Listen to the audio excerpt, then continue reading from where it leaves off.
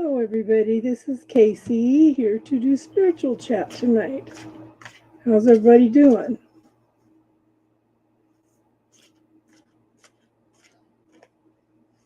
Okay, let me get shuffled for cards for the next week.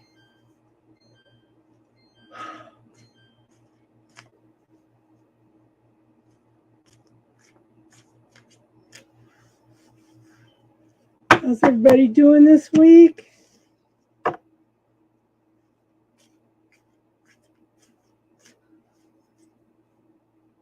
Hi, Casey. Hi, Alban. How are you guys doing?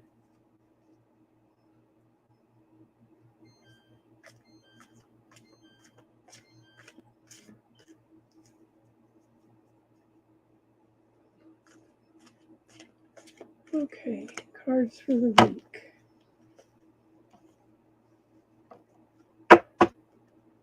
Hold on a minute, guys. I need to turn my oxygen up. My lips are turning blue. Hold on.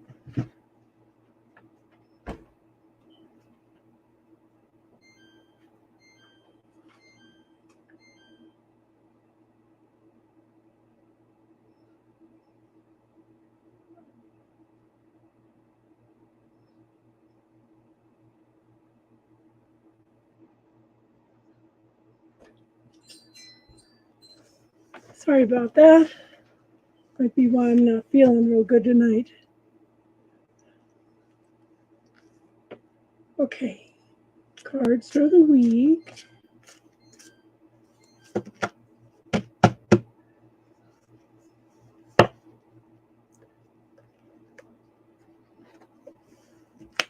Okay. Well, it's going to be an interesting week. Very interesting week. They're all major, first four are major arcana.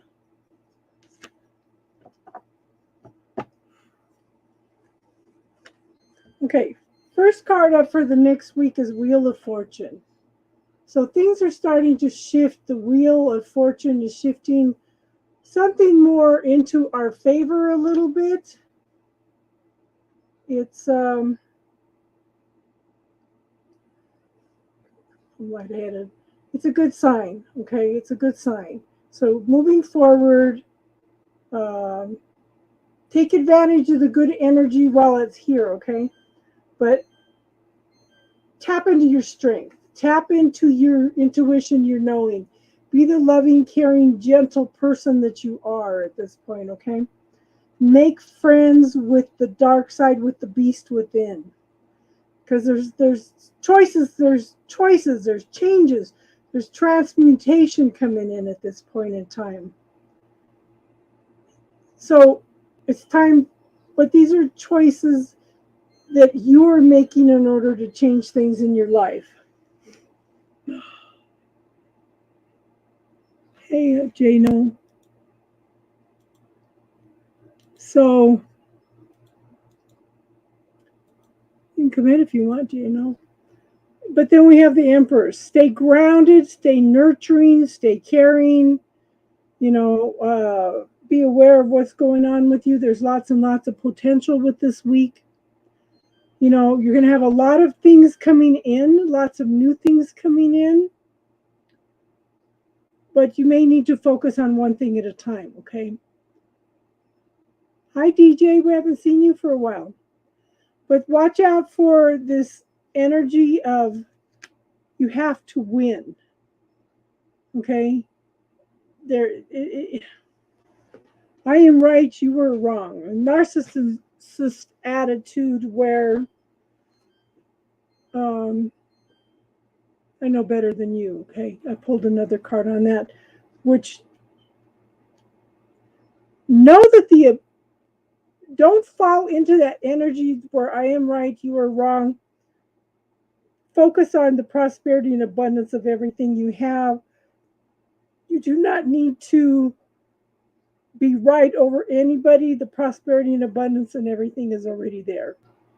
Okay, so don't worry about what anybody else is, what they're doing, anything, because if you start worrying about that you are right about everything, you're going to just block everything. Block everything at this point. Hi, Tiff. DJ, we haven't seen you for a while, hon. Welcome back. I hope some of you want to come in and talk tonight. I'm not feeling real good tonight, so if you guys can come in and talk tonight, that would help a lot. I do know that I want to talk about attitudes over money tonight. What are your belief systems around money? Okay, what kind of community service, hon? Come in and talk, Casey.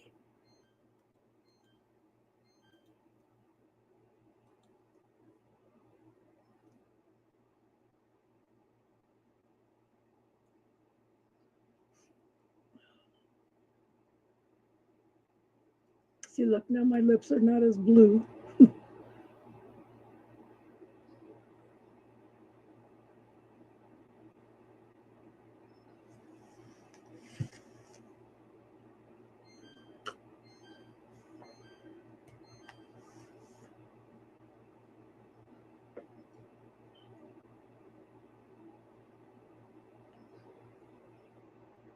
There she is. Hey, girl. Hey, how are you? Okay. You feeling okay? Yeah, I'm a little lightheaded tonight, and I've been really tired all day, and I have no idea why. Aw, Mercury retrograde, Venus retrograde, everything retrograding. Yeah, yeah. Aw. Yeah, so I figured I'd ask you guys. So I have an event coming up at work. There's about 200 people in this meeting that we're having at the end of September, and we're like in a building, so we can't like plant trees or like do a food drive or anything. What I wanted to do was a blood drive, and I called the American Red Cross, and they said they don't have any availability to do a blood drive until 2024. I'm like, really? Like all this stuff going on in the world? Like you don't want our blood? So now I have 200 people that we need to do something. Um, community we want to do a community service event. We could bring in like food or whatever and coats for kids. It's after the start of school, so even like school supplies, like that idea has been kiboshed already. So I'm kind of bummed that we can't do the blood drive, but any ideas of something that we can do in a building? Like again, we have to stay put, and I'm kind of at a loss. Well, I like the idea of school supplies, backpacks and school supplies and But it's after that, so it's the end of September. So that idea was already kiboshed. So they said no to that. They said no to a food, like food bank kind of thing. food drive. Yeah. Yeah. So I'm like, I'm struggling here. Any ideas, guys?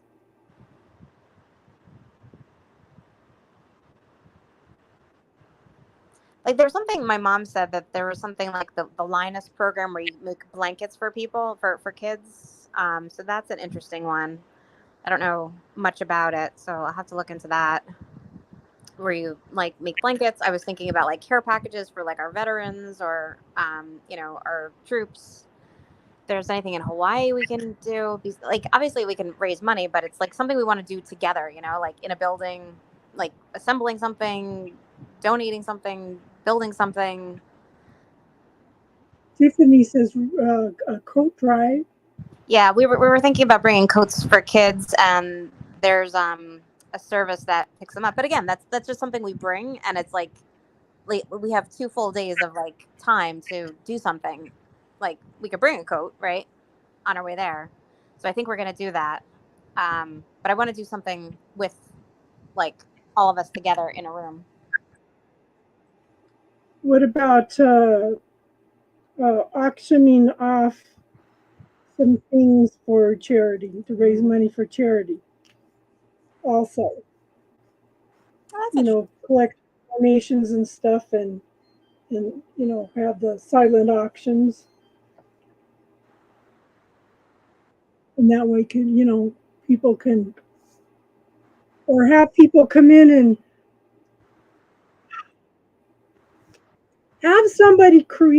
have everybody create some kind of art, some kind of design or something, and you guys can put them up for auction or something.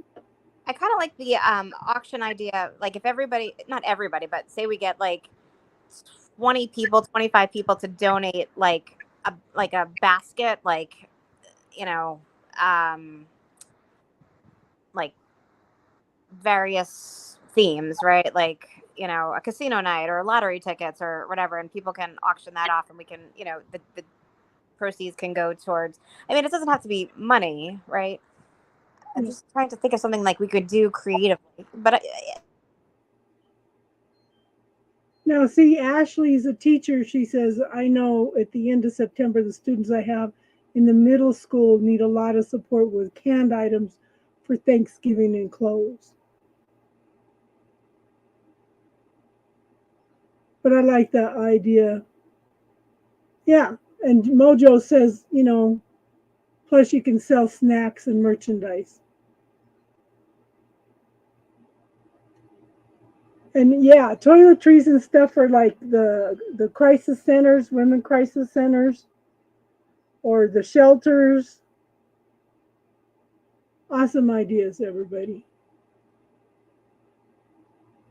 How you doing tonight, Ashley? How you doing, Mojo? Jojo. Come in and talk. I need you guys tonight.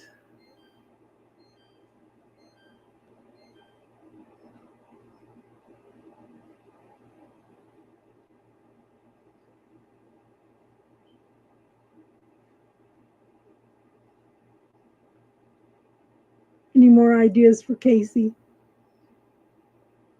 But I like the silent auction, bringing in toiletries and stuff for shelters, women crisis center, the silent auctions. They don't want to do a canned food drive already. They already kiboshed that. Ah, bingo. That's a good idea. That's an excellent idea. Let me write some of these things down. Yeah, I'm kind of feeling the long day thing myself. How do you like this cooler weather?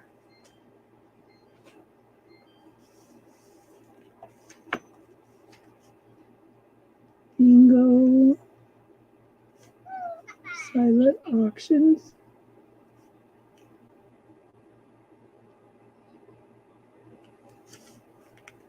Toy drive. Yeah. Toiletries. For shelters. Crisis centers.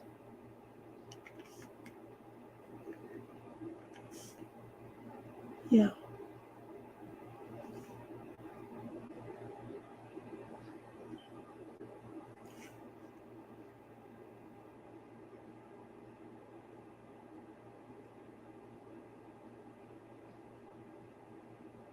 Yeah. Toy drive is an awesome idea.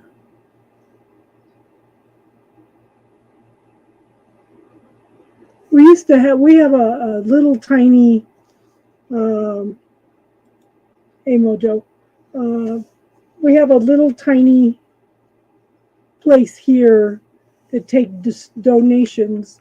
They have absolutely everything you can think of, everything. And it's a little tiny place, but they sell everything.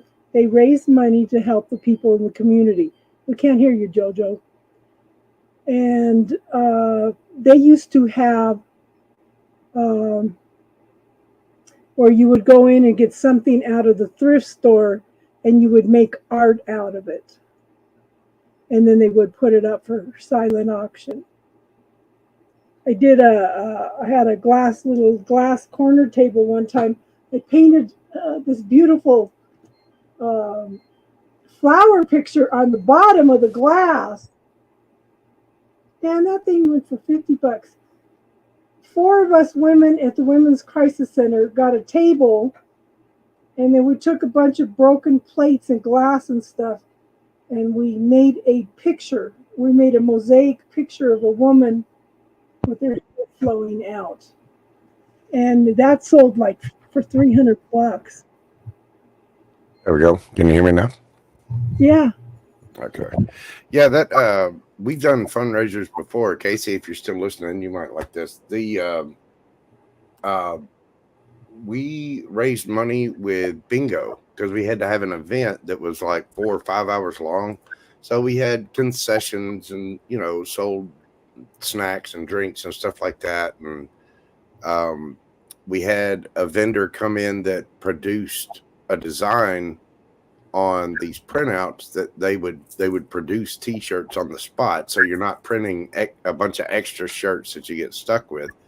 And then we played bingo, and you started out, you could buy a ticket for like $1 or $2. And so people would buy several different tickets.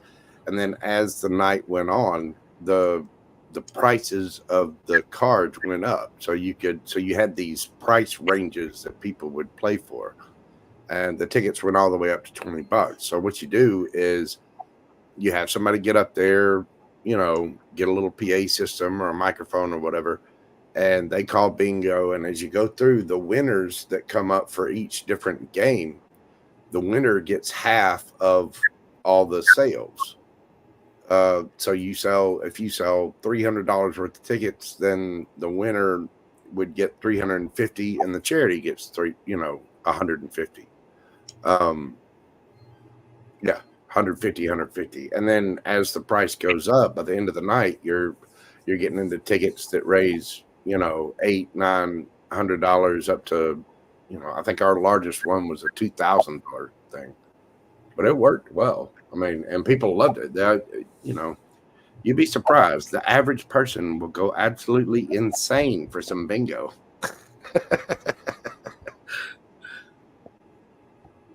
How is everyone? What are you doing? What's going on, Puddins? Hi, Judy. Yeah, I'm kind of struggling tonight, so I need you guys to talk tonight. Well, I wish I could stay. I've actually got stuff that I need to do. I just put out 2 videos, and then I've got to produce Pisces for tomorrow and Collective. And I got some new cards in, so whoop. Ooh. I did. Somebody sent me some. They sent me a couple of the decks off of my Amazon wish list. Cool. Because I'm using the same ones. Yeah, I've been very fortunate with this. Blowing up. So bingo, concessions, silent auctions, toy drives, toiletries for shelters, food drives for Thanksgiving.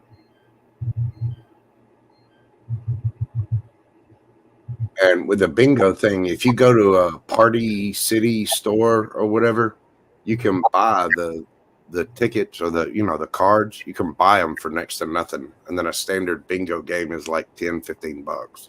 So Yeah. You just send them to her in case you can't hear. Mm-hmm. Tiffany made a new TikTok about spirituality. I have one up for affirmation on automatically rejecting negative energies. I don't have a TikTok. There's already too much social media. I'm on Facebook, Instagram, YouTube. I'm on a couple of different ones, and I've already got enough to keep up with. Yeah, I'm kind of bored with TikTok. I don't know. It's just me. I don't know. Just the mood I'm in, maybe.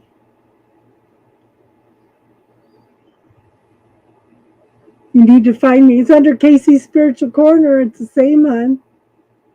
What is your name under?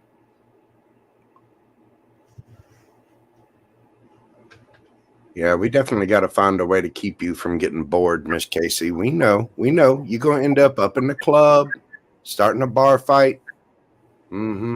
Back at the strip club, doing your thing. We see how it is. You just settle down there, young lady. Settle down. It's two of my granddaughters did a drunk TikTok last night, and they were asking the question, would you rather walk in on your parents or have them walk in on you? And I said, well, the boys walked in on us, and so they called one of my granddaughters called her dad. She's, my grandma's snitching you out. He says, well, he can't say nothing. He goes, because she's been celibate for 25 years now. She needs to go out and get used and abused. And I said, that's exactly what I'm trying to avoid, is getting used and abused, because I went through that with both husbands. Well, you know exactly what they're talking about. They didn't mean, Yeah. they're talking about physically, not emotionally. Well, even, I know, but I want that honor and respect physically, because I never had that, and some of the girls jumped in and said, yeah, that's what we want too. So it's like my son. Well, Yeah. Women, it always amazes me the amount of work that goes into people that cherry pick for their social media and all of this. And, there's oftentimes, and I've seen this with so many different people, and I've seen it from the outside, and I've been the guy on the side where if certain women would look around, I guarantee you'll find somebody that's watching you, somebody that's interested in you, Yeah. somebody you didn't even think of, Mm-hmm. And it's not a matter of lowering your standards. It's, I've seen women just completely blow off and friend zone and ignore really good, nice, decent men, and for the dumbest reasons. I mean, not even and don't get me wrong, I'm not saying you should have to settle for somebody that you don't want, but at the same time, there's it seems like there seems to be a trend of girls that like bad boys or whatever. Trust me, ladies, find you a nice guy, because nice guys finish last, baby. Oh yeah. But there really are. I mean, I've been there. I've been friend zoned, and it's like, okay, well, if you don't see my worth, I'm not going to stick around here and wait. Yeah. And and these were women that I was, or girls at the time, back in grade school, high school, college, whatever. These are people I was seriously interested in, and they, they'd rather go out with some jerk that just wants to use them instead of giving an actual decent person a chance. And for whatever reason, and the thing is, it had nothing to do with looks. I'm adorable. I know. And probably a little modest too. I tell women when I do readings is, take the time to lift your head when you're walking around.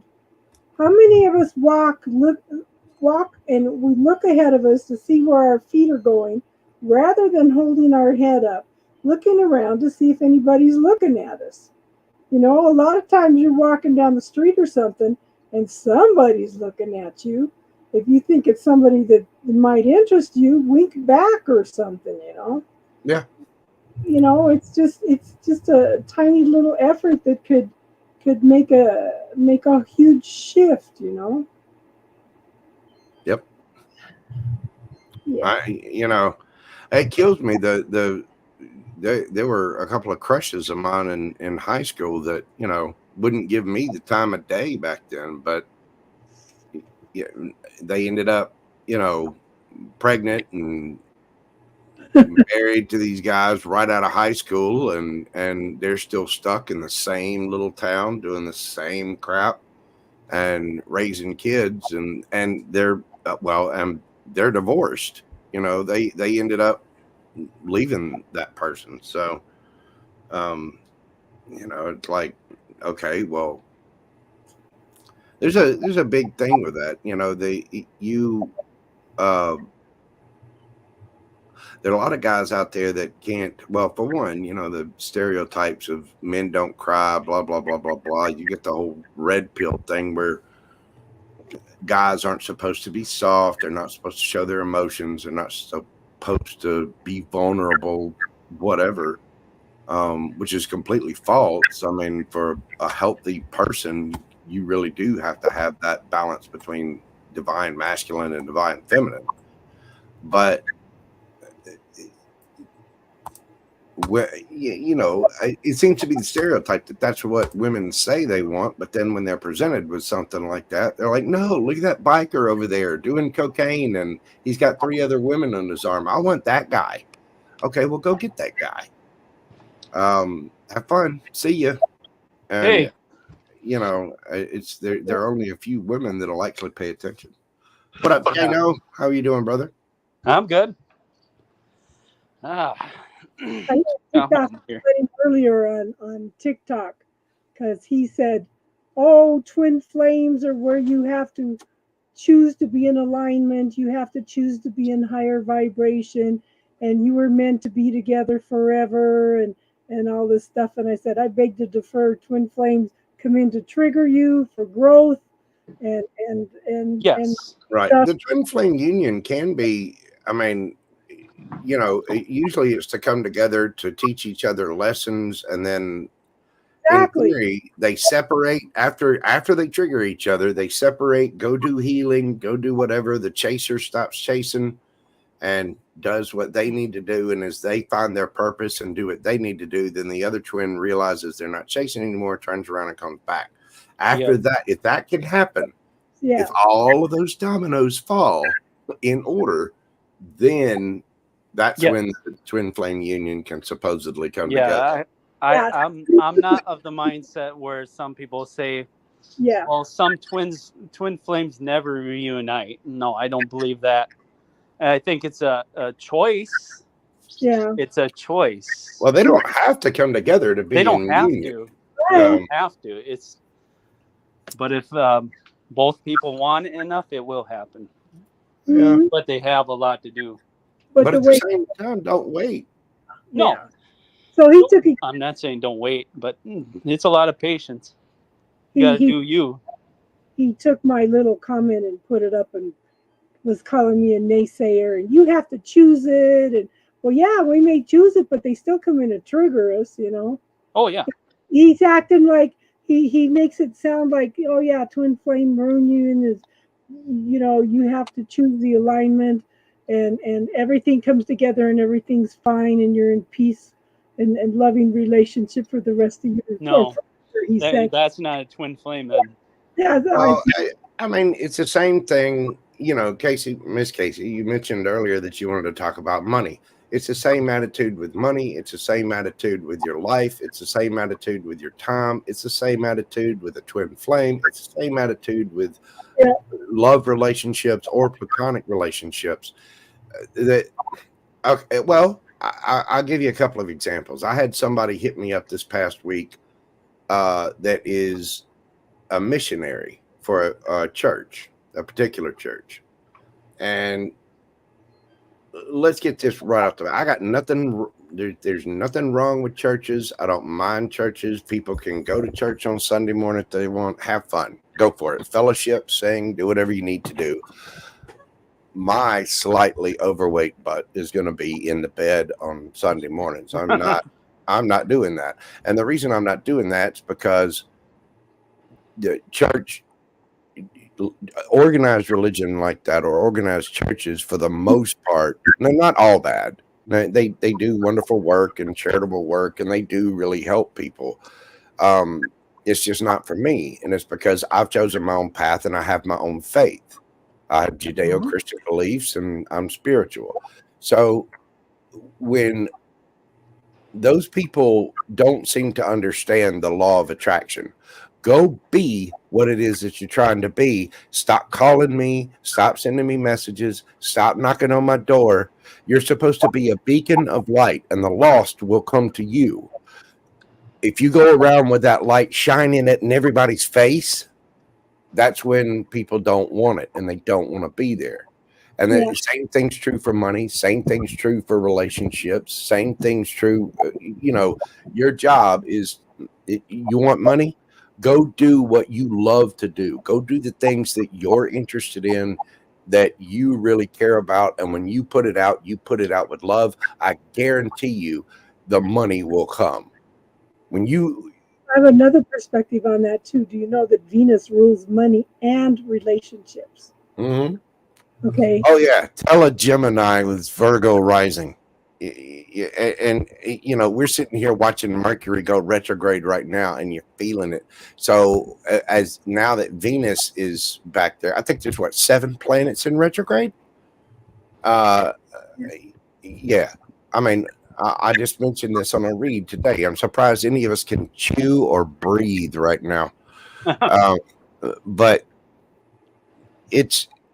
I mean, it's the same thing applies to everything else in life. I can give you the example of companies that do their job so well they don't have to advertise. Everybody in this chat, everybody who's in the room, you've all heard of Lamborghini, the car brand. Yeah. Lamborghini does not advertise. They have a website. They have a website, and they have a way for you to contact them. But for the most part, those people build the finest automobiles in the world. They are handcrafted by some of the best, the absolute best engineers and craftsmen in the world. They do not advertise because they don't need to. Their job is to do their thing and do it well. And they don't advertise. And yet every single one of you has heard of Lamborghini, has seen pictures of Lamborghini. If you're lucky enough, you've gotten to ride in one, and oh my God, there is nothing like rolling in a Lambo at 198 miles an hour. It's fun, trust me. But that's the perfect example. They don't advertise. They don't go out. And I think if churches did the same thing, or different religious leaders did the same, just live. You just do you. You worship in your faith and you do your thing. And because you're doing it well, they'll come to you. Same thing's true for your life and your relationships. You concentrate on you, do you well, live your life well, and I guarantee you, you won't have to advertise. You won't have to cherry pick to put pictures on Facebook or Instagram. They'll come to you. Yeah.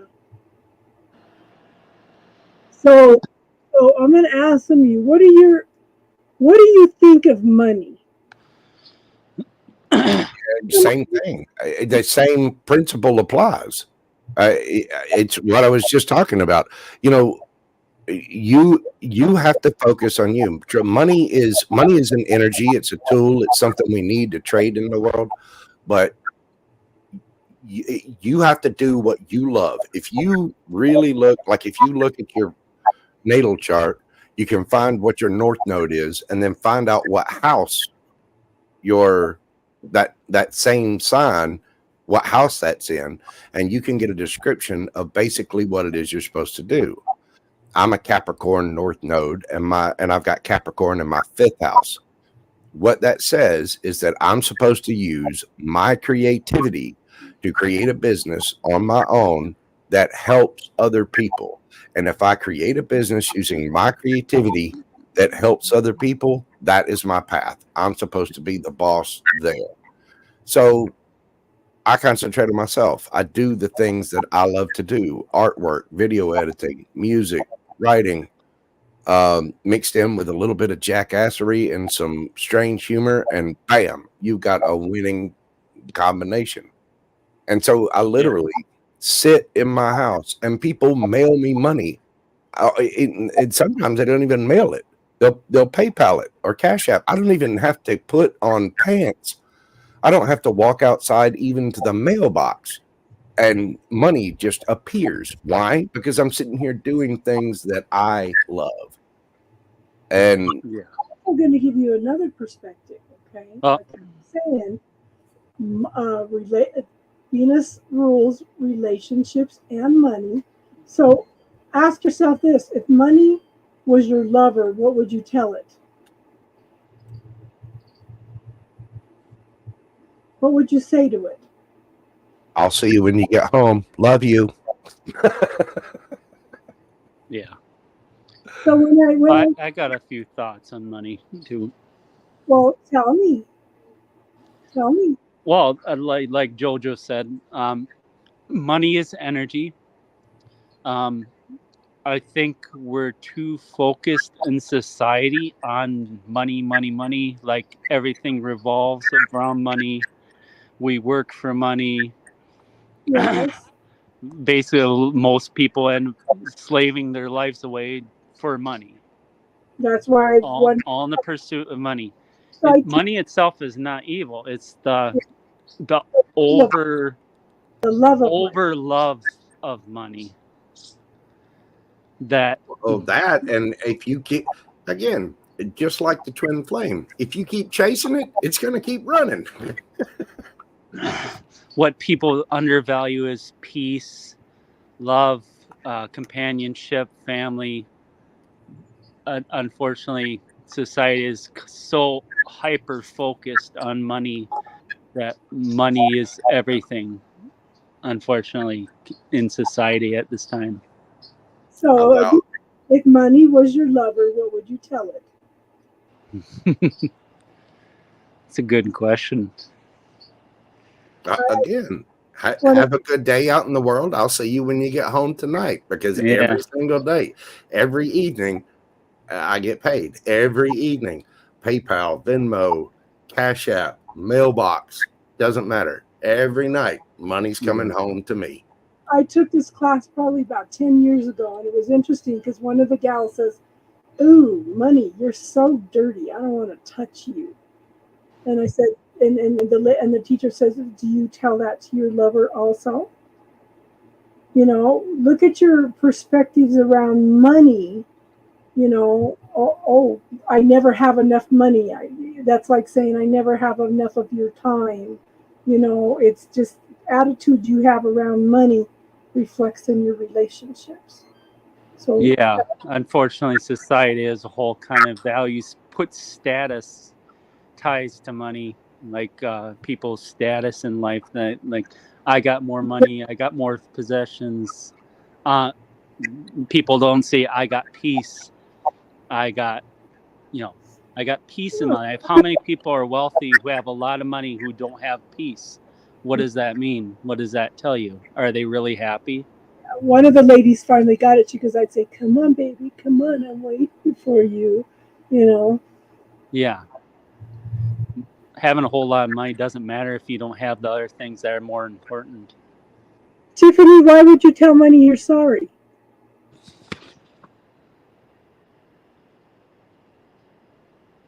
Well, I can't, you know, you can't avoid that. I mean, we have to have money to live. We have to have money to pay our bills, buy groceries, pay the power bill, all that. Mm-hmm. And the lack of that is simply your own mindset and lack of belief in yourself, lack of belief in what you're doing, and people end up chasing money and chasing money and chasing money. And Tiffany, spending money is a way of spreading the energy. When you are trying to hold on to it, Yeah, you can't over hold on to it. That's also not good. You gotta. That's a lack mindset. You can't. That's only hurting yourself doing that. Yeah. But if you think of it as a lover, then you have to. It's not just a matter of how you treat it or what you say to it. It's your own mindset about it. That's okay. That's my lover. My lover loves me, is going to come back to me. I know my lover's coming home in the evenings after going out into the world for the day, doing the work that my lover has to do. They have their job too. And then,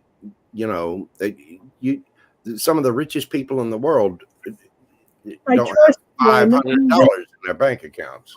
You're coming back to me. You have to change your attitude around money and as if money is your lover. What are you going to tell your lover? Something to think about.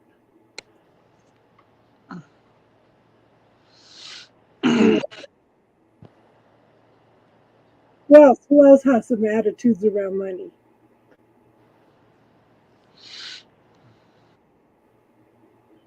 I do spend it, just too much of it, and I feel like it could be abused. So change the attitude that it's abused to you are sharing, you are exchanging energy. Remember, what you put out there comes back to you. Yeah, Okay? it's an energetic flow, like a symbiotic relationship. That's if you're the heart and the world's the mind, there's got to be connection between you two. Money is the money is the energy that goes in between the heart and the mind. And just remember what you put out there as far as like donating and such, even if you, especially if you're not asking for anything in return, it always finds its way back to you in some form. Yep. And people forget that. They're so concerned about money, and they got to hold on to it and hoard it that they won't do anything for When others. you And you then stop the flow of energy. yep, they're stifling their own energy. Yeah, I was just There talking has to to be a somebody about flow. this with it's not even really money. It's just everything that I've done with Mojo Tarot. I mean, I've worked really hard on that, and I put it out there, and I've only got so many tarot and decks. it's So not just about money. It's about putting your own time, your own effort into the universe. Yeah, and that it's doing finds its way something that back I to you. love, something that can help people, whatever. Yeah. But I mentioned, on a couple of the reads that I was like, well, I'm going to get more decks in here and change it up because I've only got so many tarot decks, right? And so people started asking me to make a wish list on Amazon. So I did. I made a wish list, and I mean, I've already got I've already got one deck. I've got another one coming tomorrow, and then somebody else just bought me 2 other decks. And so for putting that effort out there, people are like, yeah, okay, here, do more, and so as I put and I didn't even ask, I wasn't planning on putting up a wish list or anything like that. I was just wish list. Yeah, I'm making one myself. I'm gonna make one. Yeah, I've already gotten a couple of donations, and people have bought stuff off the wish list for me, and I'm like, wow, and it's all because I'm doing this. They're just all of a sudden started pouring in. Yeah. So how do you do? Create a wish list on Amazon, and then you just post the links on your Yeah, site? you go in and under your description or whatever. Yeah, you don't. I put it in my description of my videos, and it's on the description, the about thing on the channel on my websites, and then I set it up so that people can't get my home address. It gives them the city that it's being shipped to, but it doesn't give them my actual address. I know I've sent a few things before to the reader I work with. But yeah, I got the Enchanted Map Oracle in today, and from Collet Baron Reed. It is a beautiful deck. Yeah, they've been having a lot of sales on half price stuff on Hay House. If any, for some decks right now. Well, but stuff for half price. But that's the same thing. Again, it's just like money or anything else. I'm abundant right where I'm at, and I'm doing what I love, and I'm taking care of me and doing the thing, and I'm fine. Gumbo's fine. He's still, he's still the size of Guam and snacking and sleeping. He's in there napping right now because he's had a hard day of eating and sleeping. And it's just us sitting here doing our thing. And I know that I am love, therefore love will come back. I know that I'm doing what I love, and I'm paying my bills and doing my thing, ergo money will come to me. When I followed that path, when I looked up my North Node, studied about my life path number, my North Node, and then the conjunction between North Node and what house that sign is in, for me, it's 5th house. I looked that up online. You look up your North Node Capricorn in the 5th house. What does that mean? Look it up. It will. There are sites out there that will tell you exactly what you need to be doing. What mine says for me is I need to be my own boss. I need to do something creative. I need to help people in the process, help be a guide to people. And if I do that, I'm gonna be loaded. So I will let y'all know when I get done contacting Lamborghini, because I've already found the one that I want. One more thing I want to say about is it's about money and just self-care in general. A lot of people are so afraid to spend money on themselves that they also end up stifling their energy as well. You have to be able to splurge on yourself and not be afraid to do it, Yep. because the universe will reward you for having that self-care within yourself. Mm-hmm. Because the same everybody, thing's true you're God's child too. You don't just treat others, but you have to treat yourself too. Well, you have to take You care. have to come first before you try to take care of others. Because if you're not taking care of yourself, well, how are you going to have that cup? Yeah. Cup full. I got to do some self-care, some annoying self-care this weekend and next week. I got to go back to doctors, and this weekend I got to clean the house, and it's just absolute drudgery. But I'm going to do it because I'm worthy. Dang it. Yeah, I know I used to be that way where I'd buy for everybody else. When I was married, I was buying for my kids, I was buying for my wife, but I was not ever buying for myself. So, and now I do actually buy stuff for myself on occasion. The last couple of months I've bought things that I've been putting off in order to organize things, and it's made a huge difference, a huge shift in the energy. Yeah. Just to simplify things and organize things and stuff, and it's like, yeah, I actually had to spend a lot of money the last couple of months doing it. Yeah. In the last 3 weeks here, I've had 2 things come in unexpected. Money came out of nowhere just in the last couple weeks, and I know a lot of that has to do with the shift in energy. Yeah. Yep. Yes, and the opposite of love is fear anyway, Tiffany. It's not hate, because underlying hate is because of fears. You know. Well, I always see love as I think the opposite of love is indifference. Yeah, indifference. I mean, the indifference when somebody, because if somebody hates you, they are actually a fan of yours. They want you to do something different than what you're doing, but they have an interest in what you're doing, and that is a form of love. But if somebody doesn't care, just the complete lack of care at all about what you're doing, that is the opposite of love. Because somebody can tell you you're doing something wrong, that's actually a form of love, because they care about what you're doing. And some people don't take that way. They take criticism to heart instead of seeing the light in it. And, just knowing that, this person is being honest with you. Well, sometimes we need that. Jason, naysayers go naysay. Within reason, if it's constructive, not if it's some, trolling, but you know what I mean. Well, still, even with trolling, I mean, that kind of falls along with the idea that well, that means you're the opposite of love is fear, because those people are just fearing working on themselves, so they go in and belittle everybody else to knock other people down. That way they end up looking good. Everything underlying hate is fear. Yep. Sometimes love isn't puppy dogs, rainbows. Yep. Sometimes it's hard. Yeah, sometimes it switches and castor oil. They show you that mirror right up to you.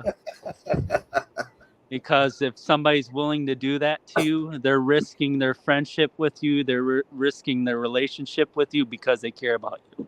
Yeah. Yes, exactly. Because, if you don't care about somebody, you're not going to tell them. Nope. You're going to keep walking into the They'll wall. They'll just let you do your thing. Yeah. They'll let you self-destruct if they don't care. Indeed. Yeah. Speaking of doing my thing, I got to go do just that. So I'm going to have to cut my attendance short this evening. Yeah. But thank you, Miss Casey. I appreciate the forum. Casey, if you're still listening out there, hopefully you get some good ideas. But y'all have a glorious evening. My Pisces read will be out tomorrow, and the collective will be out Sunday. Nice.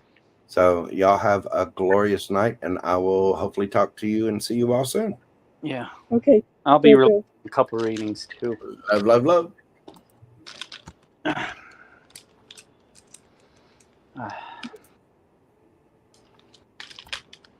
Been an interesting week. Yep.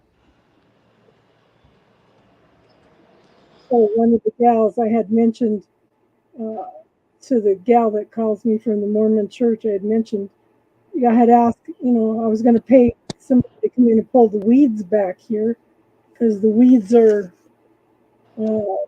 bothering my eyes and my allergies, and Tinky's starting to itch now. And, she goes out and does her thing and comes back in and brings it in. And so her and one of the other gals came out today. The weather's in the 60s here today. They were having a lot of rain down in Denver and stuff. And so it was cool. So one of the gals spent an hour pulling weeds and stuff. And it's like, wow, such a huge shift in energy for that even. Tinky went out there and looked, and it's like, wow, is this the same place? It's like, that was such a blessing right there to me. Yeah. But it's like, wow, such a shift in energy. But I don't know what, I'm trying to figure out what I ate that's got me all sick today. Yeah. Yeah. Been in the 90s there. Yeah. 60s. It'll be like, is it 60s? That's good. 60s today. Yeah. And probably. Yeah, it was nice here. It was like 77 right now, which is really nice. The other day it was like 98 degrees. Did you decide to move to Texas? It's in Minnesota. Got to 98. I know you were saying a friend asked you to move down. Yeah, she did. Yeah. She offered me a job because she's won the. I'm trying to remember her title, but procurement manager she is. Yeah.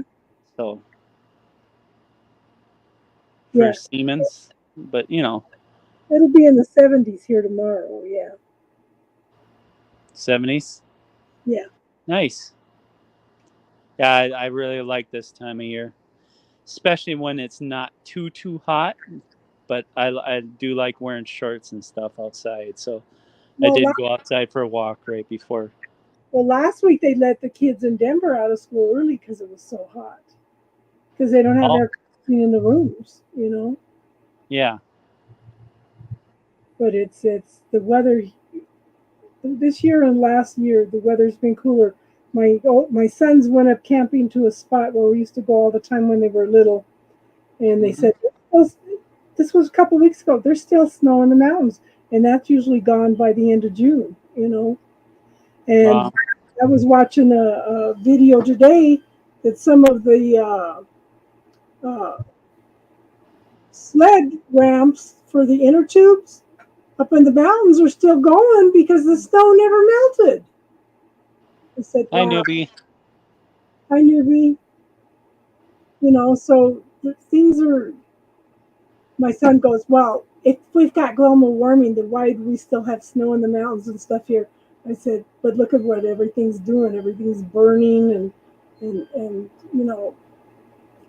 deny it all you want. It's happened.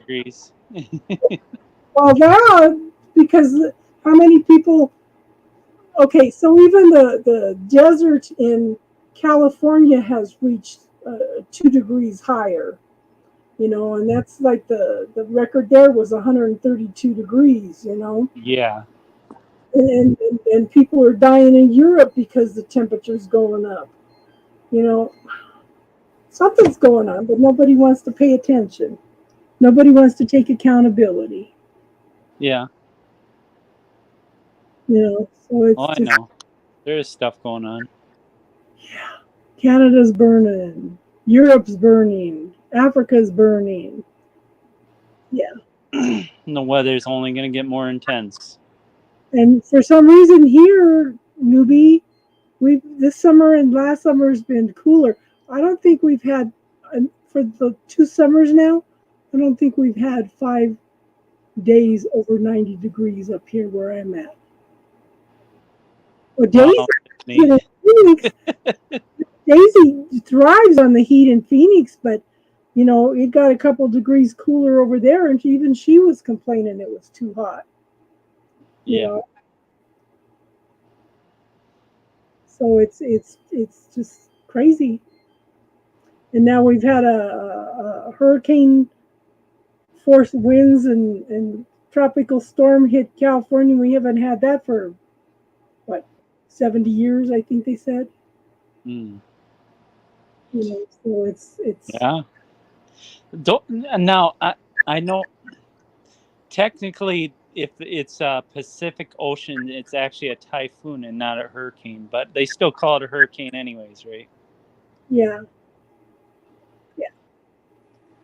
And then they are a tropical storm. It just depends on the speeds, the wind speeds. So it's just crazy. It's just crazy. I did see. I have a video I need to watch on. It's called Weather Watch, and it's how to go in and work on shifting and changing the weather. I need to watch that. I was going to do that today, but I don't know. Just been wiped out all day for some reason. So I'll do that over the weekend. Yeah. Going through hot flashes. You know what's good for that is something called I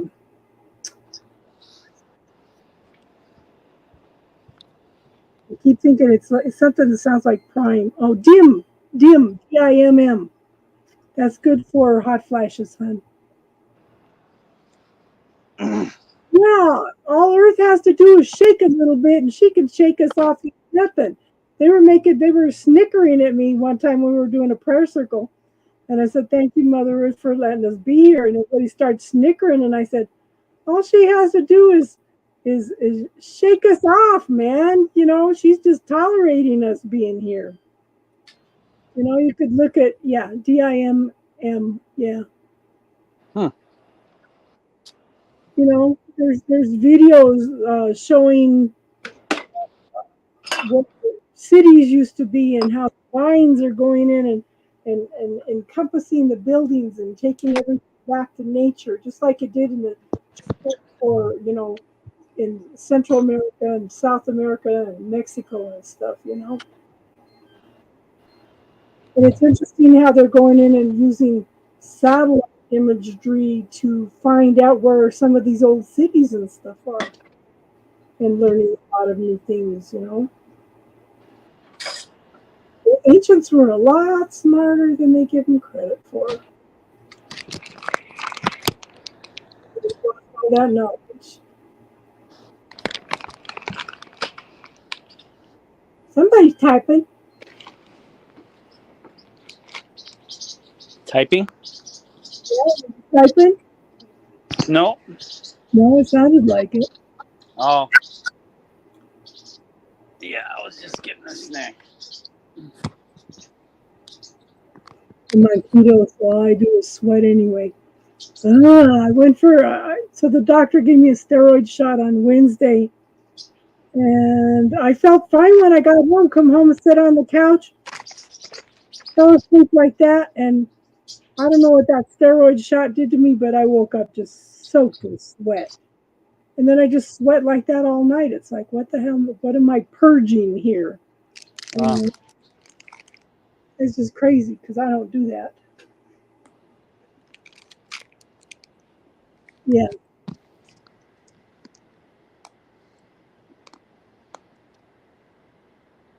Yeah. I think you'll like the DIM. Well, but muscle test and see if that's what you need. Or there's some other stuff, maca. You might check into some maca muscle test and see if you need that instead. That also helps with hormones.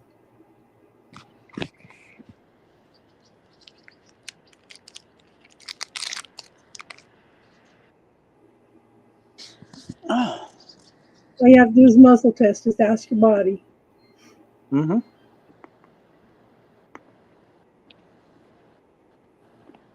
How you doing on your keto, Tiffany?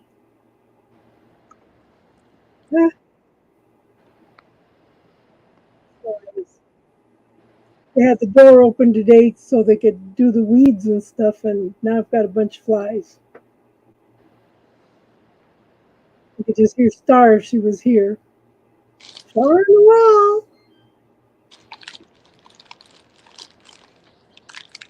All the readings JoJo are doing is keep talking about somebody coming back from the past, and it's like I've been hearing this for 6 years now. Nice, Tiffany. She lost like 80 pounds here a few years ago. She did. And she used the bubble technique and changed a lot of her life around too. She was clearing everything. Everything.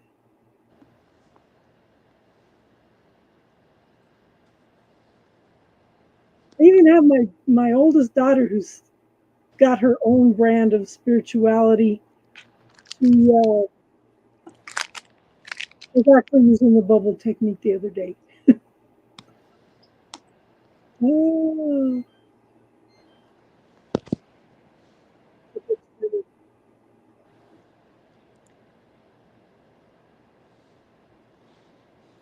So I want you to reword. Okay, you were not losing weight; you were releasing weight, because when you lose something, your subconscious mind uh, has to look for whatever you lose. Does that make sense? You want to release the weight, not lose it. That's a good way of looking at it, Casey. Yeah. Anything you lose, that subconscious mind is going to keep looking for. Power of the spoken word.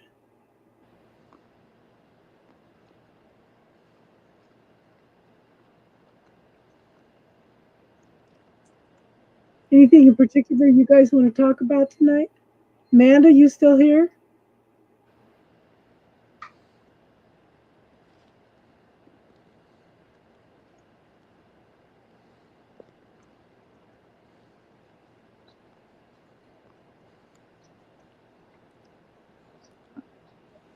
Tonight. Let me get a chance to a message. I figured. I know at one time I lost about 50 pounds when I started running some years back. Actually, during the pandemic, I started running. And then I ran my first marathon a year later. I had lost 50 pounds. Wow. Yeah. I You gained like about 15 of it back. But I'm trying to lose that back off again. that violet flame in the suitcase is fantastic. All right. Yeah. And so, okay. So newbie, we were talking about this earlier. Venus rules money and relationships. So what is your relationship with money? What do you tell money? What do you think about money? Okay? If money was your lover, what would you tell it? Let's talk about that a little bit again. If money was your lover, what would you tell it? When I went to the class, one of the gals goes, "Ooh, you're so dirty. I don't want to touch you." And we ask her, "Is that what your relationships are like?" Yeah. So your attitudes toward money is going to reflect, if I don't have I don't have enough of you. Okay, if you look at your relationships, are you thinking that they don't give you enough time also? That you don't have enough of their time? Let's be friends and see if we can be lovers. One of the gals goes, "Ooh, honey, come here, come here. I love you. Come here, come here." You know, I use fasting and keto diet protocols and do weight loss coaching for it. It's a great spiritual practice. Every time I do keto, I end up super anemic. Yeah, an important thing to remember is that when you want to lose weight, increase your protein intake. Yeah. Because that really helps fill you up, and it helps you build more lean muscle, and that'll help the process too, to help maintain it. And see, that's part of my problem right now is I can't eat meat and chicken right now because my body just gets sick. I ate a piece of chicken last night. That Yeah. might be I'm sick today. Mm. Yeah. Are you able to take in like beans and stuff? Yeah, I've been doing beans and I do great on quinoa. Mm-hmm. Yeah. And what my blood tests are showing right now is there's a lot of inflammation in the body. So as soon as I go with the quinoa, I notice that inflammation goes down. But if like I said last night, I ate a piece of chicken. Now I'm sick today. I don't go for my tests until the 13th because I'm on oxygen. They have to do everything in the hospital. So Yeah. It's so vital to have exercise as part of your dieting. Otherwise, your body won't maintain it. I just can get good enough.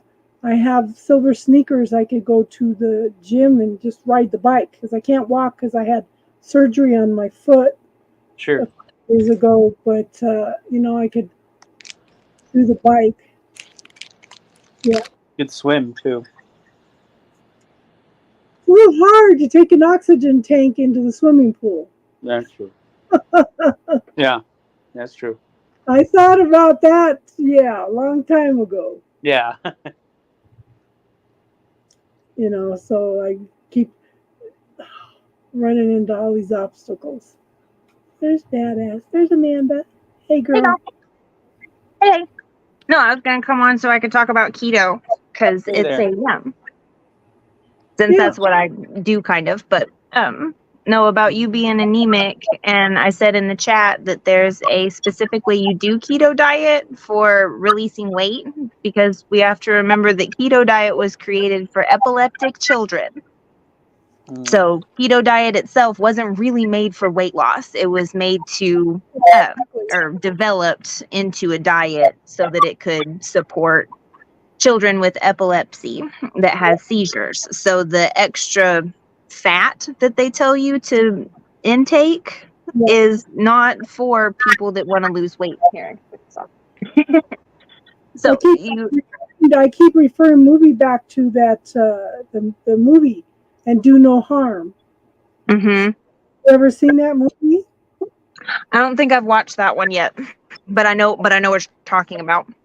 Yeah, the gal that heard about the keto diet and had to fight to get her son out of the hospital. They were going to take custody away from him and everything, and she found to work around it and got him in for the keto diet. But it's what's her name?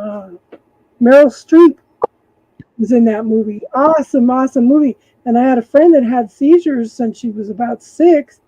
I told her, I said, you might try the keto diet since you're having so many seizures. I said that was, made for people developed for people that have seizures. And she says she talked to her doctor about it and she tried it and it reduced her seizures a lot.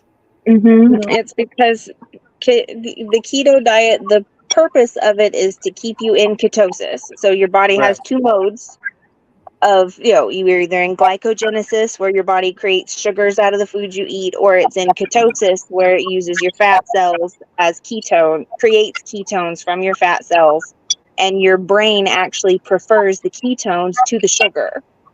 So if you keep yourself in ketosis, your brain likes that better.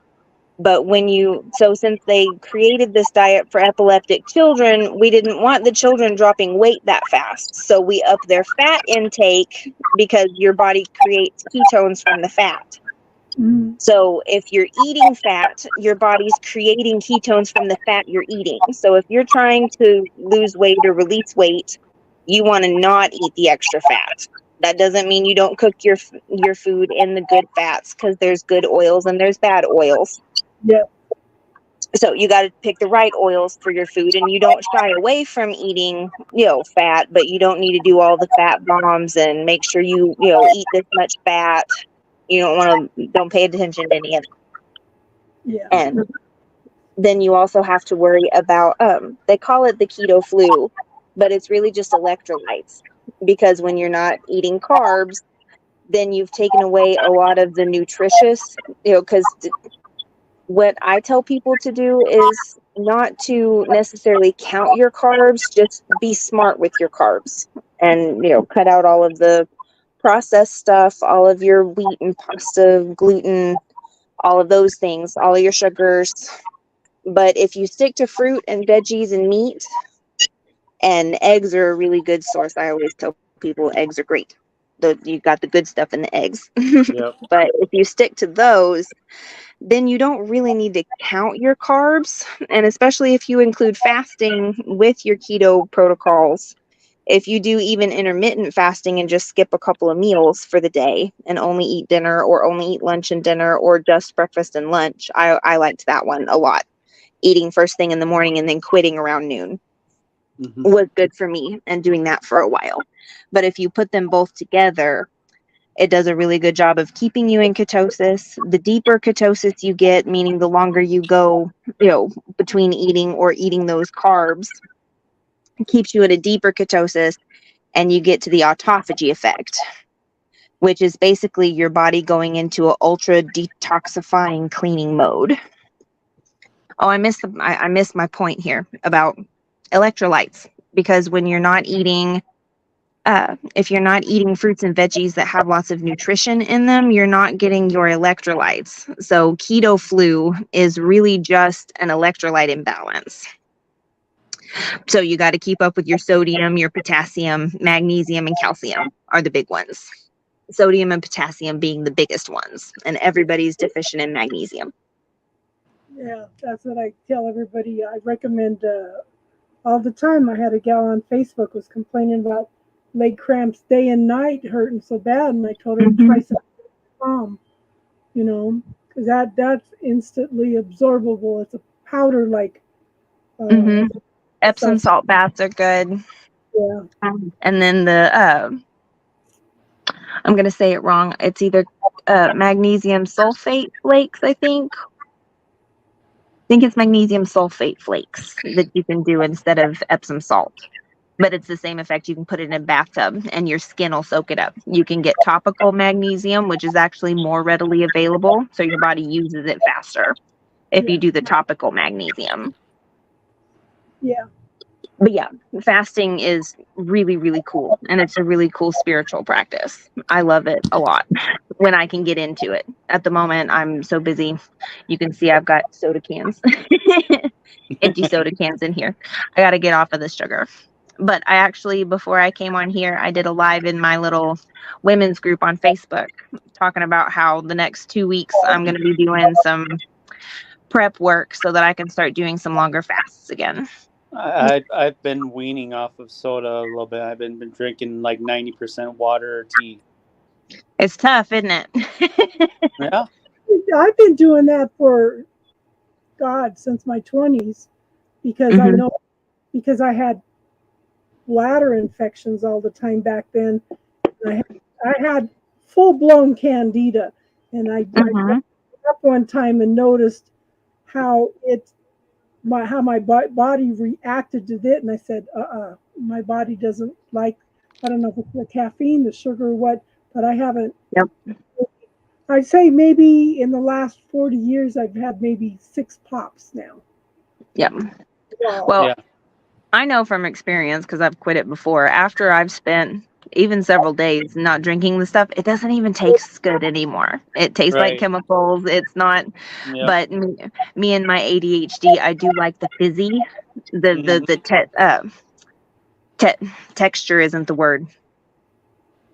The sensory Yes. thing of having the fizzy the fizzy soda pop is what I crave more than the sugar and stuff. Right. So that's usually why I end up getting back into it, because the weird dopamine hit, I guess, from having the fizzy soda pop. I'll drink it until it But tastes do you good. do sparkling water at all or anything like that?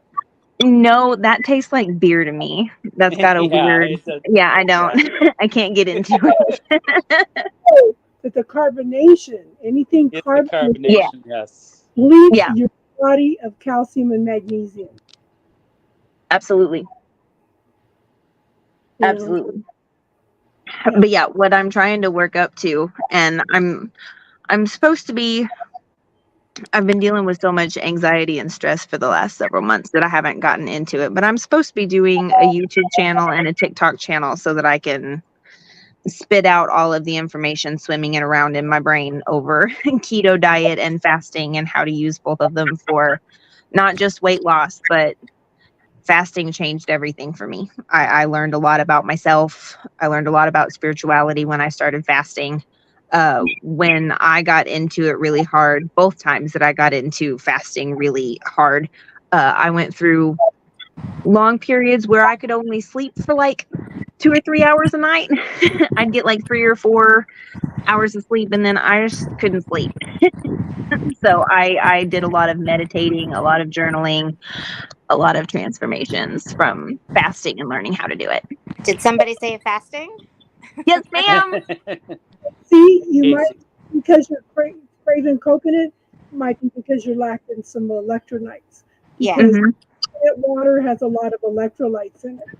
Yes. I had some coconut water and it was heavenly. Oh yeah, coconut water is really good for you. When, Mhm. when they were running out of plasma and stuff for blood transfusions in World War II, they were using coconut milk. Yeah, I was actually Interesting. drinking a lot of coconut water leading up to running marathon, and that helped. Mhm. Yeah, yeah. Yep, I intend to use it a bunch when I start my big, because I'm planning to work up to 6-day fasts and eating a big feast on 1 day a week. And yeah, part of that will be coconut water. And I like there's a brand at the grocery store locally, and they've got a coconut water that's got pineapple juice in it. And so Lemon it's water is pineapple really and good too. pineapple and coconut together. Yeah, I like that one better than the regular coconut water. Lemon and water But yeah. is really great for you. Yeah. One I'm of the so things excited. I like to do is herbal teas with lemon while I'm fasting. Yep. And fulvic minerals Yep. in your water. Dry fasting. Dry fasting for the Yes. win. I was never good at dry fasting. Casey's No the one one's that good does at the it. dry. Yeah, I did 6 days. The last time I ate was last Friday, and I broke it today. And then yesterday, the last 2 days were dry fasting. So Dry fasting means no nothing, no water, no nothing. yeah, Mhm. exactly. Nothing in. Is that healthy though? 'Cause you should Yes. still keep yourself hydrated. You got to be more careful with dry fasting for sure, but it's still just as healthy, if not more healthy, because it makes your body hunt for the nutrition that it needs. So it's doing extra work trying to find the hydration and pulling from your fat cells what it needs. Okay. Amanda's so good at this, and 1 day of dry fasting is equivalent to 3 days of water fasting. So Well, yeah, because your body can't take that much dehydration. You have to have Right. the water. I love it. Yep. I feel like on cloud 9 when I do it. I mean, the first 24 hours is hard, but once you get past it, it's like, oh my god, it's euphoria.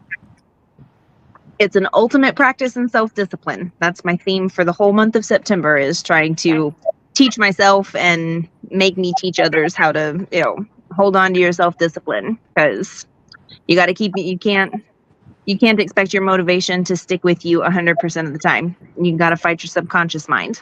It's a mental challenge, not a physical one. Right.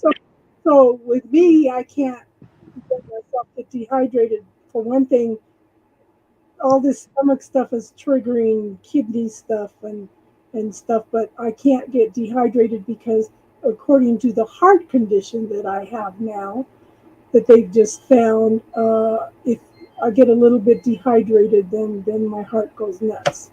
So You would be better for like a juice fast.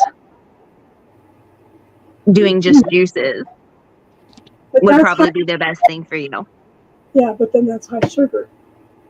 Yes, you'd have to do vegetable juices and stuff and make sure you got it all balanced and that kind of stuff. But yeah, you would do something like an intermittent fast and But juices. I can't do nightshades. Okay. So that, Yeah. Yep, that limits your choices a whole bunch, doesn't it? so yes. Yeah. And I'm celiac and I can't have dairy. Yeah. Mm. Yep. So that severely limits my diet. And I can't eat, Yeah. you know. Can you eat eggs though? Those are starting to bother me too. Ugh, what a mess. Yeah. Because I ate some this morning that it might be part of the reason that I'm sick this afternoon. Mhm. You know, Crazy. so, and the doctor and I've been telling them since I had COVID, ask everybody on here. I keep saying it's digestive, and now the digestive is really going nuts and affecting my liver and my kidneys more and everything. And now they're starting to pay attention to what I'm saying. You know, Right. I've been telling you this for over a year, you know, and I even speak in the hospital in December, and they totally ignored everything I said about digestive and said, well, maybe your body just processes things different. Of course. Yeah. Like, Mm-hmm.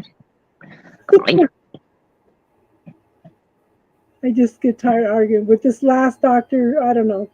It took me months to get into him because I tried getting into him since January, and finally about a month ago, when my enzymes and my bilirubin and ammonia and everything started growing crazy in my liver, I finally called and said, look, this is getting critical because you guys keep changing my appointments. You keep canceling them and putting them out another 2 months. They're finally getting me in the 13th, you know, to do the test. So, yeah, we'll see. So, hopefully we'll find out for sure what's going on. But I know it's digestive. Right. You know, Got something going on. yeah. I'm just tired of this. And I have found something that helps. It's funny because I brought it up to my doctor. I said, well, I've been taking this stuff that butyrin. He goes, it's tributyrin. And he goes, I just went to a conference last week and just learned about that. And I said, I've been taking it for a month. It's supposed to heal the digestive tract. I said, it helps a lot. It helps a lot. So, Good. yeah. Have you done any anti-parasitic medications? Have you tried that route? I did a while back. Yeah. It was just a thought. Because And I'm planning on starting my next round of Humaworm. I was listening to a gal. She has somebody she's working with now that does the Amish parasitic blend, and they're trying to get a business going for her. It's helping them out, but you know it takes a while to make a tincture, so Yes. trying to get that out. But it's like $35 for a bottle. That includes shipping and everything. But I've been getting Paragon. So yeah, but they do. I use Humaworm, and they're a family-owned type of place, and their capsules are all, and you take 2 capsules twice a day for 30 days, and they've got several different kinds. They've got one that's specific for the lungs, specific for the liver, kidneys. They've got different ones. I've only taken the general one before, but I saw a really drastic change in like what kind of foods I wanted, how often I needed to eat, that kind of stuff. I saw saw really good results from doing Is there- one of those. Is there a website for that? Yes, it's either humaworm.com or humaworm.org, but I'm pretty sure it's .com. HUMA, humaworm. HUMA?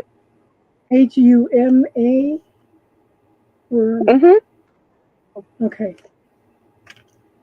Yeah, I use them, and it's really good. I'm pretty sure I'll have to look, but I kind of think I have a discount code too that you can use for that one.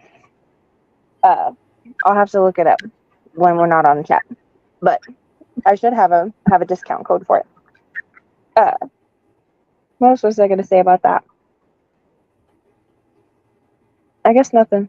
Oh no, I was going to say that when I took it the first time, I was really nervous to do it because if you look, if you do any research on it, people have stuff coming out their nose and out their eyes. People have really crazy, experiences about purging, stuff like that. So I was really nervous to take it. But the only thing I found one in the toilet when I got done that was probably over a foot long that I got rid of. So I was lucky enough to not have any creepy stuff coming out of my skin and yucky stuff. I didn't have anything like that, but I did get rid of one really big one. It says Huma Worm Parasite Cleanse $42.95. Huma Liver on $9.95. Huma Lungs $9.95 on cleanse. Huma Worm for Pit $16.95. The kidney one is on clearance $9.95. Family package $106.95. Colon cleanse. Yeah, they've got a lot of good stuff. They have stuff for pets and for kids on there too. Yeah, I see that. Yeah. But yeah, I like that one because you can take it while you fast. They tell you on there to take it in the morning before you eat and in the evening after you eat. So you're supposed to take the stuff on an empty stomach. So I can take it and fast at the same time. And I actually had better results even than Patrick did when we took it at the same time because I was doing fasting work and taking it. Okay. Visiclear, it was made for vision loss but heals other diseases. It has a zebrafish. It's the only fish in the world that produces stem cells and it heals itself. That's cool. Interesting. Visiclear, that's cool.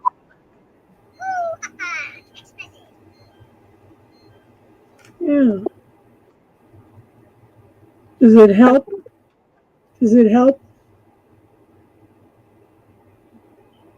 Have you noticed a difference in your vision?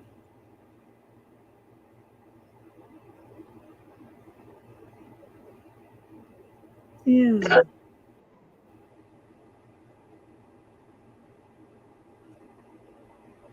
It has a zebrafish. Well, they used to talk about what a miraculous thing shark cartilage was. That was a big thing for a lot of years.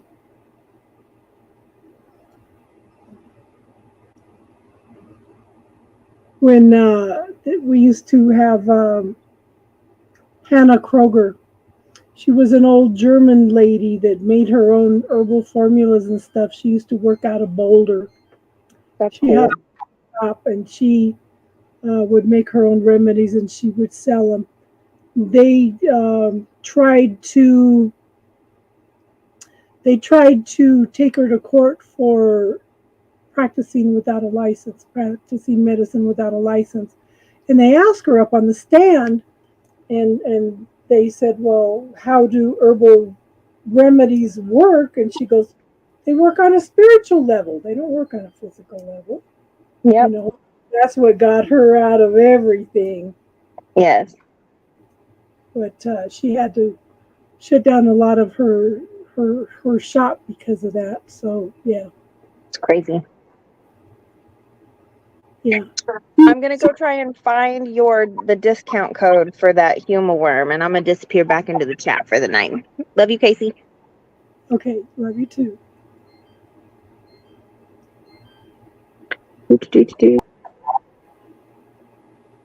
How you been, Truly?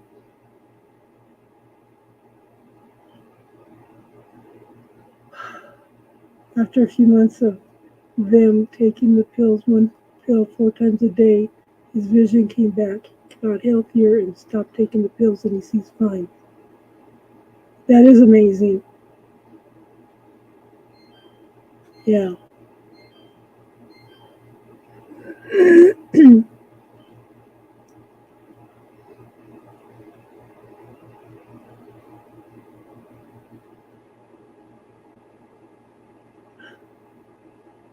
Ashika, how are you tonight?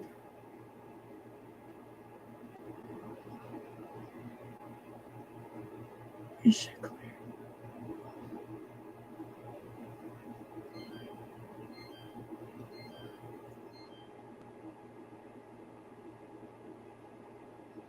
Even cure cancer.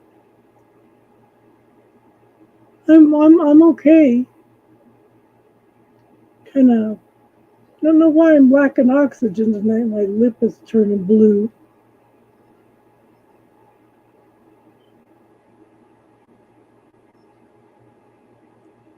I don't know if it's because I ate a piece of chicken last night or what.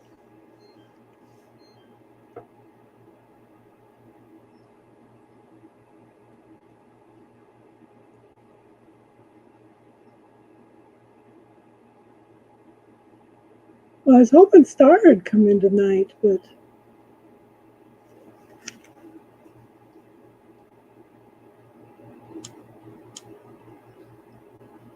I don't know where she's been.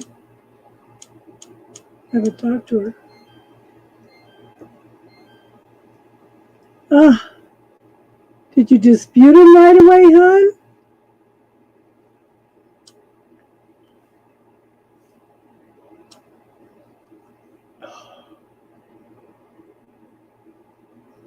So one of the things we were talking about is your relationship with money.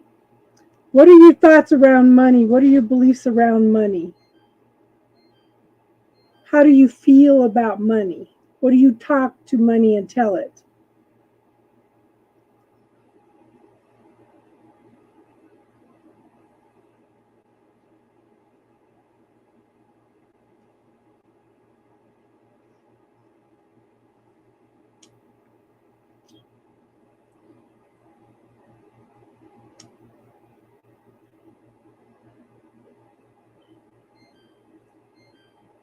Yes, you can ask a question, and that's what we're here for.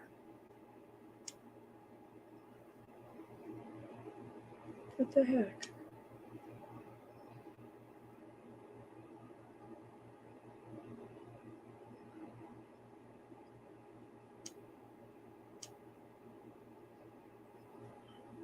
If you were reincarnated and couldn't come back as a human being, what would you choose to come back as?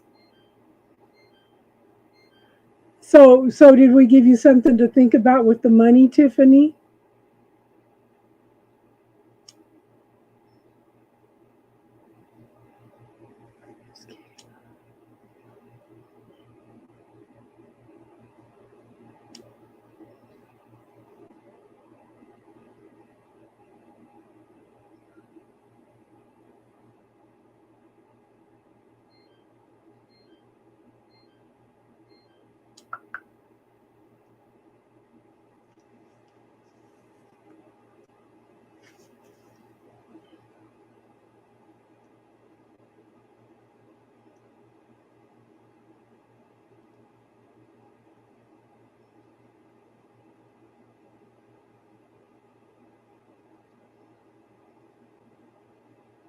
Okay, we're not doing readings tonight, hon. We're just doing spiritual talk.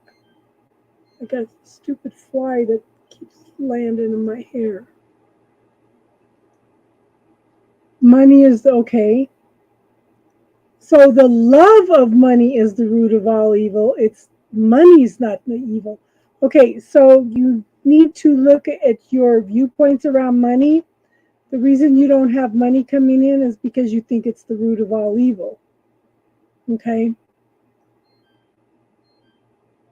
So you need to, okay, if money was your lover, what would you tell it? That you're evil? Stay away from me? That you're dirty? I had money, spent it, and then I got robbed. Yeah.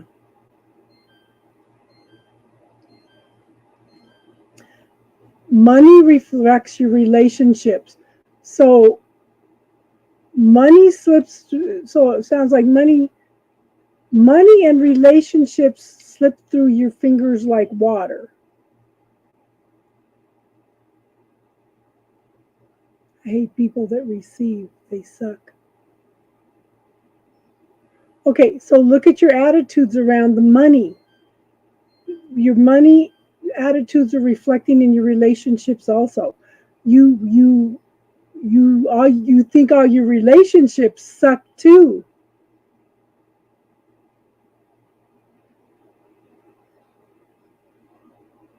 So money and your relationships are reflecting each other, hon.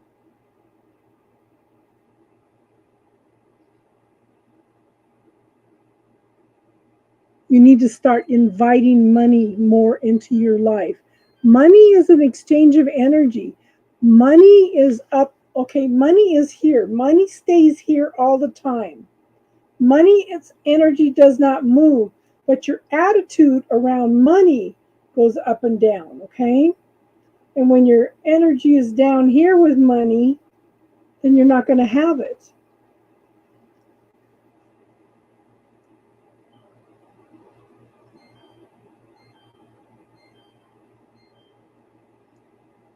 Yeah, it's a subconscious thing, huh?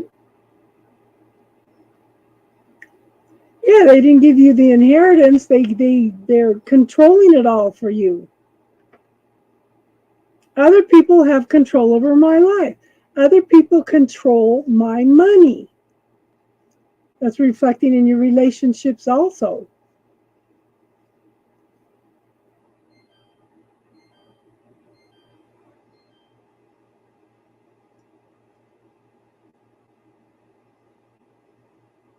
Everybody else controls my money. Everybody else controls my life. And girl, sometimes you need to let go of people. I know you love your sister. She's your twin. But sometimes you need to step back and honor yourself, hon. You do. You really do.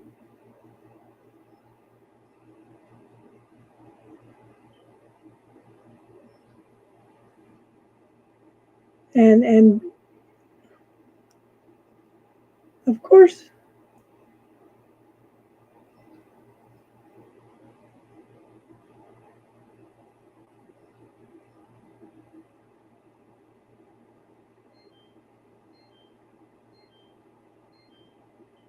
yeah.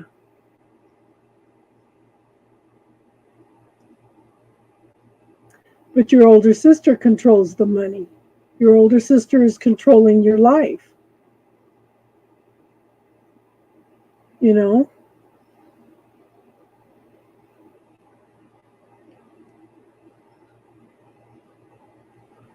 Hold on a second. I'll be right back.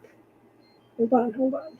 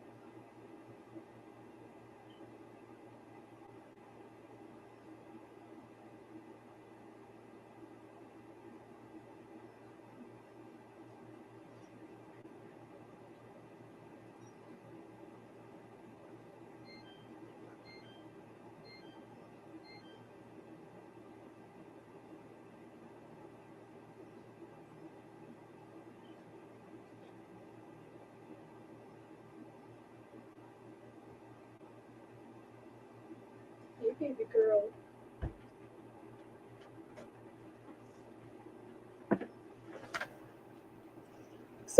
So Jane, let's explore your relationships with the people in your life and your relationship with money in your life.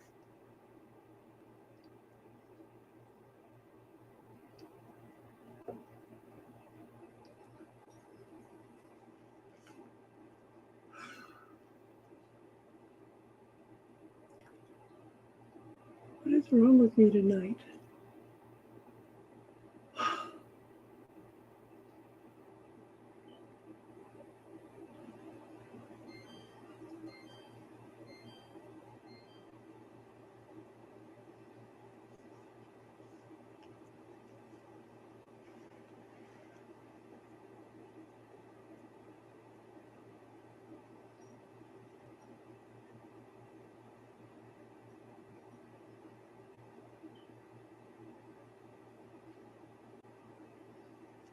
So before you commit to that, hun, let's explore your belief systems around money. If money was your lover, what would you tell it?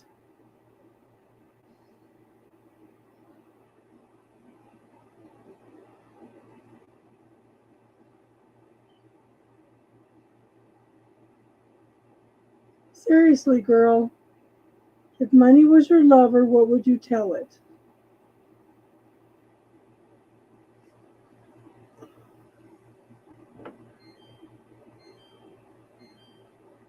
Third is the marijuana I can grow. That's the third to see, to want to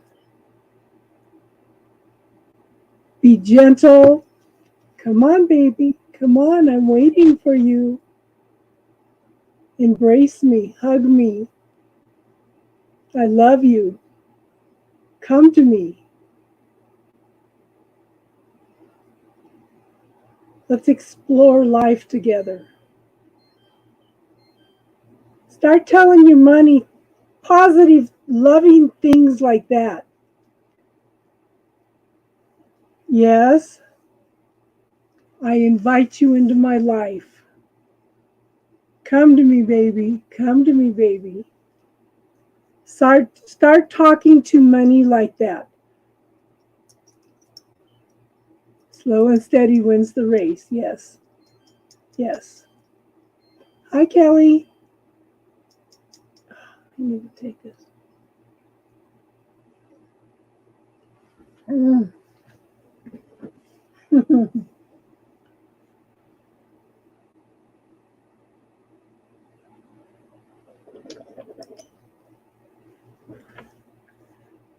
Doing good, Kelly. We're talking about the relationship with money. How you doing, Jared? If money was your lover, what would you tell it?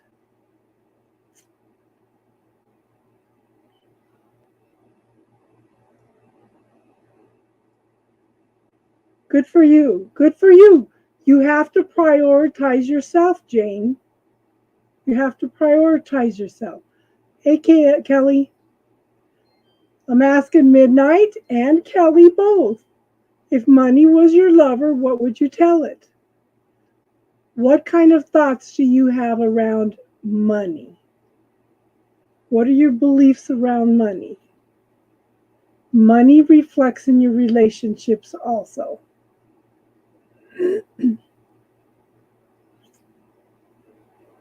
You've got to take care of yourself before you take care of anybody else, Jane.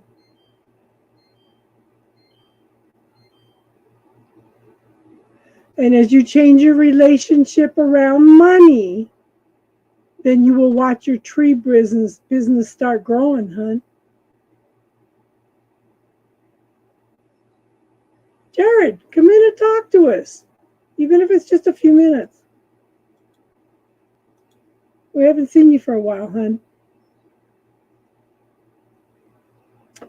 Venus rules money and relationships. Whatever opinion you have about money,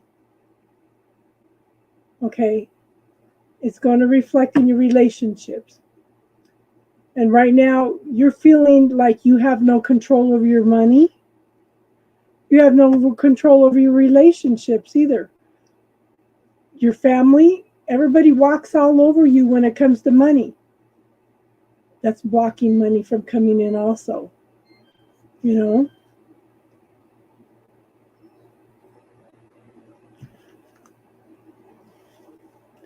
How are you, Jared?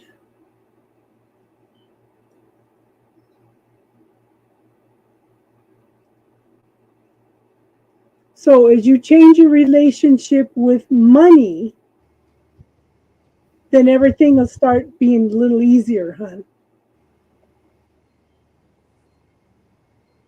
Hi, Case. All right.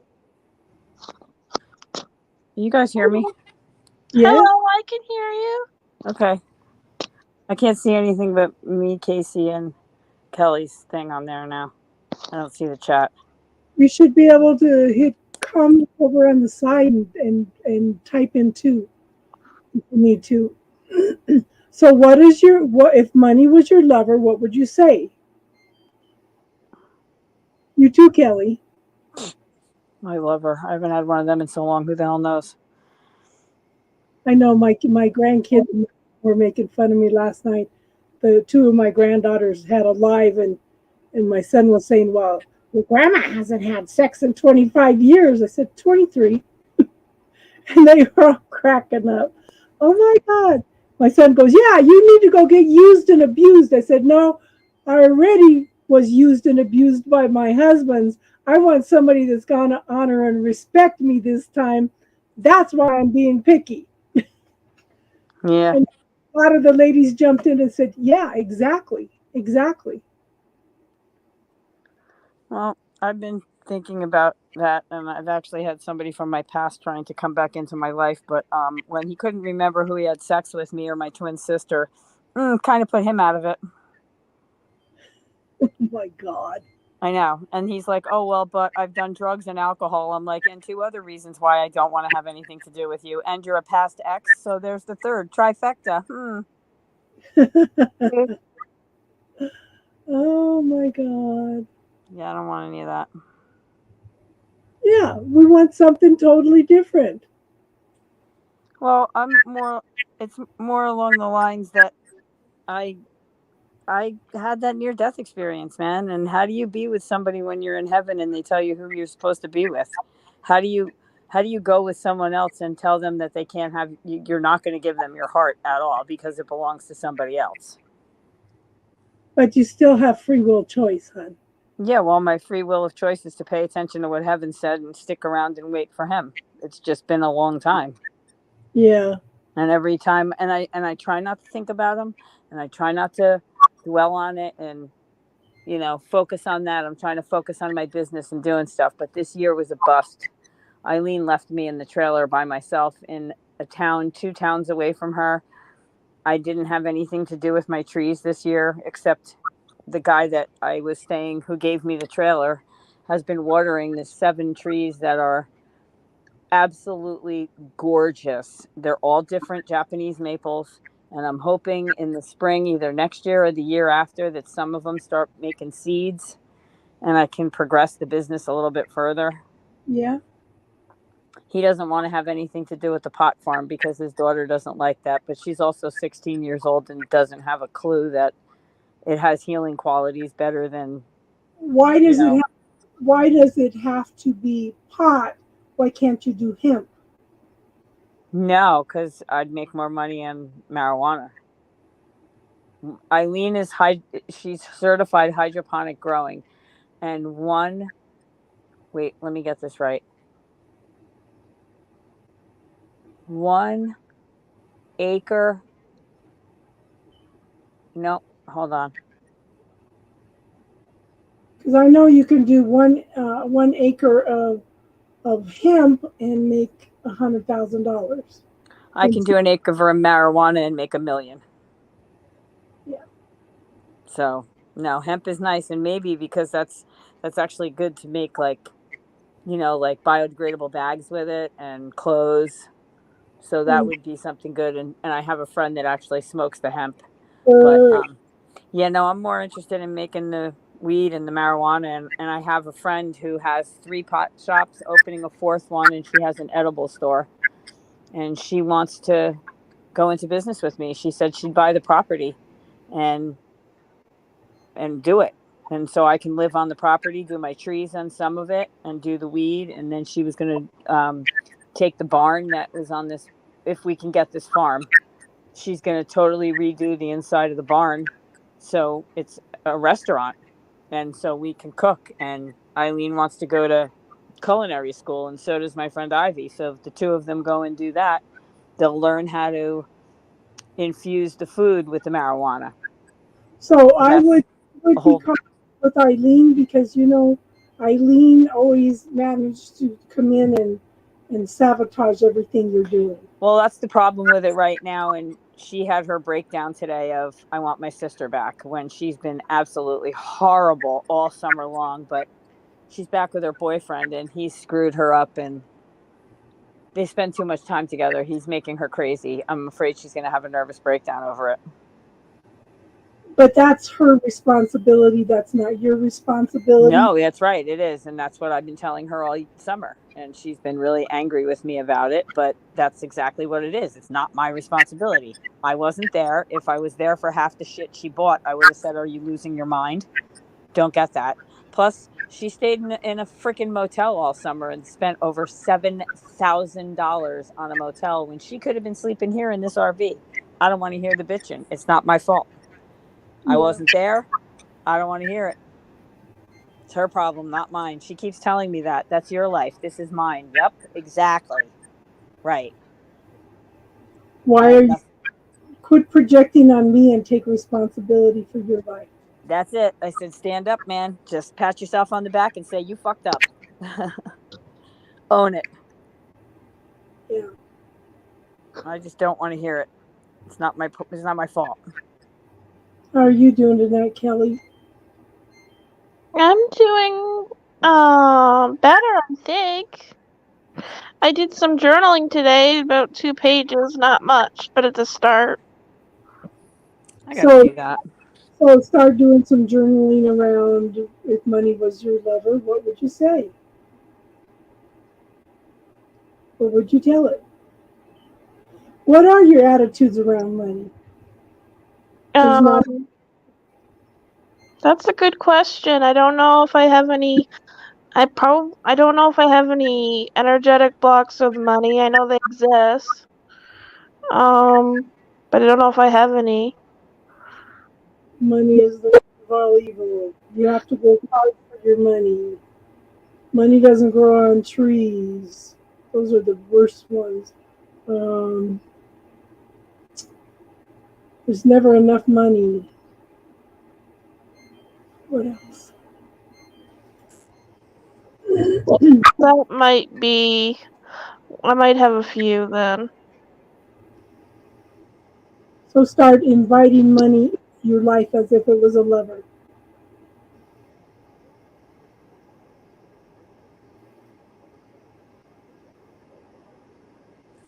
Because money reflects your relationships in your life also. Feels weird thinking about money as my lover, though. In all honesty. Yeah, I'm waiting for you. Come on. Yeah. Gotta invite it in. You have a good one, Tiffany. Oh, good night, Tiffany. Yeah. Bye. Have a nice night. Sweet dreams. I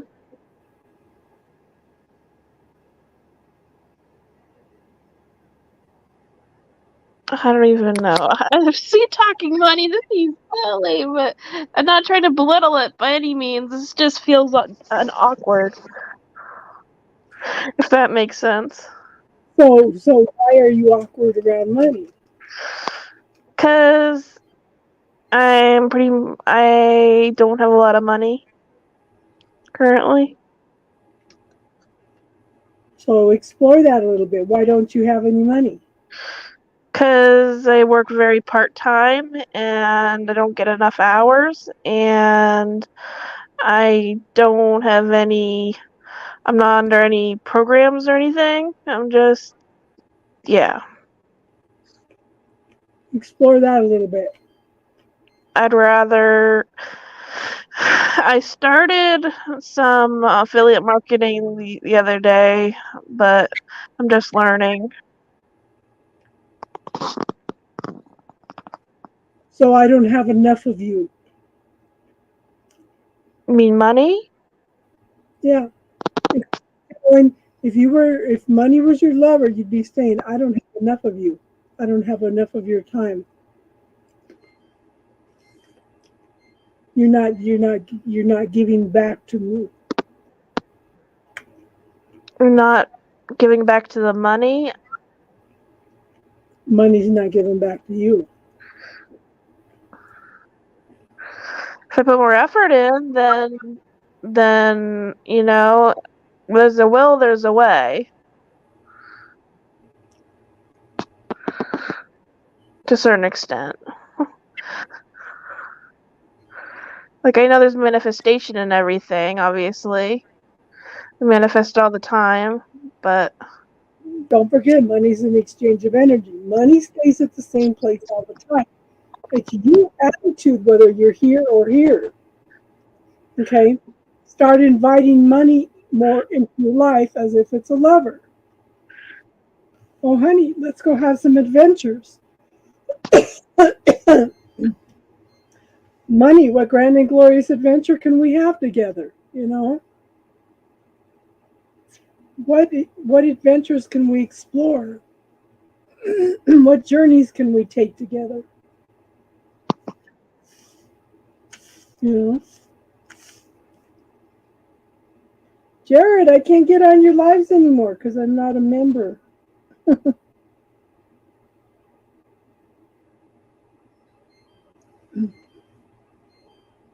Yes, oh, sorry. Like Casey always liked what grand and glorious adventures can we create together. Yes. Beautiful money, where can we go from here? Yes, what adventure can we have? What can we explore together? What is our next trip together? Come and lay on the bed with me. Let me just feel you all over my body. You know, just invite it in, you know?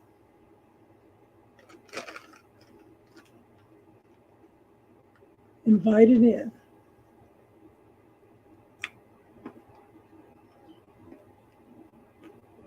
At least come in and say hi, Jared. I know you're tired, hon. But I'm sure you got an interesting perspective on that also.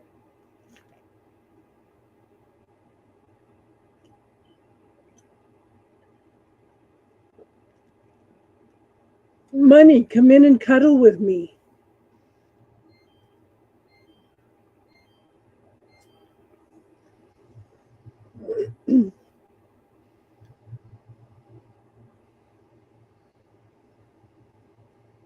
Something for us all to think about.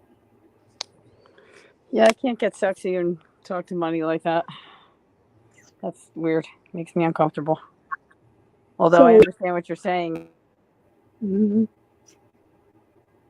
That's okay. Work on your project, hon. You're here. You're still contributing energy. But like I said, Venus rules relationships and money.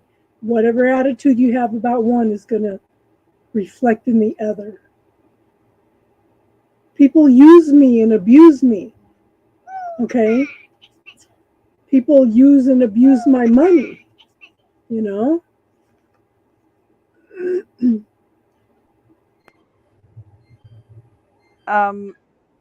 Venus and Mars are the only planets that aren't in retrograde, and they're together right now. That's why everything's going on the way that it is, and that's why everybody's on edge. Venus is in retrograde right now. It is still retrograde. Then it's still with Mars. Then I was listening to a zodiac reading yesterday, and it was all about how Venus and Mercury, and because Mercury's in retrograde, which screws me because I have Virgo in my chart. Like, I don't know, it's my rising, it's my sun sign and my moon sign, and I have a stellium in it.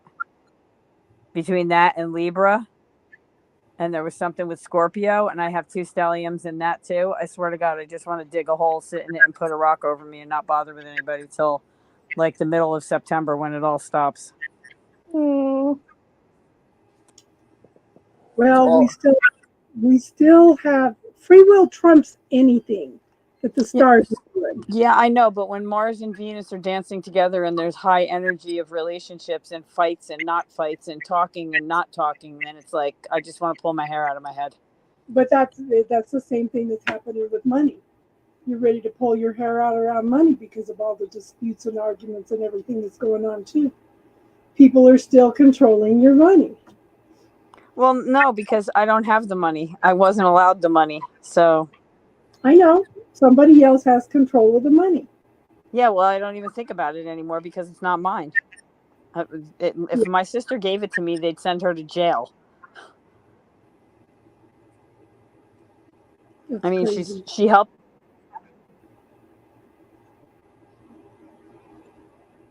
We lost you. Des, what's your All right, I'm relationship? back. Sorry. Yeah, my sister helped me last month and paid my storage fee and my phone. But if I don't have that on my bank statement, then I can't get food stamps. So I have to pay for everything again next month so I can get it on there so I can get my food stamps again. I hate being on food stamps. I hate having to do all of this. I want my business. I want to make my money off my business. I want my trees. I want my pot farm so I have my own money and I can tell the state to go suck it. I know. Just have a little patience, hon. I'm patient. I'm trying. I really am. It's just this whole year sucked. Last year sucked. Nothing seemed to improve until this past week when I found out about my friend and the property and the trees I could have there and all of it. And I'm down with that. So, Des, if money was your lover, what would you tell it? I can hear you cracking up right now. If money was your lover, what would you tell it?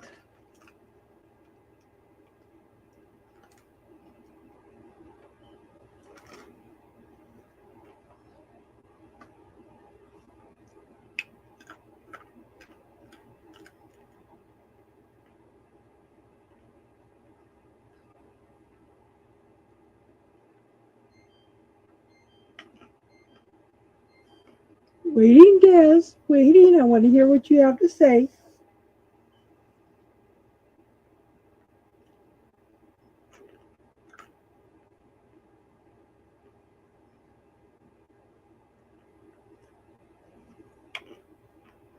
Come in and talk, girl.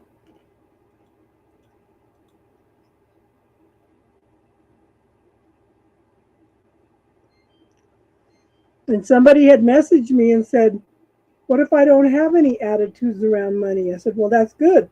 You don't have any expectations. If you don't have any belief systems or anything, then it allows for the flow of money.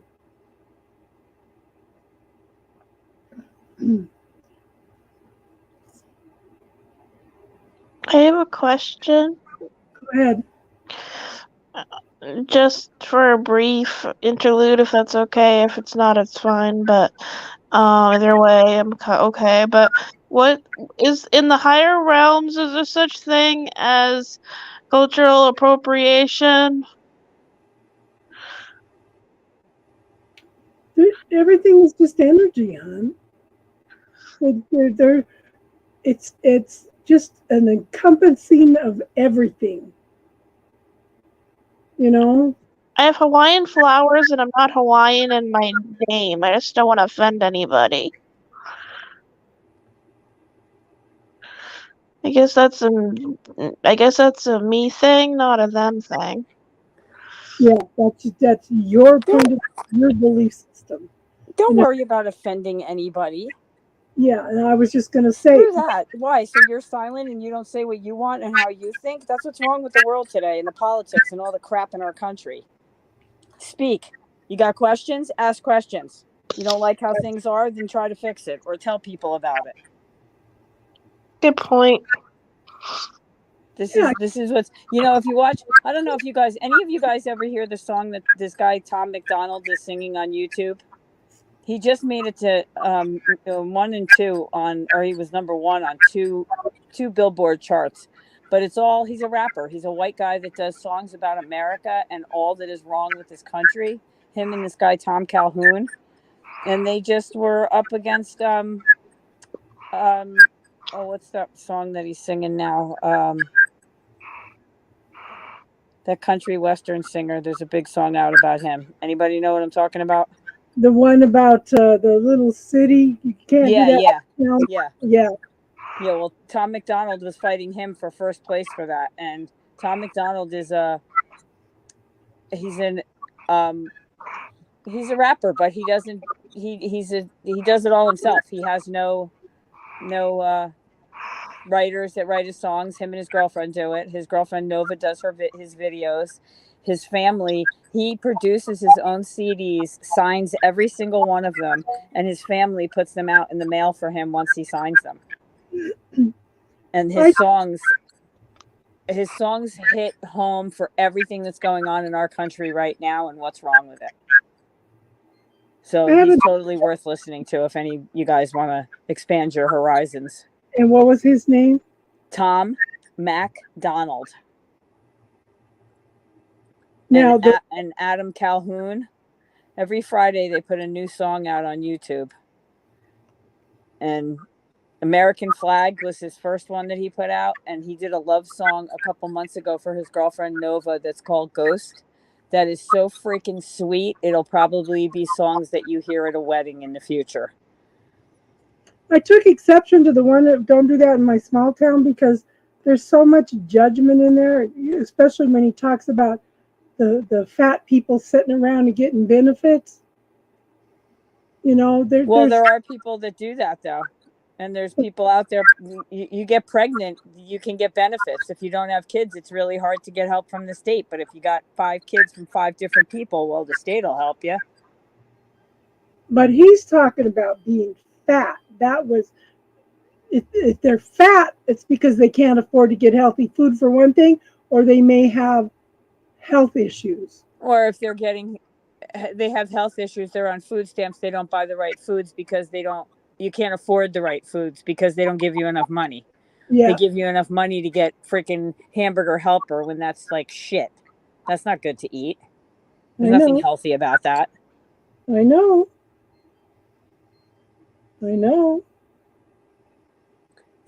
This last year of me being homeless and having to do all of this, I'm looking at things a whole lot different and how things need to change in our country because this is ridiculous.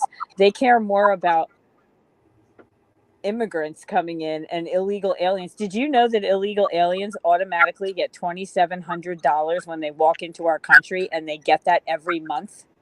That's more than I get for Social Security. And I'm a legal citizen. I was born here.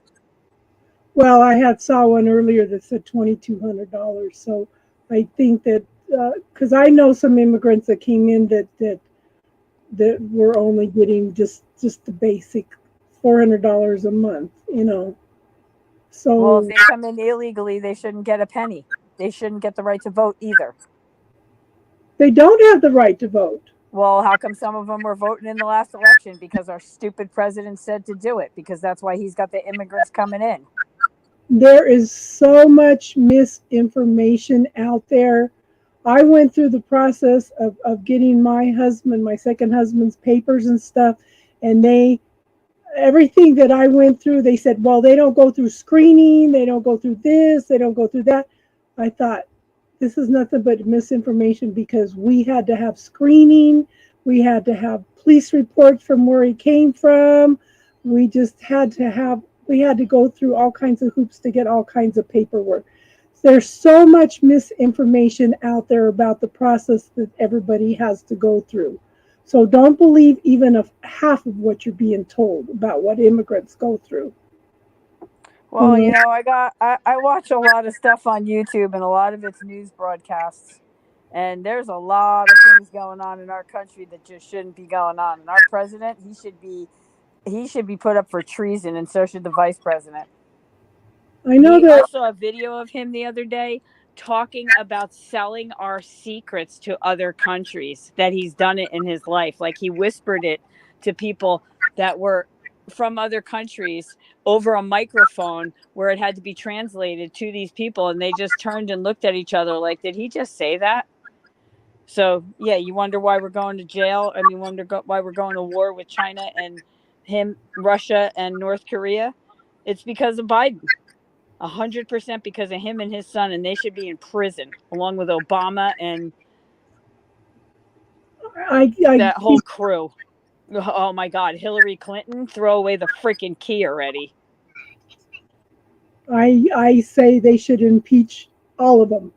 Yep, and Donald Trump should be president again, and he should be able to run for a second term. I don't care if this is his second term. They should be able to do 2 in a row, and if he wants to run again, he should be able to run again after 4 years, because the Democrats have just screwed up this whole country. The amount of homeless people alone in California is amazing. It blows my mind, and it's all in that freaking nutbag. What's her name? I think that both sides are an issue. I think that but I see right now I see the Republicans as more of an issue than the Democrats. I know politics doesn't belong here, but I'm just telling you, don't believe half. Well, it's of a conversation to have. Sorry, I brought it up. But that's part of the problem, though, too, because people don't talk about it. So don't talk about it, and then you can't fix anything. But the thing is, I have gone through a lot of the processes they talk about, and I know there's nothing but misinformation out there about a lot of it. A lot of truth is coming out too, though, Case. I know. A lot of truth is coming out. Well, that's the only reason I think that Trump won in the first place is because he had to bring a lot of the darkness into the light to be changed. But I don't think that he needs to come back in again, because I think he's going to knock out our democracy if he does. Oh, good. It needs a kick in the ass to be changed. I watched videos the other day of a guy, he walks around California and he asks people questions of, do you know who the president is? Do you know how many states? Some girl didn't know that we had 50 states. Another person thought Europe was our capital, that the United States didn't have a capital. Yeah. Stupid people. And these black women go up and say, well, they voted because they were told to vote because they're black and they're women, so they should vote for a woman vice president. Well, that's not how you do it. Well, there's also people in the South that are, some guy walked in and interviewed him, and he said if it was a white Baptist church, he says, if Jesus was in your church, would he not invite black people in? She goes, yes, he would. And she was quiet for a minute, and she goes, and he would be wrong. And I thought, this is the attitude we have now. This is why a lot of Christianity is turning into the Antichrist. People are picking and choosing the negative side of everything and focusing on the negative side instead of being proactive and trying to focus on the positive, work toward the positive. But we need to get out there and go for what we want rather than what we don't want. Okay, you're right. You go after not the topics, not the person. And Justine, you're right. It is none of my business of what other people believe, but it's also something that needs to be talked about, because nobody talks about politics and religion, and those are the two topics that should be talked about. Because I have a near-death experience. I know heaven's real. I know God is watching this, and this is like, I'm waiting. This whole thing with these people seem like Sodom and Gomorrah to me, with all this them, they, that crap and picking sexes and where you are and what you feel like you should be. Yeah. Ugh, gives me a headache. We talk about religion. So religion to me is other people's points of view. Spirituality is finding your own points of view. Right. Call me unique. Don't leave. I'll stop talking about this. So let's go back. Des, Justine, Jenna. Hi, Jenna. If money was your lover, what would you tell it?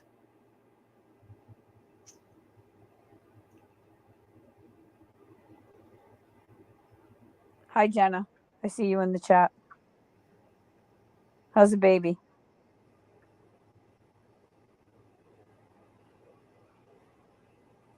So Des, expand a little bit on what you would tell money if it was love you. I fucking love you. Oh, Justine, you're awesome. Easy come, easy go. Okay, so That's good, Jenna. Yeah. I like that. Go with the flow.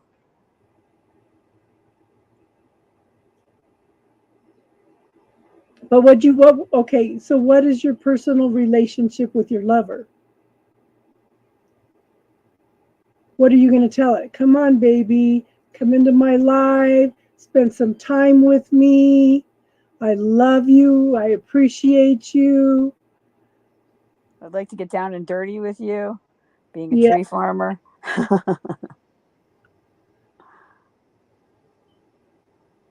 Justine, if money was your lover, what would you tell it? Jenna, you too.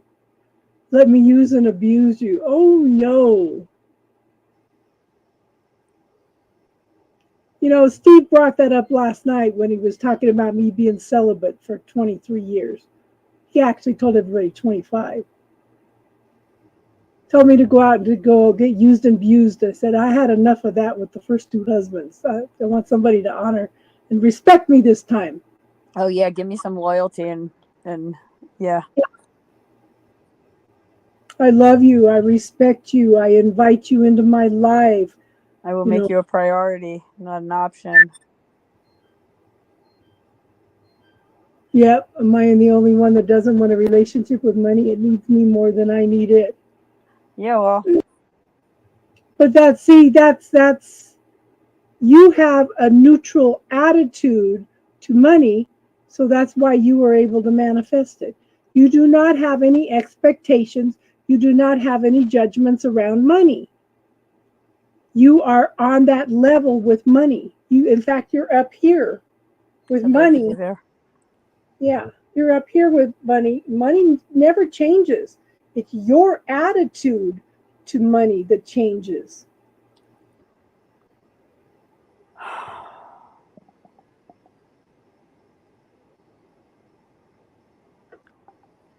You know, you just go out and create, Casey.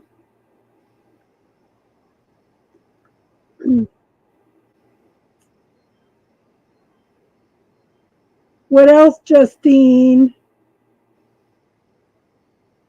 What else, Justine? It's an energy. Yes, it's an energy. It never changes. You're the one that changes up and down around money. Money is an exchange of energy. What kind of, you know, when I took the class, some lady says, oh, I don't like to touch you because you're dirty. Okay? Because she's thinking of money, handling the money. Everybody's handled all this. It's dirty. It's awful. You know, so she's rejecting it in that way. And the teacher told her, so that's what you're going to tell your lover? Don't touch me because you're dirty? Think about what you're saying to money. Yep. Justine's going to hang out with millionaires next weekend. That's nice. Have fun.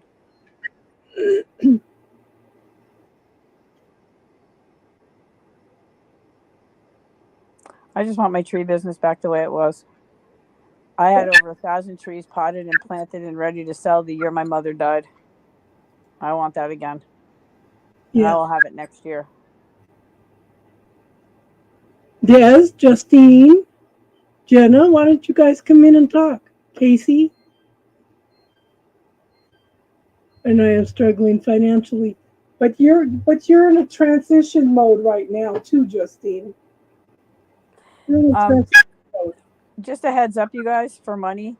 If you get Tiger's Eye, get all 3 of the Tiger's Eye colors and put money with the Tiger's Eye. And if you can find Tonka beans, they also will promote money. And if you put a Tonka bean in your wallet or where money is, like in a drawer where you keep money, it'll multiply it by what you put in it. But they're poisonous, so don't let anybody eat them. Yeah. But it really does work. Yeah. I have done that with Tiger's Eye with friends with businesses where they put it in the register with the big bills, and the big bills kept rolling in. Exactly. Being wealthy has nothing to do with money. Being successful doesn't have anything to do with money either. It's all in your attitude. Well, I have much more than enough to spend, spare, share, save, and assist. That's where I am comfortable. It doesn't have to be a lot. You know, I would like to own my own house again, you know, to be Yeah. able to create and everything. But a lot of, I don't have to have millions of dollars. I just want my own home. I want a working car. I just want to yes. be able to explore and travel a little bit. I don't have to be a millionaire. I just have to go for the things that I want to do. I want to finish seeing the rest of the 50 states. I want to go to Scotland and Ireland and you know, travel Europe a little bit. A bucket list. Yeah, I have a bucket list. And I go in the 13th for a test for this, so yeah. You should try that pill I'm trying. I'm going to let you know in 10 days how it works. Jenna, I wish I didn't have to deal with you too. Money, easy come, easy go. Money, I forgot you again when I left home. Money. Yeah. Yeah. So change what you're how you're talking to money, Jenna. I welcome you into my life. The last money talk maybe gets mean. Yeah. I don't have any, so I need it. I welcome you into my life. Anybody Yeah. know anybody who wants to buy a Misfits trailer or a Misfits RV that they toured in? So yeah, again, take the word want out because want means to lack. When you say you want something, you're putting out to the universe that I lack it. I desire it.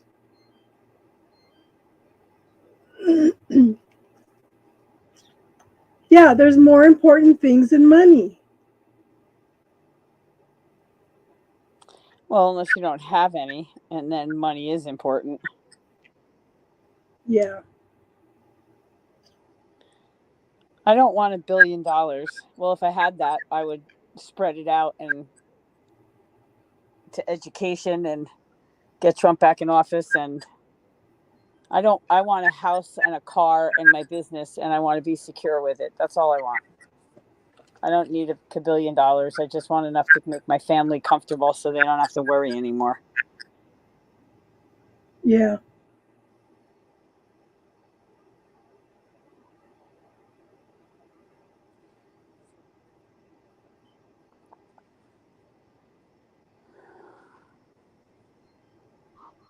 I don't normally go to sleep this early, but it's 11 and I'm sleepy.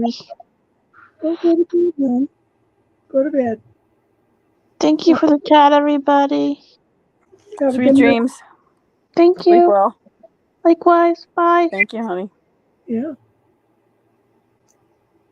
So again, you know, where your attitudes toward money, yeah, money is a vibration. This is one of the reasons when I have you do the bubble technique, I have you clear money doesn't grow on trees. Money's the root of all evil. You have to work hard for your money. There's never enough money.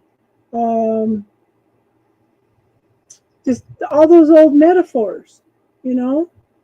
And I have my metaphor book right here, and I have to work on that still. It's just, yeah. So it's just looking at the belief systems, the points of view, the things we've been taught, things that are where we are put into limitation because our society wants to keep us down,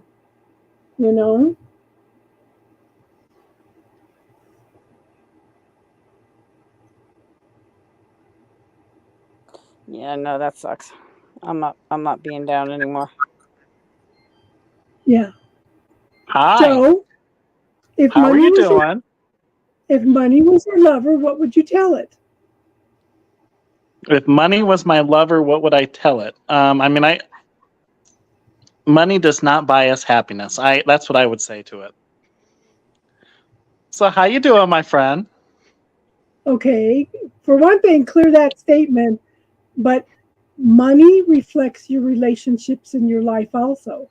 I think there's about 25 minutes that we need to clear. Maybe 27. Let's see, hold on. Yeah, we're gonna go with about 25 minutes that need to be cleared. So yes, I think I agree that there's many things that need to be cleared over the last half hour. Have you been listening for the last half hour? I've had some interesting recollections. Yes. So yeah. Anyway, how are you doing today, my friend? Okay. So, I'll give you some ideas on what to clear. Ignorant beliefs. The idea that overthrowing or taking over the government is going to make our country better. Lack of education, lack of compassion, lack of heart. Those are a lot of things that could be cleared. Yes. Yes. Understanding that everybody is a gift of the divine, no matter who they are, what gender they are, whatever their belief is, whatever their faith is, it doesn't matter. Yep. Absolutely right. So, yes, there's that would be something that could definitely be cleared in the universe, because there's a lot of ignorant people right now that are living in anger when it comes to politics, especially on both sides of the aisle, and they don't realize that they're just being pawns right now. Yes. To a greater issue. Exactly. So they're waking up to the fact that they were pawns and don't like it. So I wanted to comment on the China comment real quick, because so for your audience, I actually have a degree in political science, and I've studied politics for close to 20 years. It's my bread and butter. So there's a reason I can talk about this subject with confidence, and I will tell you that China is not directly influencing us because of our current president. China has been involved in our economic system for decades. Yep. Same with Russia, same with Britain, same with Germany. You could pick a country and you can see where our government and their governments are intertwined into different things. Some that are nice, some things that are not so nice. But that's just the facts of reality of life. Now, the other part that we're missing here about the whole China thing here is that at any one point, China could implode our country by simply calling our debts. They could wake up tomorrow and just say, you know what, USA, blank you, and call our debts, and tomorrow we would be in a Great Depression. Almost Great Depression. It'd be a severe recession. It would drop down our rating as a country a good couple notches, and it would be catastrophic. So as much as the China bashing is has a purpose, and I get it, because that's easy. It's easy. It's the same thing we did under 9/11. It's easy to poke against people who look different. It's easy to poke against people who are intimidating and scary. It's not exactly the greatest point of logic. No, I'm afraid of those people out there for their souls, and what's going to happen with God when they say, well, I'm an it or a that, and I'm not a him that you created or a her that you created. So Okay, I but don't here's the understand problem that. with that belief, though. Well, God is love. yeah, I know Period. that. Oh, you don't have to tell me There's that. I had a near-death experience. I went to heaven. I know all about that. But it's just that the younger generation is being so twisted right now by our government, and I'll say that. I do think it's the younger generation that's being twisted. I think it's the older. No, Older it's generation. both. It's the generation of like my parents' age and Yep. that, and then the kids that are under 20 that are talking about sex changes when their bodies haven't even changed enough to say what Kids under they 20. like. I'm seeing kids in their 40s, okay, that are falling into all this shit, okay, and the people that are older, it's like, what the hell? These were the people that were the hippies. Yep. What the hell has happened? They've gone from being leaders and projecting love and stuff to following into this shit show that's going on, you know? And Biden, Because they've bought into the it's a us versus them mentality, Casey. exactly, Yep. exactly. I'm right, you are wrong. And that's happening in religion too. I am right, you are wrong. What happened to the honoring each other's differences, honoring other religions? This country was not based on Christianity. If you go back and look at the religions of the founding fathers, they were diverse. In fact, some of them had very strong beliefs that Christianity was awful, you know? And it's like, it's just crazy. Yep, divide and conquer, Jenna. Exactly. I am right, you are wrong. You know? But what can we do as light workers to project more positive energy? To tell the truth. Well, to tell the truth of what's going on. Okay, let me ask you guys something. And I mean this for all of you. I don't think I'm the only one that's noticed that our president's eyes colors has changed. His face has changed down to what his ears look like. There are two people. It is not just our president. Our president has beautiful blue eyes, and I will give him that, but it's the only nice thing I'll ever say about him.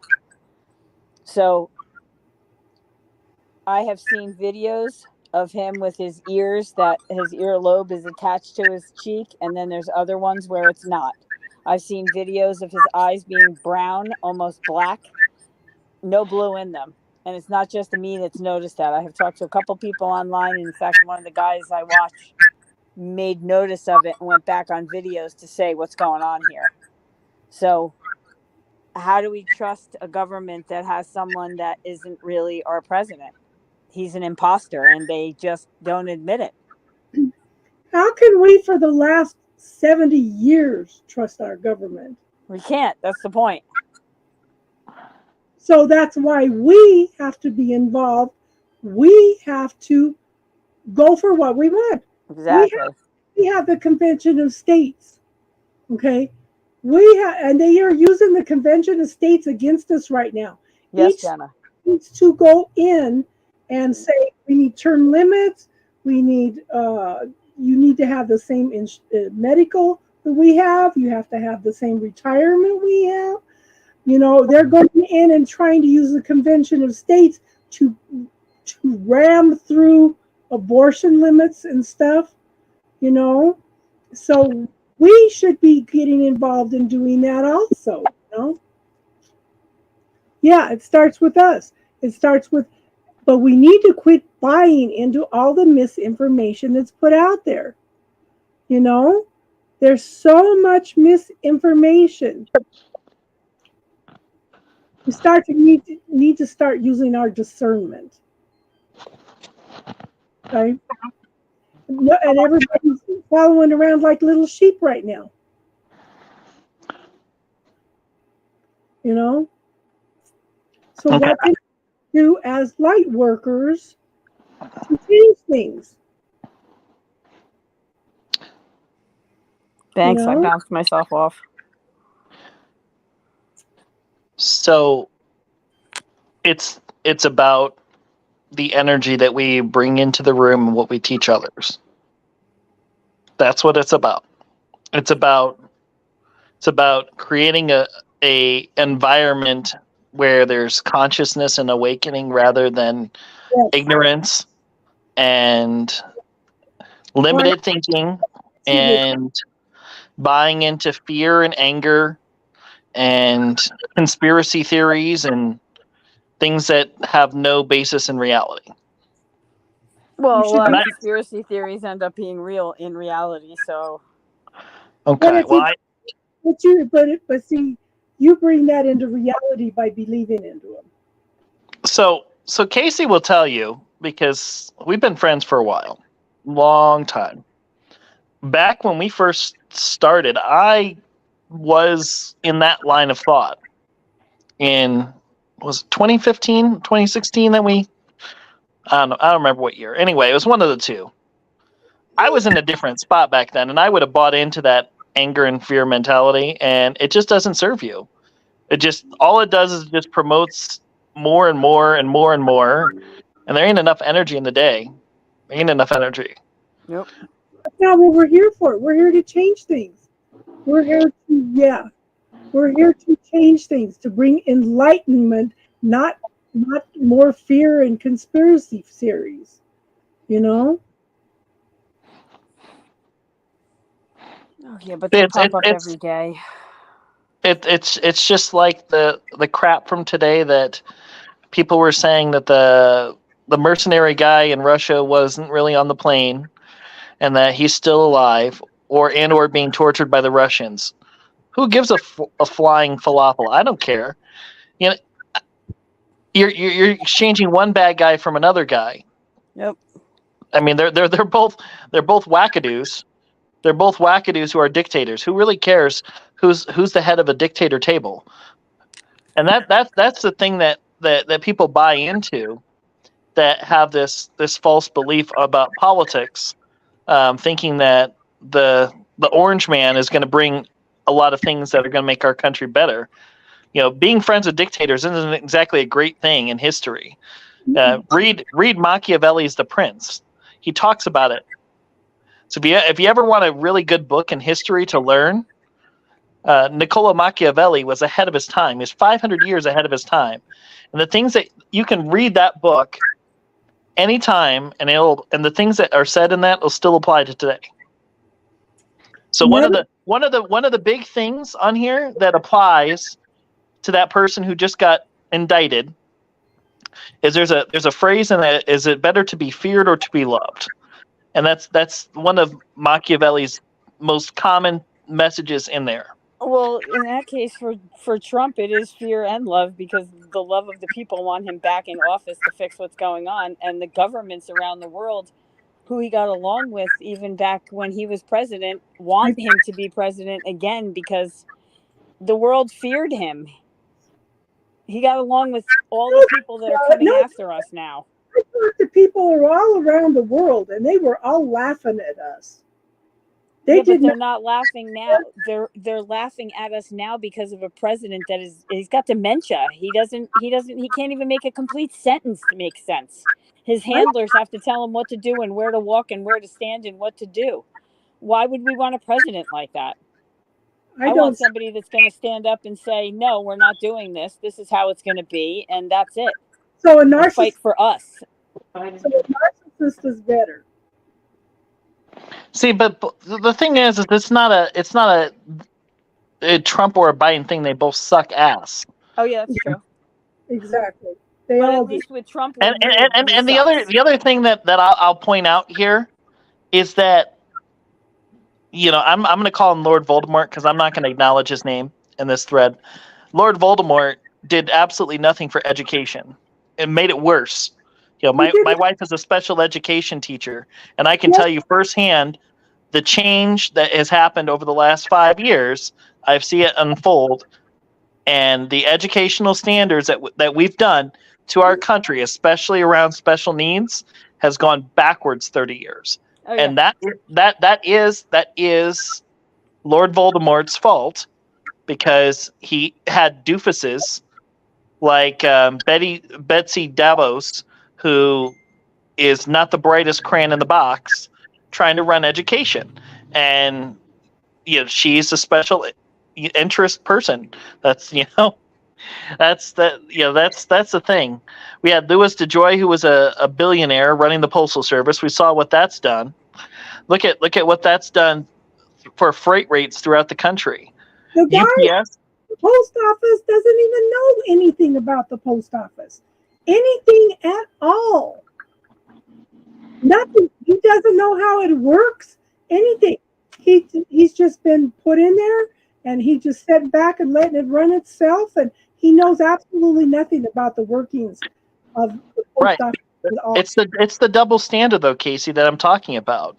You go and you say, hey, I'm going to drain the swamp, or I'm going to make the swamp better, but what you're draining the swamp with is you're taking out a little baby alligator and you're putting a 10-foot alligator in there, and you say, hey, look, I drained the swamp. I got rid of an alligator, but you didn't notice the fact that there's a bigger one there.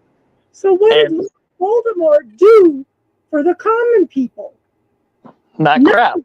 Not a damn thing. Only to lower the taxes on the rich. I'll tell you what he did. Voldemort is Biden or Trump? The Orange Man. But Yeah. I'll tell you what he did is he brought out the availability for anger to come out and be accepted.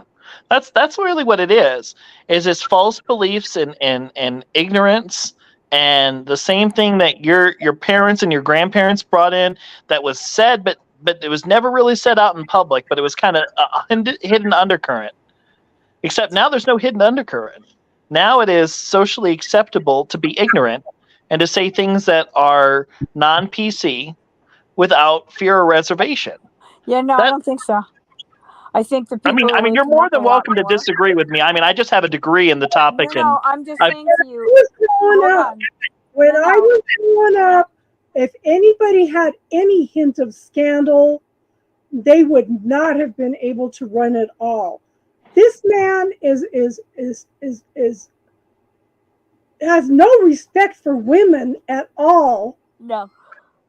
And what the hell are we doing? It's just we're engaging in it. People are saying that it's okay. It's like, what the hell? What has happened to people? They talk about family values. Well, these Republicans are throwing the family values right out the window by going for what this man is projecting. He brags about going in and grabbing women by the pussy and stuff. And it's like, what the hell? Where is the family values? And then he talks about he was throwing fits when he was in office because he didn't have absolute power over everything. He believes he should have absolute power. What is he going to do to our republic if this man comes into power? He's going to destroy everything. Who, the red man? I mean, Orange Man you're talking about? Yes. How would he destroy everything? When he was in office, there was no war. He got along with everybody in the country. There was no fighting. He was not fighting with Putin. Everybody was happy in the world. He was trying to make everything better. Our economy was better. I don't understand. Our economy runs on a 5-year cycle. The Trump. Hold on. Let me answer, Casey. Let me answer that because I'm going to say this. I'm going to say the actual facts, which are verifiable. Okay. Economic cycles run in 5-year increments. So at the start of Trump's term, and I'll say his name for the sake of argument.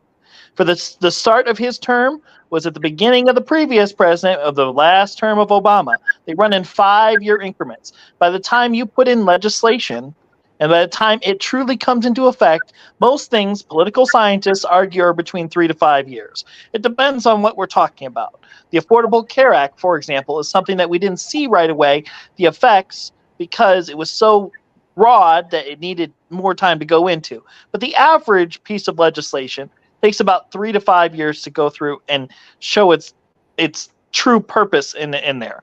Now, if we're talking about just general war, because I've already just talked about Machiavelli, so we'll just go back to Machiavelli here. All right. Just because we're not in a war doesn't mean there's wars that aren't there. It just means that there's not wars that are fought in the public domain. while Trump was in office, we were in a cyber war with China. We were also in wars in Wall Street. We had just different things that were going on right now when it comes to racism, social justice. We had a lot of things that were going on conflict-wise. I mean, God, look at the Capitol riot, for God's sake. That was a great example. That was a great example of a war right there. And everything, I don't understand how anybody with the right consciousness can support somebody who wanted to hang his vice president. Exactly. Okay, I just saw that comment that he plotted. I didn't know he did that. Now you could go and you could go and draw cards. You could use a pendulum. You could go find a psychic in here, but there's not going to be a single metaphysical person on the planet that's not going to say that he knew exactly what everything is going on that he did. Every single thing. You have to understand how narcissists work. And Lord Voldemort is the biggest narcissist on the planet. And I can tell you this because I have narcissistic tendencies, and I've been that way in my youth. I still have moments and flashes of it. I try not to be as prevalent in it, but I have moments. So I understand, and I can see a narcissist because I see a lot of things that I've said. I'm like, ooh, that's bullshit. That's BS. I know it. I don't know. I feel like we just have to be open and honest as a country. And everybody says, well, this is a horrible thing. This is a horrible thing. No. This is exactly the opposite. This is us holding people accountable who try to overthrow the government. This is incredibly, incredibly viable. What I see is a movement amongst women that has not just here, but around the world, where they are stepping up and reclaiming their power. Women are stepping up and voting and saying, this agenda that you are trying to put out there is not acceptable to us. And we keep pushing it anyway. They have lost connection to the people. Well, I think the people are starting to connect more by the videos that I have seen. That I'm on YouTube all the time, and I search a lot of things, but there's a lot more women out there mostly of color now that are saying how they voted because Democrats said, well, you're a woman and you're black, so you should vote Democrat. So they said, okay, let's do that. And now they're like, why did I do that? I did it because I was told. I wasn't looking and I wasn't thinking for myself to what, not to insult the person, but to go for the politics and what he wants to do for the country. I think that women are seeing, the men in Congress are saying, well, the women just vote the way their husbands tell them anyway. What the hell? I don't think so. Women are starting to see that this is not acceptable. It's not the 50s. Men don't have to tell women what to do. We have our own minds. This is See, I find it interesting that that's the comment that gets said, and then we talk about manifesting somebody who wants to limit education and has no basis in other people knowing things or expressing things that differ than their viewpoint. I find that as a fun spiritual bypass, because you can't say X and preach Y. I'm a man of God, and that would be like me getting up on a pulpit and sitting there and talking about how I love and I'm a person of love and getting up and doing exactly the opposite. It's a spiritual bypass. When they knocked out Roe versus Wade, I told my oldest son, you watch, they're going to start taking all women's rights away now. Yep. Some of the congressmen have even said, well, women shouldn't be voting at all. Yeah, they can go to hell. Those are the people in that generation and that age should not be in office. Exactly. There's more women in this country than men. And the Vivek Ramaswamy, whatever his name was, he wanted to, he said yesterday, or whenever that Republican debate was, maybe last week, that he wanted to raise the voting age to 25. Do you know why he wants to raise the voting age to 25? I'll tell you the reason why. Is because the people that are 18 through 24 are the most engaged demographic for democratic politics. In the world, They are the most active demographic. They are literally, they volunteer more, they show up more, they vote more at a higher rate. The only rate that shows up higher voting wise are those that are 65 to 70. And those And are that's the it. ages that I was telling you about, the videos that I watch on YouTube that the guy interviews and asks them questions about our country. The younger generation doesn't have a freaking clue about the history of our country. And the older generation can't tell you why they don't like Trump. But they can't give you a political reason why they don't like him. They just go after him physically and attack his person, not his politics. I think that these kids are more wise to what's going on than you think. They came in to make the changes, to make the differences. You know, they are more. You know, they went in and some of the high school kids, some of the high school kids got together and campaigned around away from one of the Republicans that was favored in the race, because they saw through everything that he was saying, and everything he was saying one thing and doing something else in the background. They went in and made everybody aware, you know, and campaigned against him, and he lost, you know. Bye, Patty. Bye, Patty. I think, are you saying goodbye? Yeah. Okay. I think Jenna dropped off. I'm sorry this turned into a political conversation, you guys. But I think that you know, and whatever attitude, you know, for marijuana, for example, if they put a federal tax on marijuana, how much would that help our economy?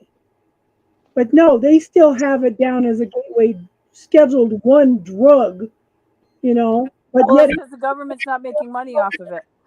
The government owned the patent for marijuana and opium since the late 1920s, early 30s, which was when soybean came into it and the pharmaceutical company. And they started making the money off on it. Marijuana has been proven to clinically cure over 450 diseases, including all cancers. And the government has the patent on it since the 30s. How many people wouldn't be sick today if they let that go and had marijuana? I look at the shit that they're talking about in Congress. They're not even looking at the issues that need to be addressed. Okay? They're not even looking at the issues that need to be addressed. They are so far okay, Patty. Reality that it's just a clown show. Okay. All right. Yes, you're right. Here's the problem with the marijuana argument. All right. You all have missed the biggest word in the marijuana argument. It has nothing to do with marijuana. It's 3 words. Ready? Here we go. Private prison complex. That's the main reason why marijuana is illegal. Is because you make a lot of money in private prisons. Private prisons lobby members of Congress. Pharmaceuticals lobby members of Congress. I cannot talk, and it's all a vicious cycle. It's all about the end game, and plus the other part that you didn't mention, and here that's really important, is if you take somebody like, for example, that has, let's say, anxiety, marijuana, if they find the right strain of it, is a cure for a lot of the symptoms of somebody that's going through things that are like anxiety attacks. It can stop that in order to numb somebody down a little bit, or pain medications if somebody's going through that. It is literally the option that is different than Tylenol. And that scares Big Pharma, because Big Pharma plans on having people addicted for life. Yep. That's why everybody, the first thing you go have a surgery, the first thing they do is they give you oxycodines and morphines and, every pain pill underneath the sun. Well, they're good for the reason of what it is, but when you get addicted to it, then you're screwed. Marijuana is not a gateway drug. That's bullshit. And it heals. It could. I have arthritis. I'm pissed off right now. I broke my vape today, and I don't have it right now, and I'm in pain. And if I I would rather have it than not have it. They freaked out in the hospital because I refused pain pills and used homeopathy instead. Yes, They that too. freaked. There's not enough doctors out there that know the homeopathic side of things as opposed to the pharmaceutical to screw up the body. It's going after the symptom, not the problem. And that's the problem. I just find it funny that when we brought you that arnica, and the nurse looked at like it was like you had to almost hide it. Yeah. Yeah, Patty Hunter should be in prison already, and if he goes, his father's going to go with him because a lot of the stuff they did was hand in hand. Why? Biden and his Why? son. You don't think that they did stuff together? You don't think that Biden's in as much trouble as his son? That's why he's trying to cover his ass and protect his son? Who gives a falafel what Hunter Biden does? I don't care what Jared Kushner does. Who cares? Because Hunter Biden took money from China. Because Hunter Biden and his father were giving secrets away. All those things that they found in his Corvette, all those files. Kids didn't, and the Trump kids didn't. And Kushner took $2 billion from Saudi Arabia. Okay, like it's a common knowledge. And the thing I'll throw out here about single we want to go on Hunter Biden, whatever, that's fine. We can do that. But the thing I'll say on here is the dude has an addiction problem, and the dude needs to find some treatment. Rather than talk about, we'll throw him in prison, blah, blah, blah. Throwing people in prison doesn't do shit. The only reason that Trump deserves to be in prison is because he literally tried to overthrow the government with malice intentions. That is not what our founding fathers talked about. You never saw George Washington and Alexander Hamilton in a room together saying, I wonder what would happen if all of a sudden we had people rioting up to the White House trying to kill the president. Like, that wasn't the intention of our document of our founding fathers of our country. People miss that. People miss the whole purpose of what makes America America. It is not the whole let's make America great again. It's the fact that we are great. It's the fact that people can have the American dream no matter what their skin color is, whether they're short, white, black, Asian. Hold on, I'm almost done. Whether somebody's short, black, white, young, Asian, it doesn't matter. Somebody could be polka dotted, it could be a Jehovah's Witness. Somebody could have the name Punjab and be successful in our country. They don't have that restriction. We don't have a caste system like China. We don't have a system like North Korea where you can't have freedom of thought. We have all these great things that do make us special, and yet we go and the first thing that we do is we insult thought. That's my biggest problem with Lord Voldemort, is the fact that he is ignorant towards thoughts of others. It's his way or the highway. He's a narcissist 100%. And if you look at it, I want you to ask yourself this question. Name one other person on the planet that could get indicted, booked, put on bond, and told, these are your conditions of your bond, and literally within an hour, 1 hour, violate the terms of the bond and not be in jail. You name one other person in our physical planet that could get away with violating a judge's order to shut up and not be in prison right now. You want to talk about privilege? Lord Voldemort is the biggest show of privilege ever. The whole, it's everybody against me, blah, blah, blah. I'm against it. All the judges are against me. The vendetta against me. Like, I'm sorry, but Fannie Willis didn't wake up, have a bowl of Cheerios, and say, I really want to attack Trump today. The whole argument is just such a lack of awareness and ignorance that exists. It hurts my brain as a light worker, because there's just so much stupidity and lack of consciousness and awareness. It's just not. It's not even on the scale. And eventually what's going to happen, I'll tell you what's going to happen, is he's going to end up dying while this is going on, because he's going to drag this trial and drag it and drag it and drag it, and then it's going to get appealed to the Supreme Court, and then he's going to throw a big old thing. There's going to be riots, and it's all going to be a dog and pony show. That's all it ever is. It's never about the American people. It's about him. But Donald Trump's trying to make it about the American people because it's not about. Yeah. Because it's not made about us. We're not being protected, and that's what he wants. No, he's not. It's only that he don't give a shit about us. It's only about the billionaires, the millionaires. He's done nothing for the common people. Nothing. And he I'd like to think over the past 4 years or 3 years with this party that maybe he's seen what's different and what needs to be changed and will change his policies because this man is into nothing but control and power. Okay, Yep. so it's the root of two evils then. It's the that they're both horrible, but what do you pick?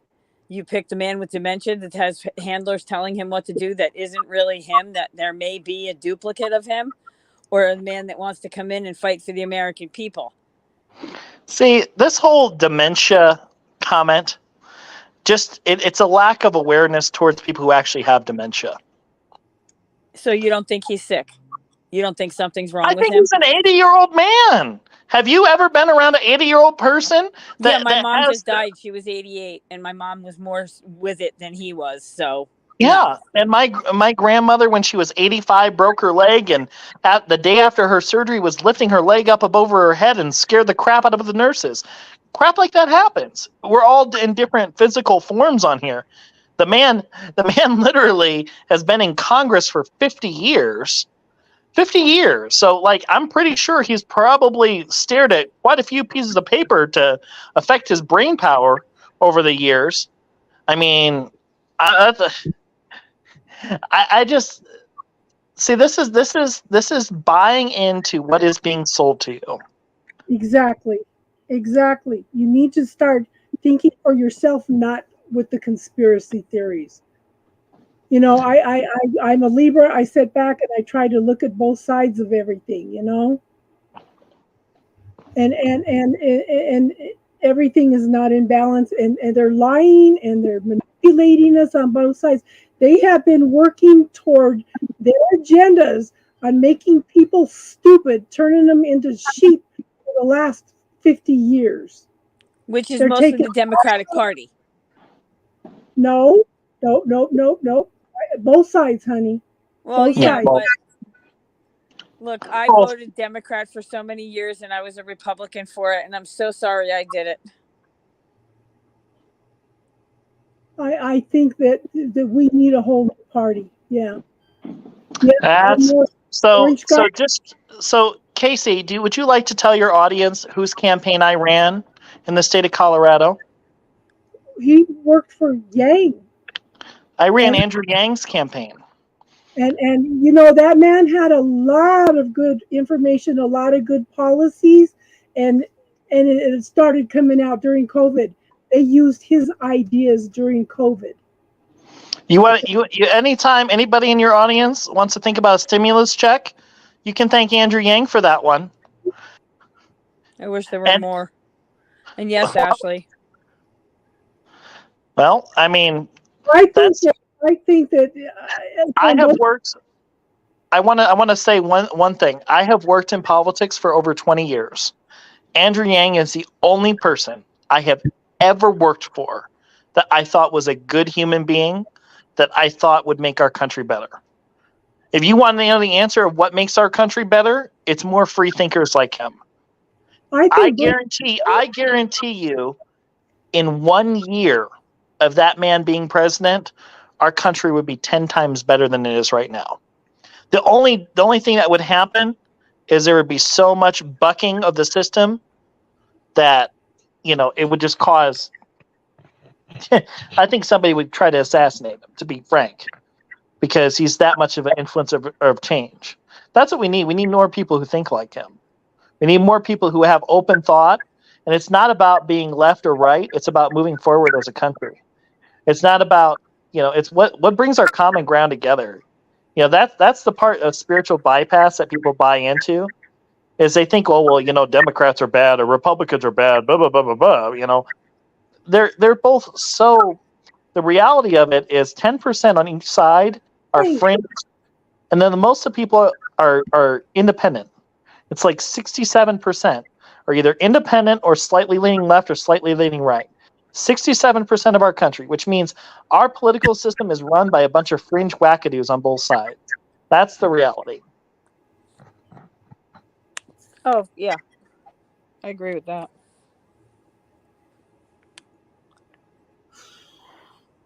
We're just screwed. That's all. No, we're not. I'm terrified that we're going to go to war, and that Putin's going to knock a nuclear weapon and hit the East Coast, and I'm going to die. Hey again. I'm in Jersey, man. I'm my state will be the first one hit, closest to Washington and New York. Yeah. And now I don't know what's going on with this the earthquakes and things that are happening around, because one of them happened in California underneath where they do the testing for earthquakes, and they never had one there before. And they're having more earthquakes out there along the San Andreas fault line, and there's another fault line that runs along it. So there are as many and as deep fault lines on the East Coast. In fact, there's more on the East Coast than there is on the West Coast. It's just that California has the highest earthquake standards in the world. If there is an earthquake on the East Coast, it's going to do more devastation than it would on the West Coast. But they're just as bad on the East Coast as they are in the West Coast. yeah, but So- with this other fault line that's running with the San Andreas fault line, that's worse for California and the entire country, because it could set off the super volcano, which will literally just leave the edge of the United States where it won't affect it. Well, but except again- by the volcano. But again, Jane, you're buying into the fear. You're buying into the conspiracy theory. No, I'm not actually. Yes. I'm not. And I'm going to tell you why. No case. When I was young, I had a vision of an earthquake happening in California up and down the entire coast, where most of it's going to be islands. And it Okay, was when that the was- San Andreas fault had another fault line, and it No, appeared no. there a couple years ago. It's from the rising ocean levels. If you go in and look at the future map of America by Gordon Scallion, it's from the rising water levels that everything becomes islands along the East Coast. And this, he's been Yep. doing this for 60 years. Go in and look at his map. It's not from earthquakes. It's from rising water levels. And Okay, that's I get that too, but that wasn't my premonition. My premonition was an earthquake when another fault line came to San Andreas, and it appeared 5 years ago, and there's more earthquakes now with it. And if it sets off the San Andreas one, that's done for the West Coast. That'll probably be set off across the entire country, and that scares me too. so. I don't want these things to happen in my lifetime. So hold on. I'm jumping in. Tag me in, Casey. All right, I'm tagging in. So here's the problem. You're hilarious. When we plant seeds like that and we say statements like that, we're promoting into the universe that thought. Yes, exactly. That's why I say, why Wow. are you buying all the negativity? We should Because be, it was a negative premonition I had, and I don't have them unless they come true. That's a Uh, false belief. but we That's not a still, falsity. That's my life. I was born that way. I was born Amen. with all the gifts from God. I don't dream, and when I dream, the dreams come true. but That's when a the gift people, from me from God. but we still have the ability to shift and change any visions that you have. Yeah. Well, So if you had a premonition that you were going to win the Powerball tomorrow, you're saying that you would win the Powerball? So if I were in your space and I started sending you emails of the Powerball, and I said you're going to win the Powerball tomorrow, Powerball, Powerball, Powerball, Powerball, and I started manifesting that thought into your brain before you go to sleep, and you were to dream of the Powerball, You're telling me on I this, would not dream of it. you wouldn't dream of it. No, I wouldn't. I honestly, no joke, I don't dream unless the dreams come true. I don't. I never have in my whole life. Me and my twin sister, it's the same thing. And when we have dreams, we have them the same night. And even if we're not talking and we don't talk for 6 months, if I dream and I call her, she will tell me the dream where I stop telling her the story of it. She will pick up on it and tell me the rest. I know I have a lot of premonitions that come true years later. Yeah. But they Could but be. they still be changed. Yeah. That's why this San Andreas fault line freaked me out. We have the ability to shift and change the reality. That's what we're here as light workers To a right now. point, We are some here things to are fated. change things, yeah. But we can lessen things. We can shift and change some things. Yes, Casey, you're right about the magnet. Yeah, I know, Case, but For one thing, I see a nuclear strike this year yeah, I do too. East Coast. in October or November. That's why what I'm Putin's getting- trying to what I get closer got. and closer.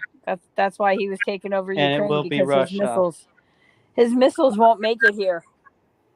He has to get on the other side of the Ukraine so his missiles will make it here.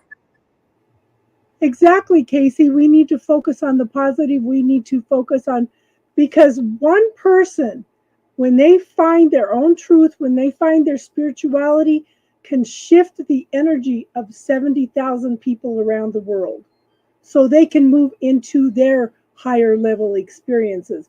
You are clearing the negativity for not only yourself, but 70,000 other people around the world also. Yep. You are opening the way for others as you shift and change. Well, I have too much negativity in my life. I'm trying, but it's always there. So how about let's change the subject now? That's a mindset that you gotta change. Yeah. I have changed it, but every time I turn around, something else bad happens, and I Oh, think I sure. wake up in I a mean, good you're mood, not gonna. wanting good things, and then I get slammed in the face day after day with Negativity happens to everybody, though. I Well, mean, you can't change that. It's always Honey, going to be there. It's how my you, mom died how last you year. I react. lost my house, my business, my mom, my life. I've been homeless for a year. Right now I'm living in a trailer with no electricity and no water. So I'm getting hit left and right with negativity. I woke up this morning to find out that somebody took money out of my bank account and bought something from New York City when I'm in New Jersey. You have control over, Jane.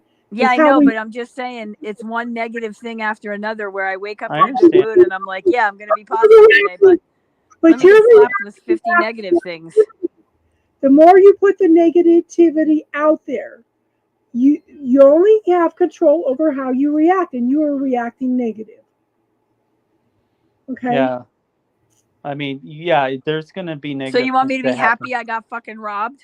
No. I mean, Kurt. how? No. I want you to start focusing on the things that you do have to be grateful for what you do. Oh yeah, man. Every don't have. day. Every day I look down in the bedroom in this cabin and I look at all my tree seeds and all my seeds for all my flowers I'm going to be growing next year. And I am grateful to look at them every single day that I have them, that I collected them over the years. Focus on that. Focus on that. You gotta have faith that things are going to turn around. Visualize seeing everything planted. Focus on the positive. When you have a negative thought come up, cancel. Yeah, we can't stop everything negative that comes. There's always going to be negative things that happen in our lives. I know. I get it. I'm just saying this spring, I had one place I had my trees. Now it's fall. I'm moving into another house. I have two places I'll be able to have my trees. And to be able to have the fact that the third person wants to buy the property to do the medical marijuana or marijuana entirely, I'm in a better place than I was last year, but I'm not at the same time. Yeah. So I'm trying. Focusing on opportunity. Yeah. I'm trying. Every day I wake up thinking I'll have a better one. Take that word trying out. I am. Well, yeah. Trying is a negative word. Like Yoda says, there is no try, it's do. whatever Well, I that am. thing is. Then I guess I'm doing it, you guys. Yeah. Yes. Yep. Yep. I'm trying. I'm Yeah. trying to be better every day. Yep. I am being better every day. Yeah. Well, if a big suggestion is eliminating things that do not serve our energy. Right. Yeah, and Jenna, yeah, I do have, or Justine rather, I'm sorry. Yes, I do have a major opportunity, and I'm going to be rich in about 5 years when everything falls together. Yeah. Which is all I want. I just want to make my family comfortable. I want my bills paid. I want a house. I want a roof over my head. I don't even want a big house. I just Yeah. want someplace to have my stuff, me, my cat, and my stuff. And if I happen to get my twin flame back into things, that's fabulous. If Yeah. not, I'm walking this path alone. Yep. And Don't I'm fine limit with yourself. that. Remember, don't limit yourself. No, Yeah. limitless, man. Yes, Casey, pun intended. That's fine because yes, it is seeds. You're right. Mhm. And it's funny because I watched a woman on YouTube the other day, a tarot card reading, and she said, "You've been asking for a sign for things." Okay. My 2 signs that I got are a raven that wakes me up every single morning, and every night when it's dusk, I hear this bird. And the second one was a star or a starfish, to look for a starfish. Now I'm in Jersey. There's no way I'm going to see a starfish. Come on. Yeah. But I have a wound on my finger that I keep picking at this scab on it to make it heal a little bit faster every day. And it's in the shape of a starfish. Okay. Yeah. Yep. So I know I'm on the right path. Yep. I just need to Keep on plant those thinking that. seeds.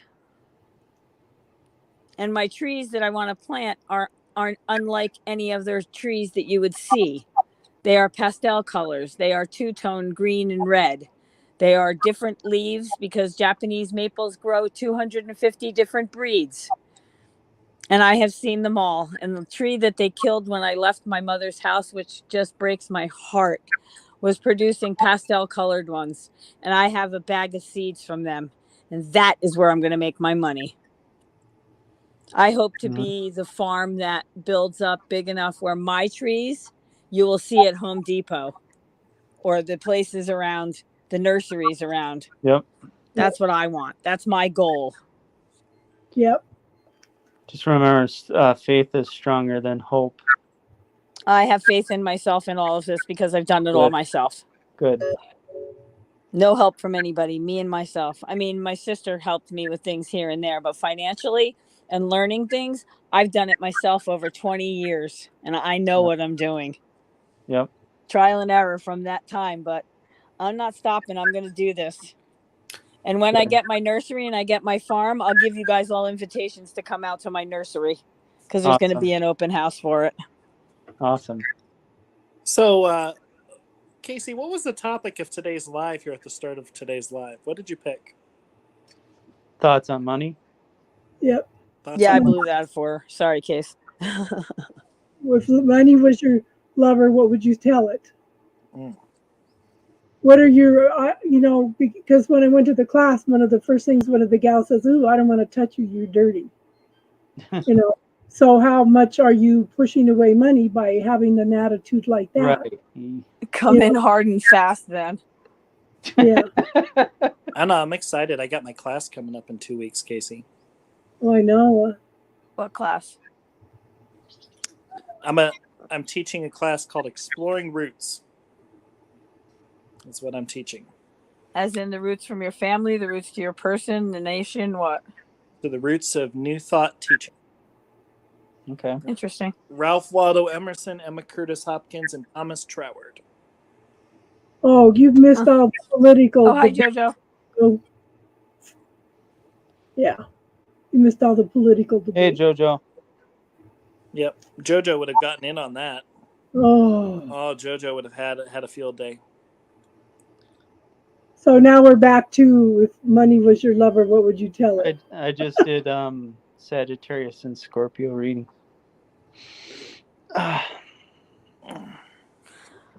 You do readings too? Yeah, I do. What are you on YouTube then? Trust and Light. That's my channel. Okay, I'm gonna go join it. Thank you. You're welcome. What was the other one I just saw on here? Who came on here from their sign? Who? Mojo Tarot. What? Mojo Tarot. No. Yep. Okay, but no. He reads. I technically read too. I just don't do it as much now because I'm in ministerial school. Mm-hmm. No, Patty. What did you say earlier? No, it wasn't Patty. No, somebody came back that wasn't Jano. What? Yeah, What is? that was my. I came in as my channel. Yeah, Trust Oh, and that Light. was you. Trust and Light. Oh. What am I reading? What the hell am I doing here then? Justine wants a reading, Joe. Wants a reading from me? Yeah. Well, I I know it's want because one. your audience doesn't see me very often, and then when they do, they all like, Well, JoJo gave a bunch of readings last week. yeah. What can you? Okay, wait. So Mojo Tarot is who? JoJo. Jojo. Okay. I think I joined him already. Then wait, what are you? What are you then? Who, Trust me? and Uh, Light. mine. My Facebook group is Amleto's Vision. I'm the business partner for Casey, so we have our Facebook group together, which is called Raise Your Vibe Spiritual Growth and Guidance. My wife is grabbing my tarot cards because I don't know where they're probably on my office. I don't know, whichever one you grab, I can read with either of them. She's grabbing a deck, so I don't know what deck she's going to grab. It's going to be a mystery. So then, where do I find you on YouTube? What's yours? It's Amleto. Amleto. Okay, I'll be right back. I might get bounced. God, I haven't read on YouTube in so long. Oh my God. Also, I'm trying to think of when the last time I did a YouTube live. It's been at least 5 years.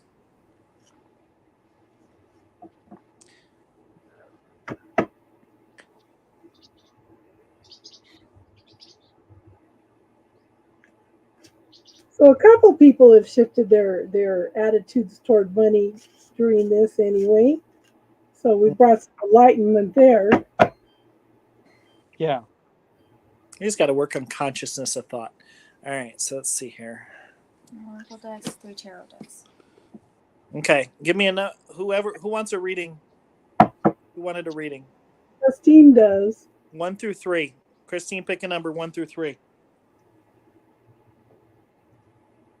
Somebody tell me what number she picks because I can't read the comments. The first time Casey came in, you and me were doing a live. Yeah, we used to have fun doing it. We need to get back to doing that. Come on, Casey. Yeah. I'm just too busy. Wait. 1 through 3. So that person who wants a reading, 1 through 3. Casey, can you tell me what number she picked? Pick a number 1 through 3. I got 3 decks in front of me. 3, she said. Alrighty. We're bringing out the villains. Okay. Disney villains are coming out.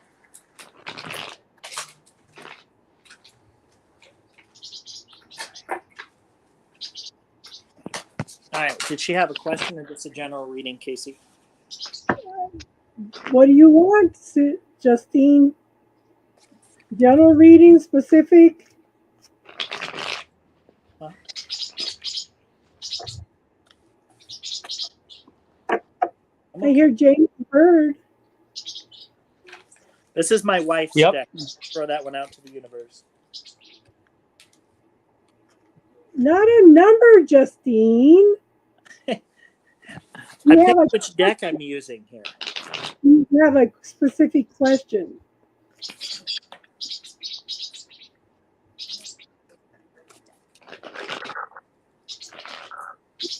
General, she said. Is Des still here or did she go to sleep?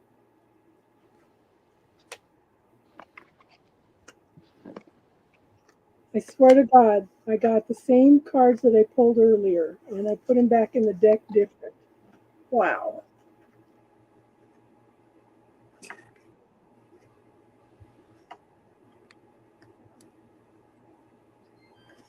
God, this deck is stiff as shh. Stop, Dad. Shut up. You know, I need to teach you how to take care of a tarot deck and get it. It has fluff to it. I know you are. We'll see how what they say after my test on the 13th. Hopefully they'll find something and we'll get some shifts and changes here, and I'll have more energy to do readings again. You just need a partner. We just got to meet more. Yeah. Now that Athena is up and moving, we'll bring Athena. So he's shuffling I love cards. that name. Yeah. Athena's a beautiful name. Yeah. It is.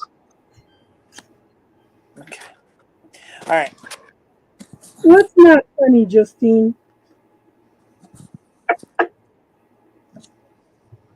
What's up?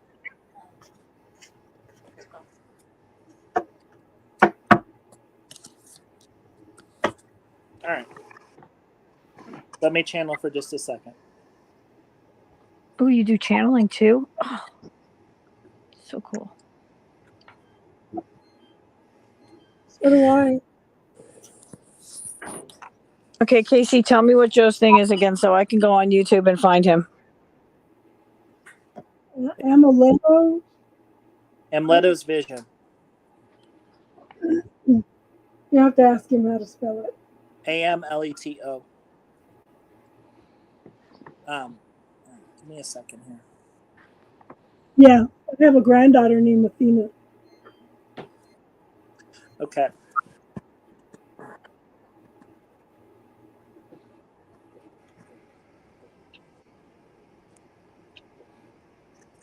Oh my God. So Justine, first thing that's coming to me here is I'm seeing a real emphasis on early morning. There's something about an early morning practice that needs to come into your awareness right now. I'm specifically seeing sunrise. So the first card you drew is the Wheel of Fortune, and there's a need for you to kind of realize that this part of your life that you're in right now is almost like the sunrise for new events coming in. So it's not the Wheel of Fortune as in like these are the events of your life and now it is it. It's saying like you're coming into where you need to be, and this is kind of like the sunrise of it. Metaphysically, semantically, it's saying that there's a rise that's coming up right now that's coming into that time frame where things are hitting for you.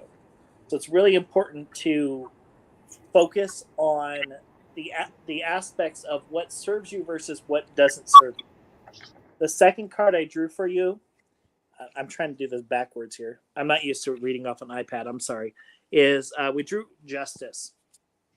So there's a compass issue that's here. There's also a lot of outside elements that are in your space that aren't serving you.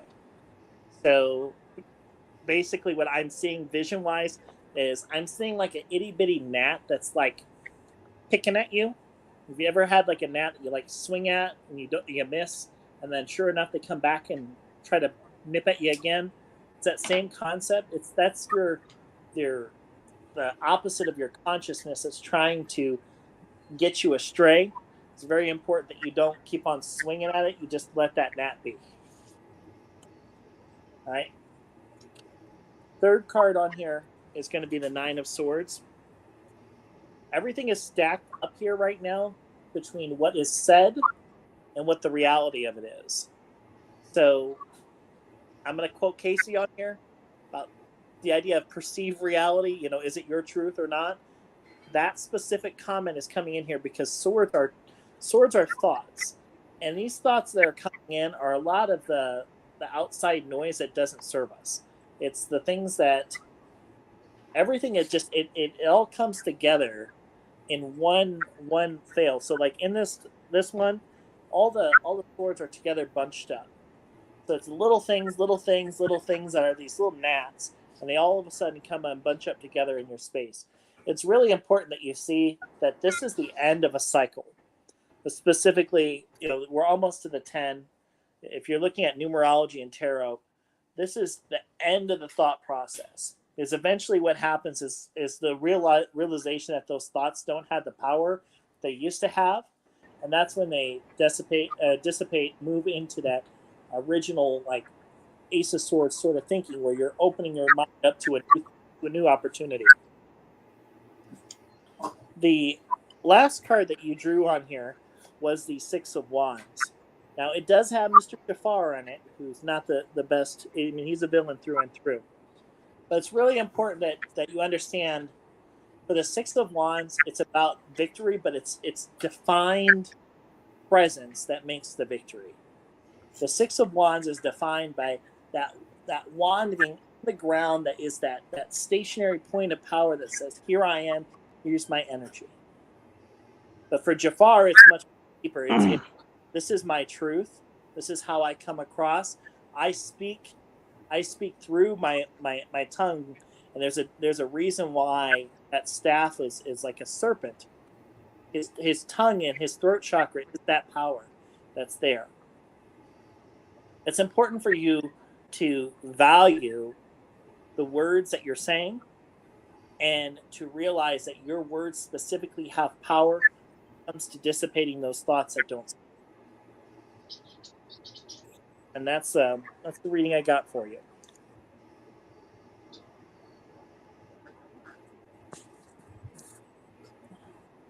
Are you going to read 2 Case? Jojo said he was going to go next. Yeah, I've already got called. Oh, can you hear me okay? Oh, cool. I didn't know you were there, Jojo. Hi. I am here. Hi, honey. Silent until I actually speak, and when I do, hold on. Good. Get going then. Get on it. Okay, Justine. This is about protecting yourself mentally, energetically. You start off with the Queen of Wands. The Queen of Wands is beautiful, vibrant, vivacious. This is you. You've got to be loud. You've got to be out there. I don't know if you got fire in your chart or not. You do somewhere in your chart. Whether it's prominent or not is irrelevant. But this is sort of the way that you need to be. And you go from the Queen of Wands to the High Priestess to the 10 of Pentacles. You've got something in you it's absolutely fantastic, but you've got to tap into it. You've got to go and meditate, seek your higher power, journal, ground, do something to connect with your higher self. When you do, that's what's going to bring you all the good, the stability, money, all the things, because you've got to find that inner Queen of Wands and let her fly. This will bring about the star, wish fulfillment, healing, all the different things. And what are you healing from? The 5 of Wands and the 3 of Swords. Something major happened that you are still trying to heal from, still trying to recover from. And this is the universe telling you, you've got to focus on yourself, focus on your energy, and do what's good for Justine. Make your happiness has to be paramount. So if you start feeling bad during the day, you need to, I don't know, watch a cat video on YouTube. Hey, go watch Mojo Tarot. Yeah, baby. Go do something that makes you feel good. Whether it's watch a comedian, have a candy bar, have a guilty pleasure, go get a mani-pedi, go do something for Justine. Do something that makes you happy. When you start to do that and you practice at it, you do it over and over and over again until you learn to take whatever these pains are, whatever the 5 of Wands and 3 of Swords is to you, those will start to dissipate. When that happens, the Queen of Wands comes out. When that happens, you connect with your higher self. When that happens, you get the Star. You get the 10 of Pentacles. Right after that, you got the 9 of Cups. Then right after that, you got the Ace of Wands and the 9 of Pentacles. Oh, you're going to be out prowling. Warm up the chicken blubber and do some stretching. You're about to have a party. You know, hang up a sex swing. Do whatever it is you got to do. But there's all the good comes after you do this. All of the wonderful things come, whatever it is. But it's about taking care of yourself emotionally. It's about serving your own needs from within. And once you do that, again, the Star, 10 of Pentacles, 9 of Cups, Ace of Wands, 9 of Pentacles. And then you got the King of Cups and the Knight of Cups right after that. And then the 3 of Pentacles. So somebody, Cancer, Scorpio, Pisces, or somebody that has that in their charts is going to be coming around. They're bringing roses because all of a sudden Justine and whoever that is, and it could be love, it could be, you know, just a friend, it could be whatever. But it's got to, it all starts with you.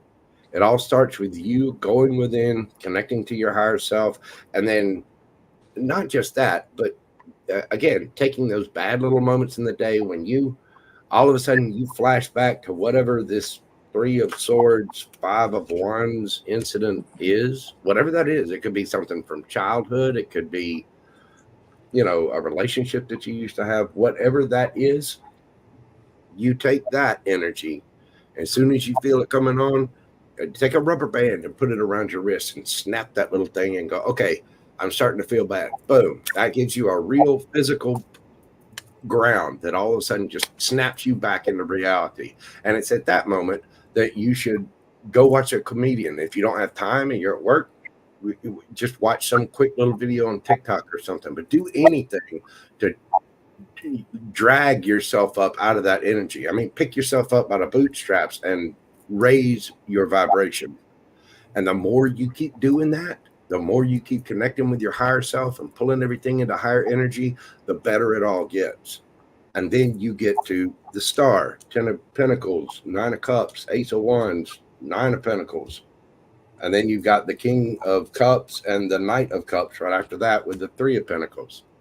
So obviously you're either someone's coming into your life or our current relationship you're in is getting better, but it's all dependent upon you doing that work. I kind of want to talk about that a little bit too, because I have the Judgment card, which says this is a call to awaken. Okay, this is a major shift and change for you. You are learning to manifest exactly what you want. Everything you have gone through in your life has brought you to this point. Okay, I see nothing but victory and forward movement for you. You recognizing you at this point. I see you going for your desires, your passions, but then you put a block up. You start buying into your own fears, okay? And I see you doing this as a vicious circle right now. You make some progress and everything, and then you fall back into some fears, okay? You're blocking yourself at this point in time. So kind of I would journal some of this stuff that pops up and start clearing some of it though. Okay. Exactly. You can keep a dream journal too. And if you can't write in the morning, when I first wake up in the morning, I can't write anything down. I'm as, you know, I'm as coordinated as mud. So what I do is I keep a little voice recorder right by the bed. And when I wake up, if I have a vivid dream or a dream I can remember, I'll wake up and I record it. I speak it into that voice recorder, and then I'll go back and write it down later. But the big thing to remember about dreams, if you're analyzing that part of it, is to remember the emotions that you felt. Because everything that you do, every piece of law of attraction or law of assumption, whatever, especially law of attraction, is all about the feelings. And if you can vibrate in that high energy, that's when all the good stuff comes in. If you look at your dreams, you can help kind of figure out if there's any particular issues that you need to solve from your subconscious whatever. But that's the key right there. If you're already, I see the thing that says you're already meditating. Okay, if you're a lucid dreamer, write it down, record it, and then make yourself a journal of it so that you can review what it is that you're thinking, feeling, and going through, because there's something inside. There's some kind of 3 of Swords, 5 of Wands, whatever that is. There's only bad cards you got, by the way. These are the only ones. So there's something inside that you're hanging on to that you need to work on, release, or when you get into the energy of that, that's when you need to work on it. What is that? Yeah. You know. Yeah. What is that blockage? What is it that's holding you back at this point? I mean, come on now. Queen of Wands, the High Priestess, 10 of Pentacles, the Star, 9 of Cups, Ace of Wands, 9 of Pentacles, King of Cups, 9 of Cups. You're gonna be knee deep in Chippendales and with all the money to own the club. You know what I mean? You're gonna be happiest woman in the world. Darlene wants one.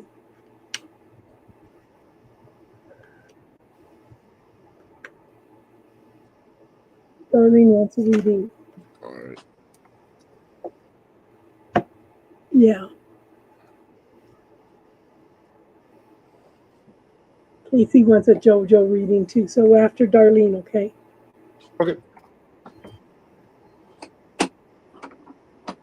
I got Casey's Spiritual Corner for readings by Joe and JoJo. Get all the Joes. Bring them in, read the cards, do the thing.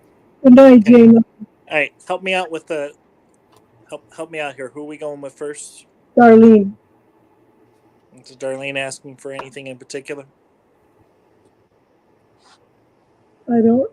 Probably a general. She usually asks for general readings. But right now, I see everything's on hold, Darlene. There's no movement. Okay.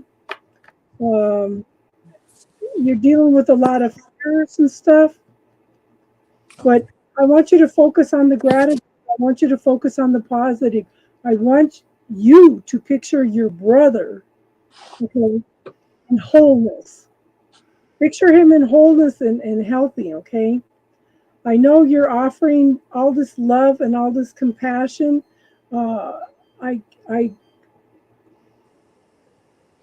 You're just being supportive. You're offering all this love, okay? But so I have the Queen of Cups and then I have the Queen of Pentacles. Focus on the positive. Focus on the things to be grateful for. Okay, focus on the beauty in life. Focus again on seeing him whole. There's still 2 pathways. I feel like it can go either way. It's up to him at this point, okay? But I do think that if there's going to be a shift, I think there's going to be a shift quickly. There's going to be a major transformation. Listen for the messages. I want you to pay attention to any quick little messages that wander through your head at that point in time, okay? But listen, there's some information coming in for you. And I do think it's coming in quick, okay? And I think it's going to help clarify a lot of things that are not being seen clearly right now. Does that make sense?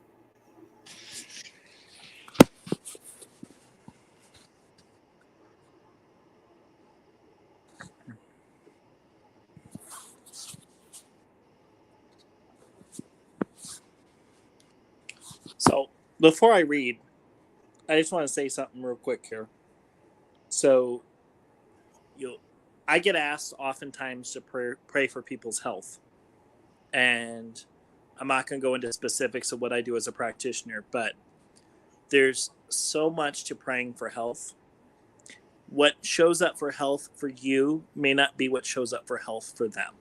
What is perfect, whole, and complete for you may not be what's for them. Yep. So I will just say, I have a colleague of mine who is probably not going to make it through tonight, maybe tomorrow.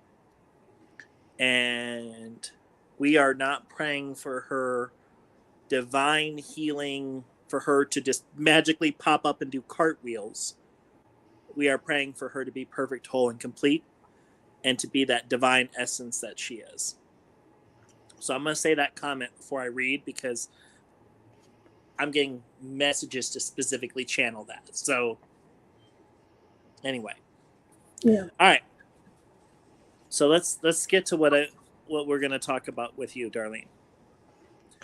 There's so much power that is in your heart space, and there's so much. The first card that we drew is receptivity. There's so much power in your heart space, and your heart wants to move into your brain. And there's a lot of power in that notion that's there, that your heart, that you have the power of moving from being able to receive in your heart and have that blossom into your thoughts, into what you're trying to convey. That is an awesome kudos. So I just want to acknowledge and hold that truth for you, because that is something that's there that's positive. The negative part, though, is that when we're not in our heart space, we're exhausted. So the universe is throwing in the opposite, which is when you are all in your brain and not in your heart, there's this mental exhaustion that's there. And the reason of it is, and I'll try to zoom in on this, is there's so much in the outside world. Let me see if I can zoom in here. There's so much of the outside world that is trying to get into this little defined space, which is this person that is just being overwhelmed with all the clutter that's around them. It's the emotional clutter. It's action. It's things of form. It's everything in one. There's a calling for you to look forward, not backwards. So this card on here is the Page of Pentacles. It's called Adventure in this deck. And the easy thing to do is to see all the darkness that's in this card. But really, this is a card about power, because there's so much that is light ahead. And when we focus on things that are in front of us that are God giving us specifically things that we can be grateful for, it helps create that larger picture. And Darlene, my other message for you here, my biggest thing that I would say is also a call for you to be outside your box and be fun, playful, witty, to do something spontaneous in a way. Do something that brings you joy that's completely out of left field, because you drew the playfulness card out of here. So this is playing with energy. This is playing with nature. This is playing with things that are outside your comfort zone. This is feeling the energy that exists in your hands, that you are a part of that greater presence, that when you're out and you're playing, you are connected to God, because you are connected to that divine intelligence that connects me, that connects Casey, that connects Mojo Jojo. We're all connected to that when we tap in. So that is what I got for you, my friend.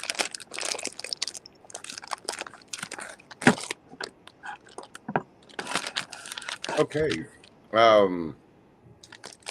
Darlene, you what I've got for you is that you're obviously, you've been having a rough time. You start out with 5 of Swords, 9 of Wands, 10 of Wands. You've been going through it, and you're about to have, well, much like Joe was mentioning, you're going to get messages, but you're about to see something from a different point of view with the Hanged Man. When you do go in and receive those messages, that's what's going to cause an epiphany of some sort about the situations you're going through, whether it's the health of your family members or your own health, or whatever's been troubling you in life. You've obviously been in your head about it, and you're about to drop the burdens of some things. And I think it's just emotional weight. you're about to be at the point where you got to let it go. And if you don't let it go, the universe is going to take it from you. But you're about to walk away from that. 8 of Cups. Well, the Hanged Man and the 8 of Cups. You're going to see things from a different point of view, which is going to allow you to walk away. Then you have the Judgment. Whatever that is, messages, maybe downloads that you receive while meditating, something's going to come through and it's going to hit you. And just in an instant, you're going to see a turnaround in your thought patterns, because right after that, you get the 8 of Wands, communication, action, quick movement. And then you get the Chariot, the Lovers, the King of Cups, 9 of Pentacles, King of Wands, and the World card. Something is, the wheel's about to spin in your favor. And it's spinning in your favor whenever this comes through. Something, obviously you've been dealing with a lot, and something is about to change. And when it changes, you're gonna have an epiphany. You're just gonna all of a sudden see things from a different light. When that does, that's when you will start taking swift action. Again, 8 of Wands, the Chariot, the Lovers, King of Cups, 9 of Pentacles, King of Wands, the World. The cycle is over. Whatever it is that has been stressing you so bad, and I know you're dealing with the health of a loved one, but it's not just that. There's other things in here, because I mean, you were already at 9 of Wands. Now you're at 10 of Wands, and the 5 of Swords is my headache card. It's messages, it's information, it's confusion, it's life's been a big pain in the ass, basically. And as each one gets stacked on top of you, more burdens, more burdens, more burdens, all the way up to 10 of Wands, you're about to change your entire mindset. Something is going to... The Judgment card in this one shows a woman that her spirit is being freed and lifted up because she's connecting with a higher power. She's and connecting with herself too. And it's because she's gone within and connected with herself that all of a sudden her spirit gets freed. When that happens, that epiphany, you're walking away, you're taking action. Chariot card, maybe you'll travel or get a new vehicle. And then the Lovers card here, it could be anything. It could be something with a soulmate, something with a family member. It could be love, romantic love. It could just be platonic love. Maybe you take a trip, with a friend or something. But that's where this is it. This is where the wheel spins in your favor. Because for whatever it is you've been doing, you've been hanging on to it hard, and all of it's internal. So as soon as that switch flips, and I get the feeling with the Judgment card there, it's got to be the Hanged Man and the Judgment card say that it's something where all of a sudden you're going to see things from a different point of view. You're going to see things in a completely different light, and it's going to allow you to just drop all of the burdens, and then you'll go and you'll feel better, you'll look better, all the things. But I mean, the Chariot's a card of victory, and it's a card of movement. It could, like I said, it could be a card of travel. Maybe you're traveling with friends or loved ones or family. Oof. But when that happens, that's when things start to lighten up. That's when all the burdens are dropped. So that's what I have for you, dear. Hey, can I get a reading tonight sometime? Oh, sure. Yeah. Casey. Yeah. Casey's What? going to go to in a minute. Casey asked, so she'll go next. Yeah. Okay, whenever. I mean, I'm not going anywhere, so I was just wondering. So Casey, what I get is in some instance there is no even give and take. Something's out of balance at this point, okay? So it's like you need to seriously take a look at what's going on with whatever it is.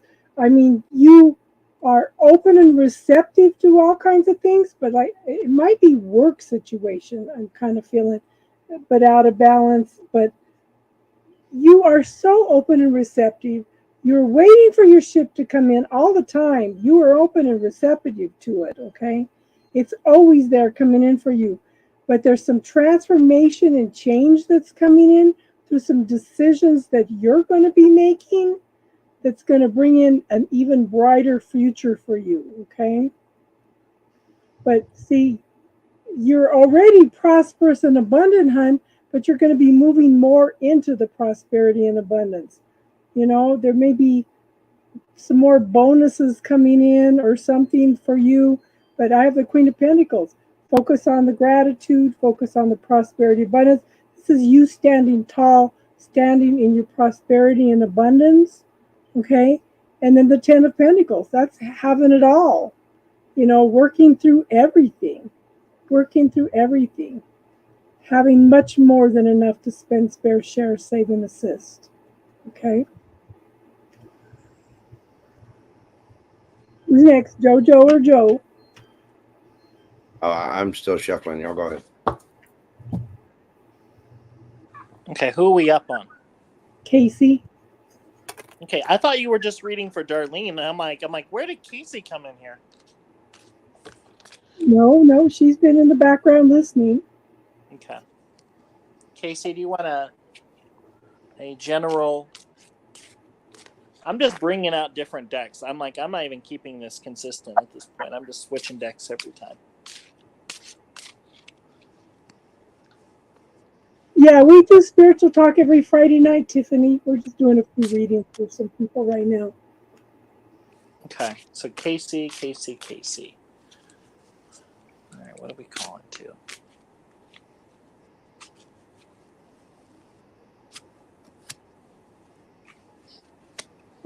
So who else between Truly would like a reading?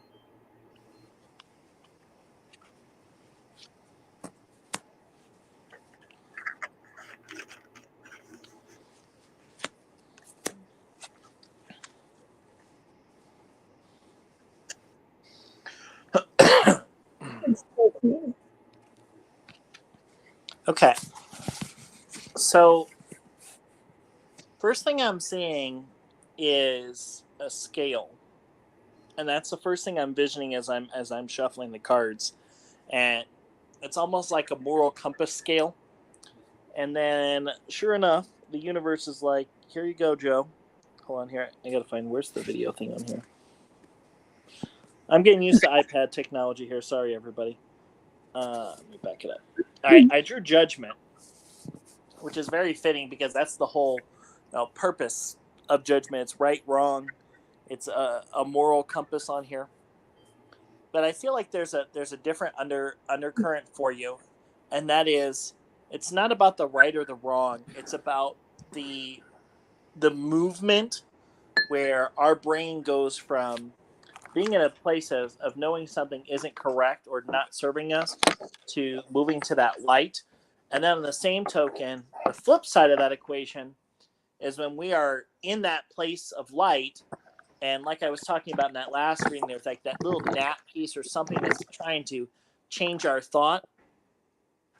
There's a calling for us to move past the fold, to not allow us to be part of that, to be influenced by it.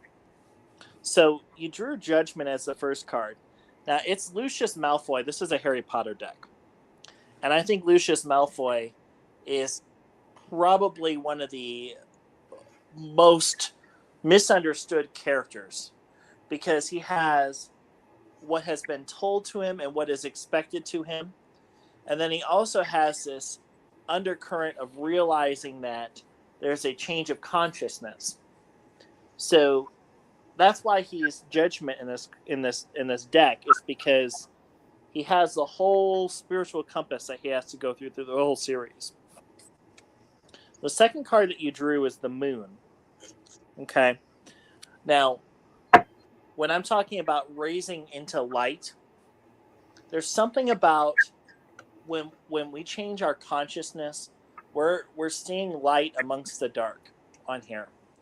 Now, the moon here it's the werewolf transformation. It's the changing our body, our mind into that different being on there.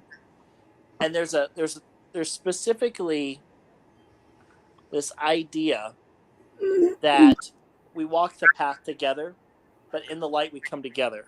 So something I want to point out to you on this card that I think is really important is that there are two people that are in here. There's both the main character who represents the moon, which is Remus Lupin. He's the guy who turns into a werewolf.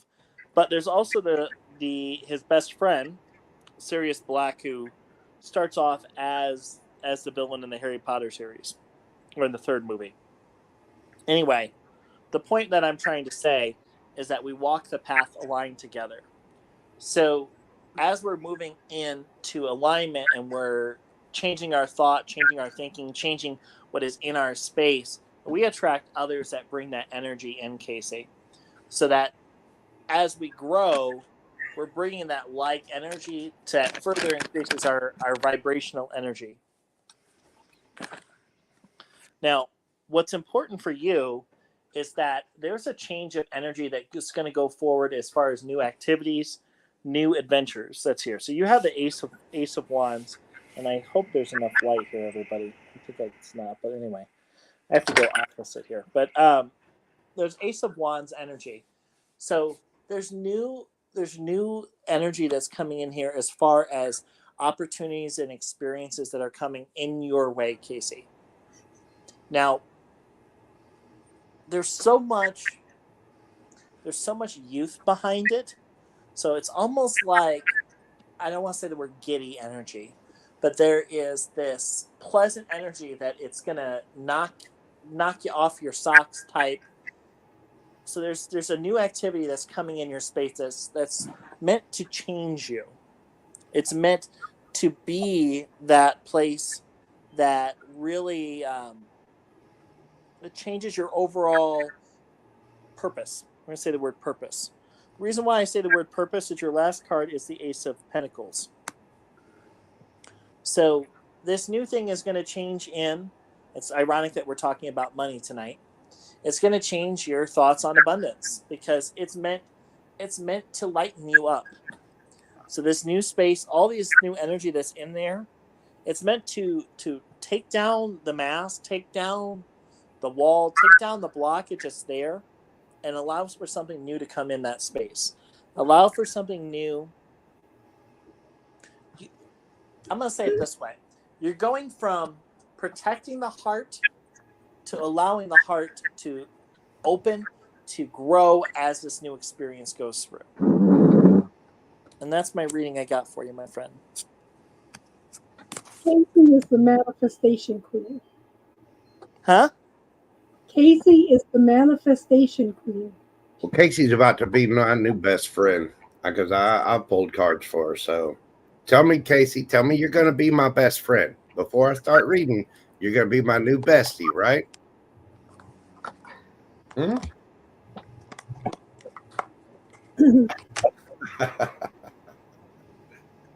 All right. I got the Ace of Wands in there as well. Okay, so you start out kind of rough.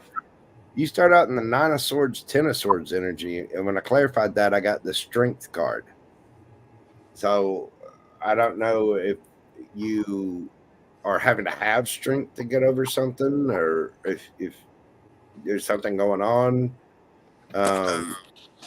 You got right after that, you got the 3 of Swords in reverse. I don't read reversals unless they come out that way, and for some reason, I guess I put it backwards in the deck before, but after I shuffled, it's 3 of Swords in the reverse. So there's some kind of Nine of Swords, Ten of Swords situation. Again, I clarified that with the Strength card. And then from there, you just immediately jump into good stuff. You got the Three of Swords reversed, Ace of Pentacles, the Wheel, Queen of Pentacles. And then all of that goes. There's some kind of little issue or hiccup that you face that comes over with divine timing. I guess it's just having to have patience, because you got the Temperance card with the clarifying the Five of Wands. So after whatever it is you go through, you get a new beginning somehow, a new offer, business wise, whatever. Wheel of Fortune and the Queen of Pentacles. Once you hit that Queen of Pentacles stage, then you go to Five of Wands and Temperance. There's some kind of argument or battle or whatever. Then you go from there to the Ace of Cups, not the Ace of Cups, the Eight of Cups. You leave whatever that is behind, and then you go to the Ace of Wands. And then after the Ace of Wands part, this is where you get to be JoJo's new best friend. Then you start out with the Lovers, Gemini. There you are, shining bright as day. You've got the Lovers, the Star, Ten of Cups, Ten of Pentacles, the Sun, and the Magician.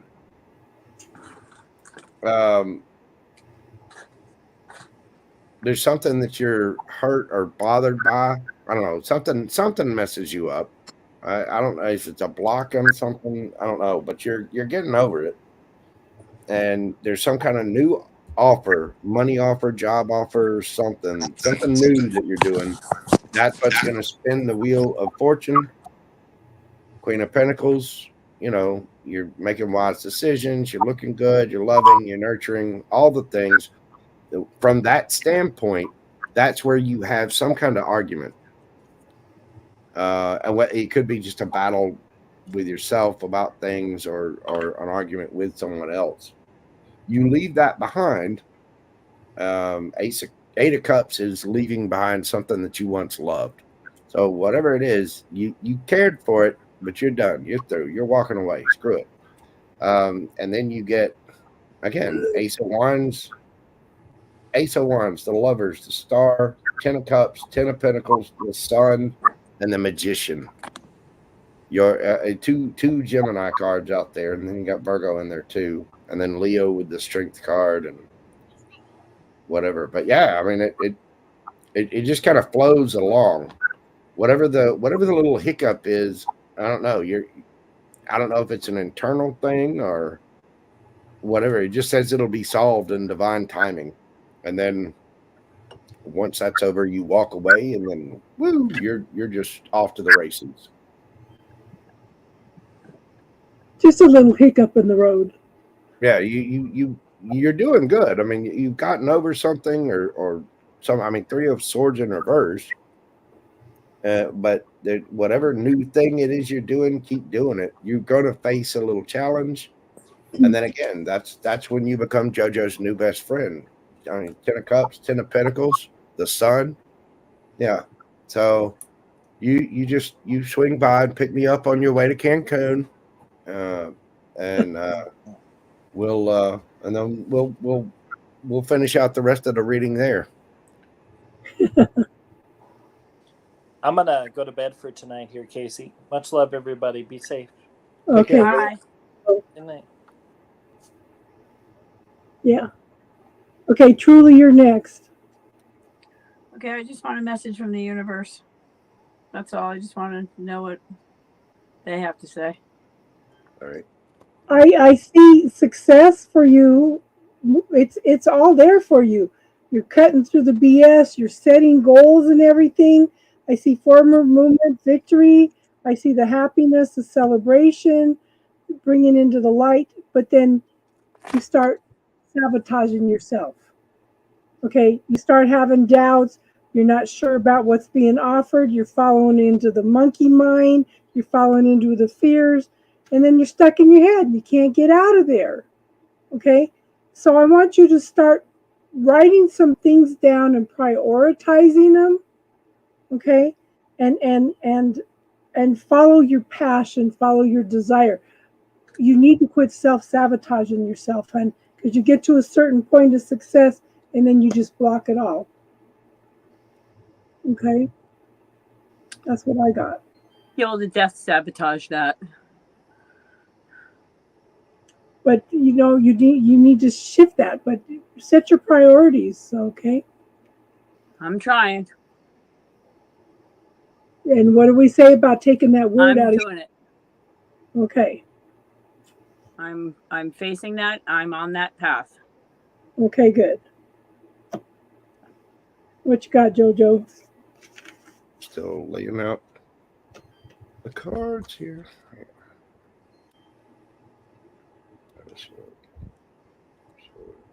Snow Queen, do you have a specific question or just a general? Are you still awake, hon? Snow Queen's in the UK. Okay. Hi, Snow Queen. You I'm awake in here, so I'm good to go with whatever. Okay, Truly, you start out with the King of Wands, Aries, Leo, Sagittarius energy. Then there's the Two of Pentacles, juggling, or somebody's really, really busy. Right after that, you got the Ten of Swords.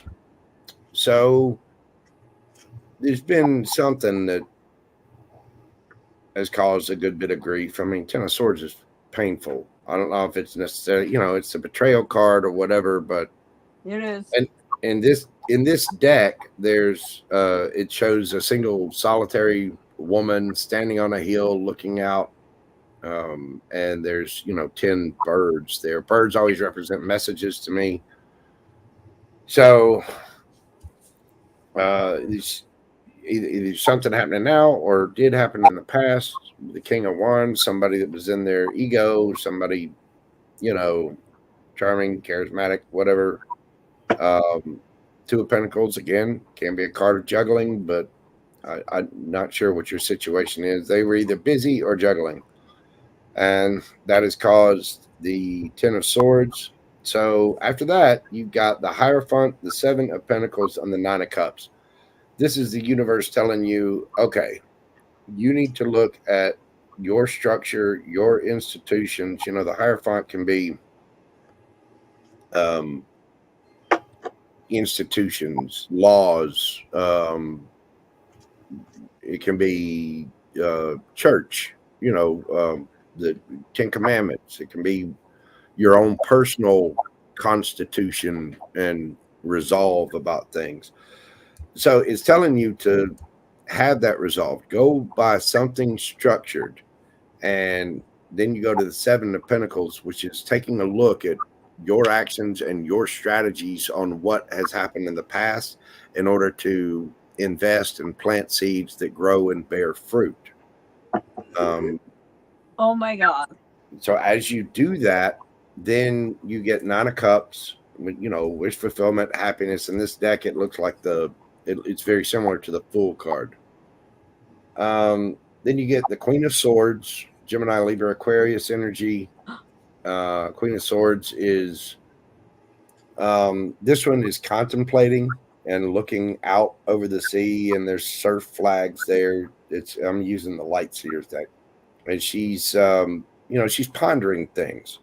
And so once you get to the point where you've realized what kind of investments you've made, either emotional, monetary, where you're putting your energy and how it's going out, you got to examine yourself, examine your own structures, your own systems to see what you're doing to change things up and figure out kind of where you went wrong. We all take missteps in life, and there's no such thing as failure as long as you just learn that lesson and then step up and do it again. And that's what the universe is telling you here. Then you get Nine of Cups, wish fulfillment, single, emotionally, independent of whatever. That's when you go into the Queen of Swords mode. Then you get the Two of Swords. You're having to make a decision about something, and you're having to use your intuition to do it about a Six of Pentacles equal give and take situation. So whether it's work, love, any situation, family situation, whatever, but there's something that you're having to decide as the Queen of Swords. And the thing about the Queen of Swords is she only tells the truth and she only accepts the truth. And if you come at her with anything else, she will take that sword and just disembowel you. So you're going to have to, remain in that resolve. From there, once you decide about whatever this equal give and take, I get the feeling that you're trying to decide if a situation is fair. Is what your decision about is this situation fair to me? And so from there, you take action on it. And with the Knight of Swords, fastest moving knight in the deck, you take some kind of swift action, or you need to. And then there's the Four of Swords and the Eight of Swords. And what this is saying, I clarified the Eight of Swords and I got the Five of Cups and the Ace of Wands, Ace of Swords. You need to go, whatever the swift action is, you need to make sure that you're taking care of yourself. With that Four of Swords, take a spa day, get a mani-pedi, go get your nails did, girl. Go get your hair done. Do something good for you. Go have a pint of Ben and Jerry's. Do something sweet for you. But you do your healing. Take as much time as you need. Rest, relax. Once you figure out whatever this situation is, you're going to need to kind of go within about it. Make sure you're taking care of yourself so that you don't end up in the Five of Cups, Eight of Swords energy. Five of Cups is about regret, remorse, blah, blah, blah. And Eight of Swords is, being stuck in your head. I gave up regrets for my New Year's resolution. Yeah, the universe is telling you to make basically just you've been through something, and it is telling you to pay attention to your investments. What kind of, like when you go into a relationship or something, you've got to come at it with a certain energy, right? If you revisit something from the past romantically, for example, this isn't in your cards. You both have to come in a different energy. You both had to have done work to yourself in order to come together and make that reunion or whatever successful. And what this is saying is that you're done with whatever. I mean, Ten of Swords, it's over. It's through. That's all the swords. Yep. And so it's your structure and your constitution, your personal belief, your spiritualism, whatever. That's what's going to lead you to really looking at the past, looking at your actions and how to change your strategy, how to change your energy so that you can manifest things. And then once you're in that energy, you can make logical decisions. You can make logical choices about what is fair to you. And once it's fair to you, I get the feeling that you are going to take swift action on something. But when you do that, it's gonna kind of put you back in your head a little bit, because you're going to realize something from the past. You're going to realize something that you do have regrets or remorse about, that you're not, I guess you're not seeing it clearly, and it could put you in your head a little bit. But if you rest, take care of yourself, again, keep your energy high, keep your vibration high, you'll get the truth about it. You'll have an epiphany about it. The Ace of Swords in this deck it shows a picture of a woman with her eyes closed, and on the side it's got this big spiral staircase in her hair, and there's a beam of light shining through the center of it. So you're going to figure out the truth about what's fair to you. And I get the feeling that's with that, you're just going to remain in your Queen of Swords energy. Like, okay, bye, Felicia. Next. Oh my God, you have so nailed what I was thinking for the future, what I wanted, and how I'm feeling. Yeah, you because that's it. there's something there. You need to embrace that energy. The Queen of Swords is kind. She's respectful. She's very intelligent, but she's one of those people that will call out the bullshit. You know, Yes, I and do. she will I saw just- you nod, Casey. she will disembowel somebody. So As it's I from- verbally will. yeah, Yes. you got to get exactly. I mean, air signs are really, really good at that. I don't know if you've got any Gemini in your chart, but I personally have the ability to split somebody's soul in half with a couple of sentences, and I'm a that's twin. I don't need Gemini. yeah.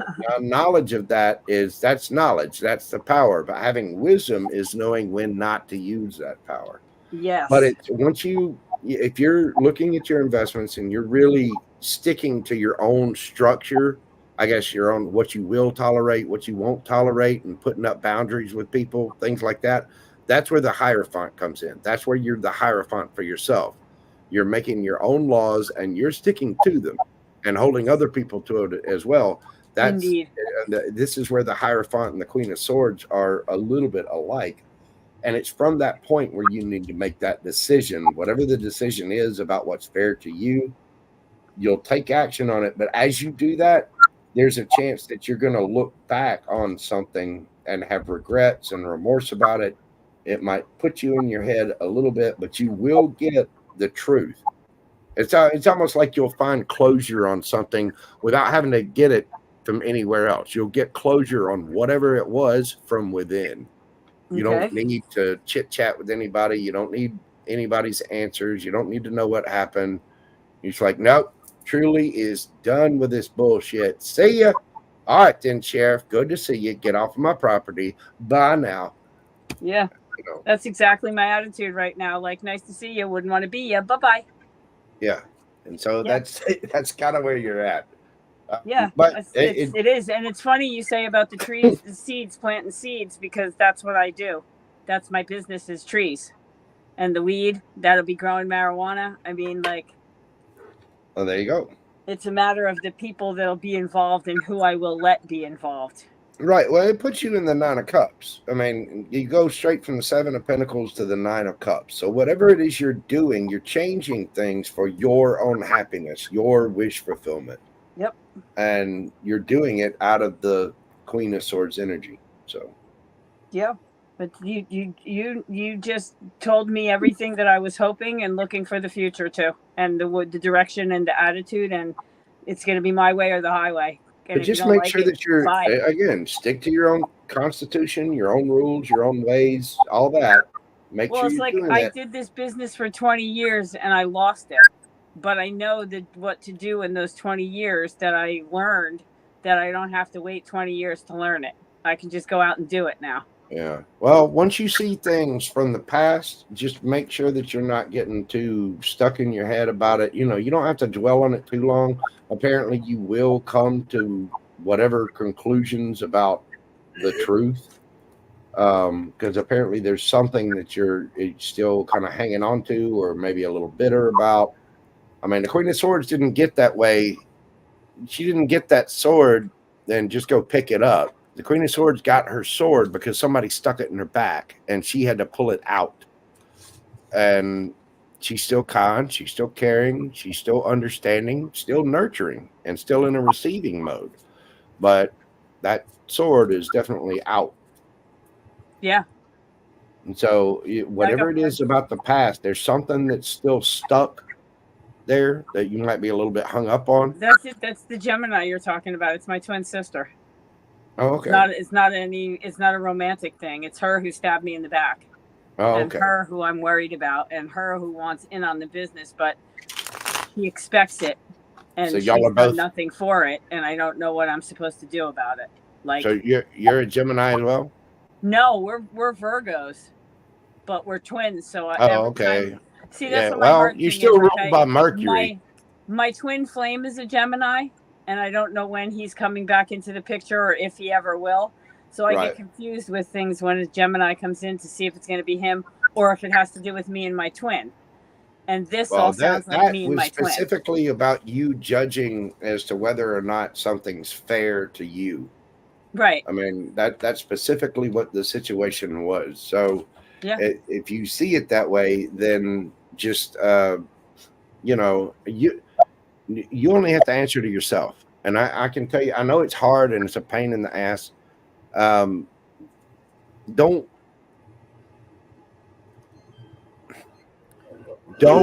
make decisions from a guilty place or a guilty conscience. You have to take care of yourself. You have to love yourself first on this planet.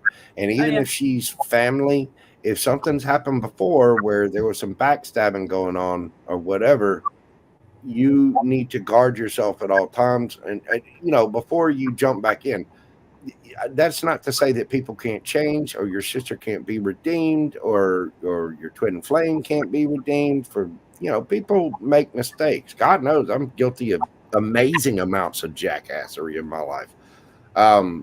But I mean, I paid my karma for it. I've, you know, gone within and I've changed and I've elevated. I don't wake up naked in trees anymore. You know, I'm not adding colorfully to my brilliantly hilarious arrest record anymore. You know, now I'm being a good boy and doing the right thing. So funny. People can change.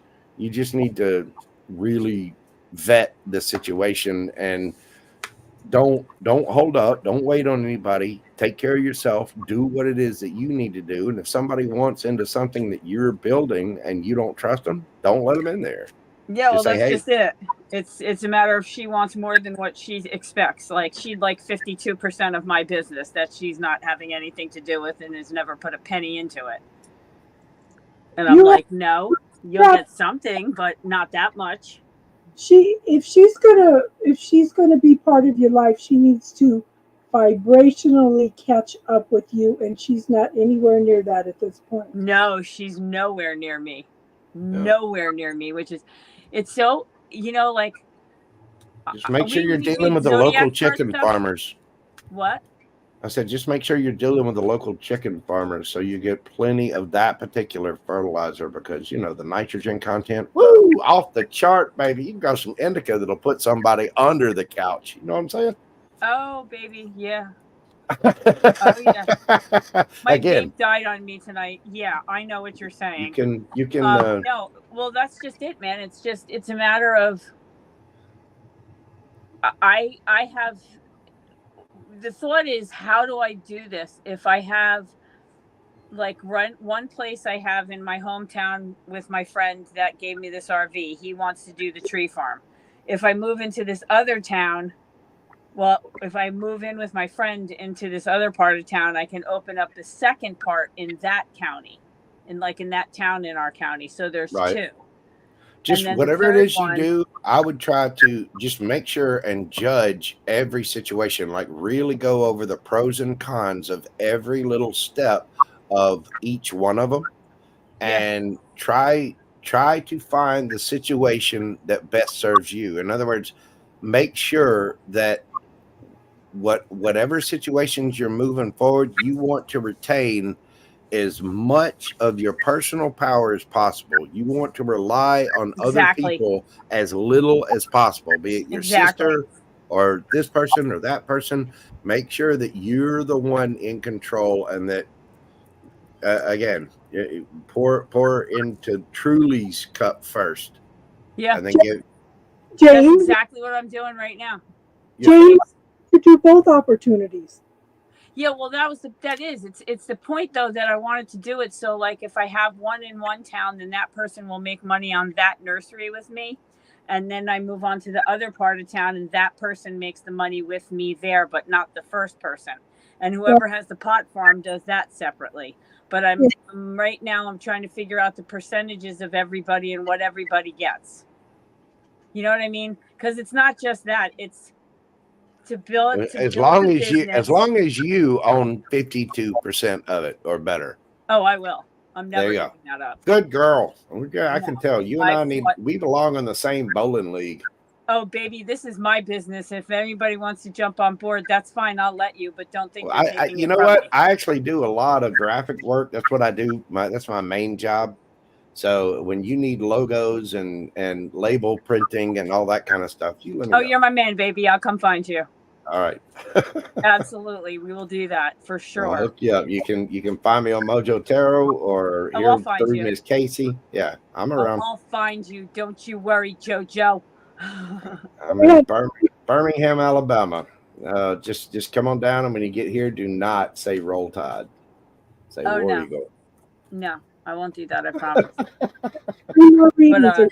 yeah, that was a really good reading. Thank you, JoJo, because that confirmed where I was going and what I'm supposed to really do. Like, it nailed it for me. That's what Good. that's what I was going for. Awesome. Glad I So, could help yeah. you. You're awesome. Thank you. And yeah, JoJo, I'll tell you everything that goes on when it goes on, because this is not the only place I see you.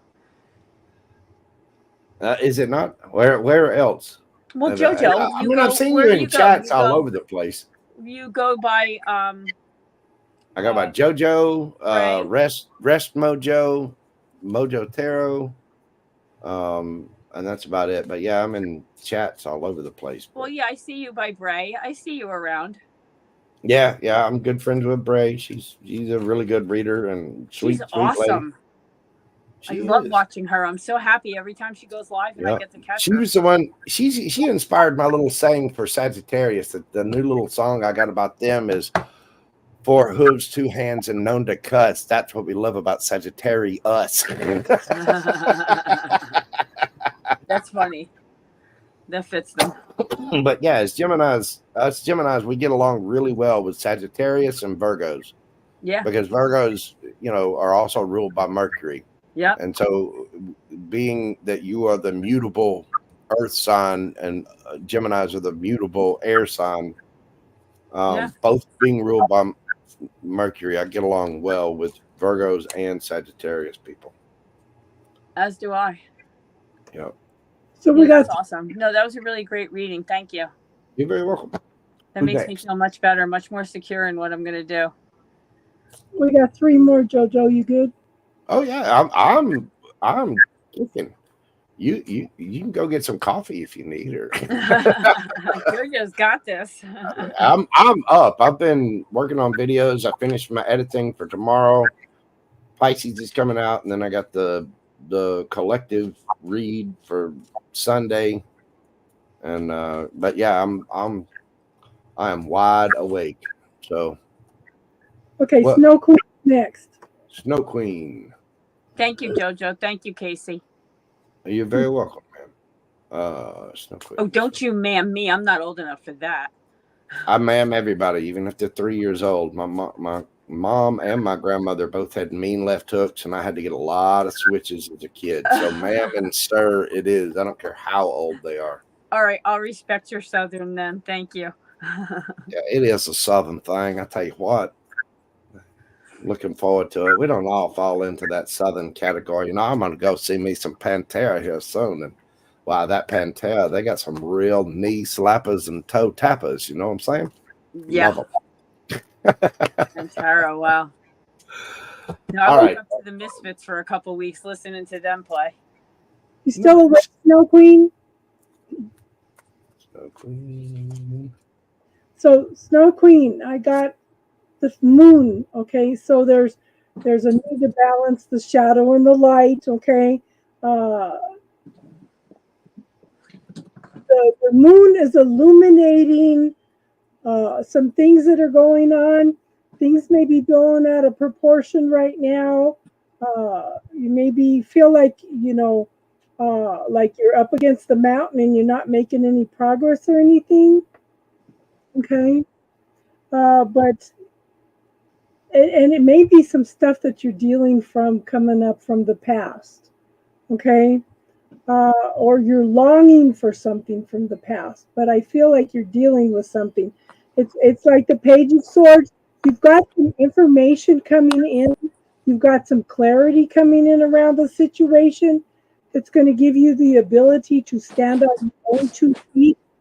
Okay. This is a time for you to stand on your own 2 feet Be your own authority at this point.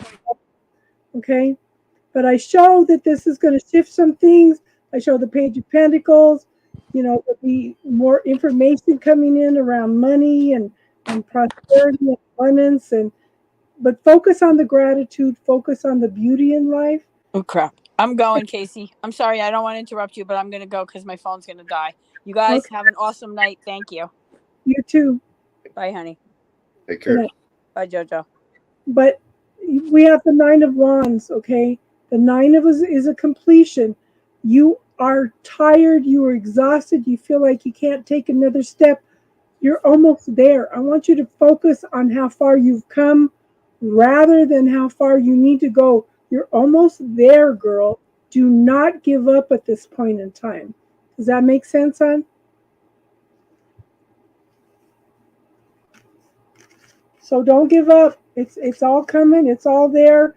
You may feel like everything is just so overwhelming right now, but you're almost there. Okay? Don't give up just before you get to the finish line. Yeah, I got something fairly similar. Yeah. Okay. Snow Queen, you, my dear, start out with the Tower. You've had some kind of emotional upheaval that you're feeling pretty rotten about, because you get the Tower and the Nine of Swords. Nine of Swords is worry, staying up late, not being able to sleep. You're in the Five of Cups mode. Something happened big. And so now you are in the Two of Wands mode, or at least that's you got to the Two of Wands mode, or you're about to be in the Two of Wands mode. Two of Wands is about choices. It's about balance. It's about really looking at your future. And Two of Wands leads to the Three of Wands. From the Three of Wands, you're waiting on your ships to come in. Two of Wands is you're deciding on which ship you want to come in. And so the Tower and Nine of Swords is in the past position. You could still be there with that Five of Cups. Maybe not feeling so good about things, but you're getting there, and you have to decide exactly what you want. The reason that you have to decide this is because right after that you get the Magician card. Gemini, Virgo energy.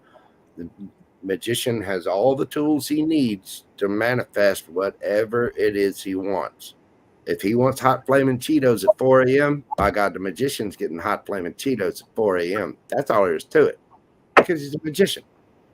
So as you're trying to figure out what it is that you want to manifest, and as you're doing that, you get a truth with the Ace of Swords. So you go into your magician mode. Once you decide, you get clear about the truth, and then you get the Six of Swords. Moving on to Karma Waters, you're getting messages about this, and things will calm down. You will get there. Then you get the Fool, the Ace of Wands, and the Two of Cups. The Fool card, take a leap of faith. The universe has got you. In this one, the girl is falling backward. She's got a gigantic gem or a diamond in her hand. She's got something in her hand, and she's kind of being cradled by the winds of the universe. You can't really see it. It's in the ether, but the universe has got you.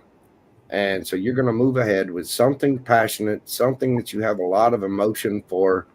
Could be a love situation. Ace of Wands, that is the giggity card. That's the warm up the chicken blubber, we're going to party card. Get out the fuzzy handcuffs and the little frilly outfits that you can't put in the washer and dryer.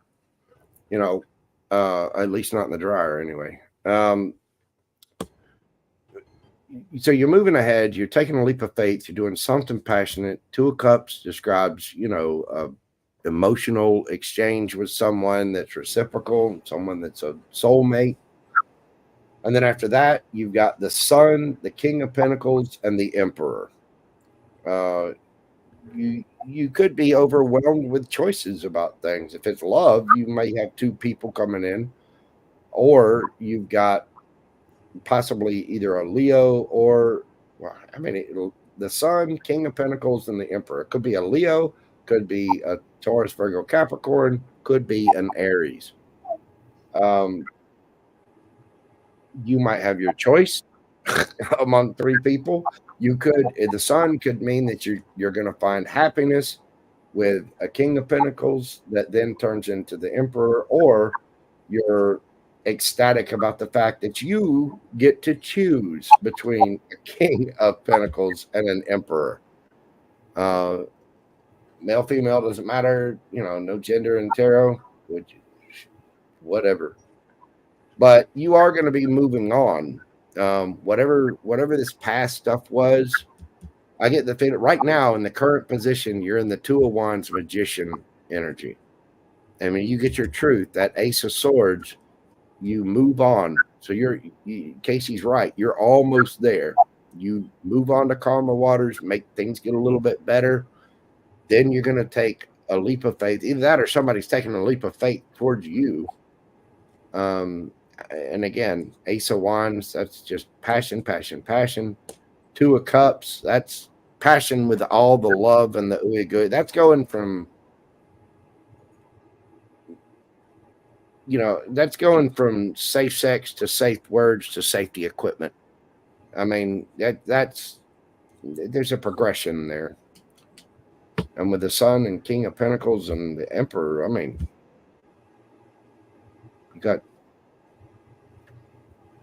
you either got pure happiness, somebody's extremely rich, or somebody that owns, you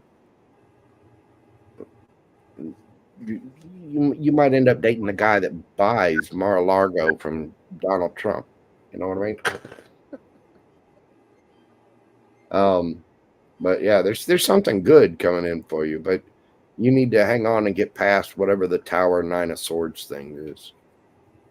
And you definitely, with that Two of Swords, really think about what you want, what your choices are.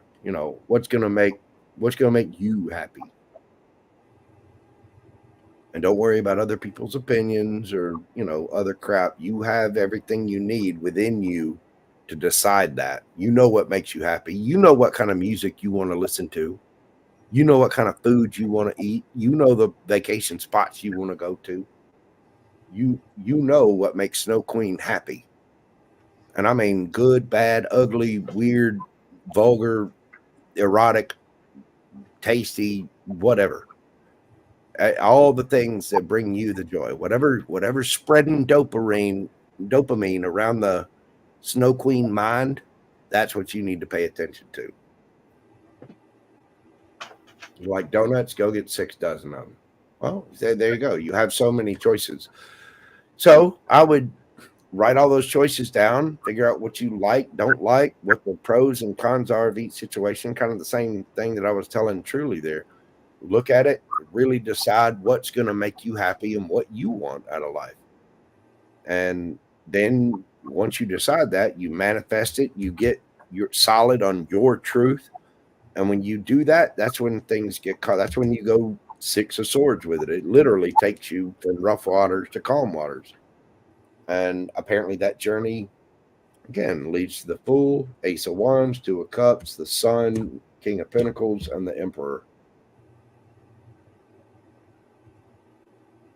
Cool. I just hear it's raining men. So we have Newbie, me, and then Alban. Okay. Newbie, are you still here, hon?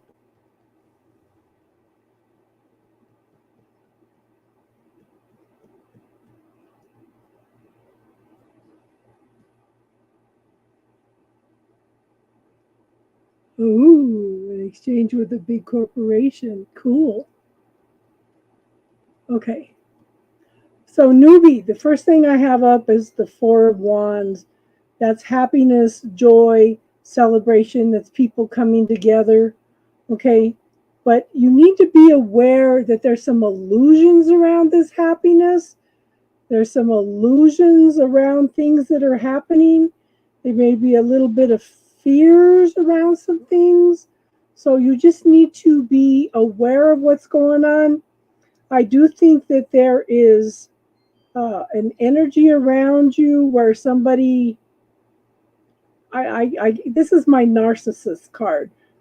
I am right, you are wrong. I have to win at all costs. Okay, it's just, you know, somebody walking away from a situation where they feel that they have won the situation. Okay, but you know what?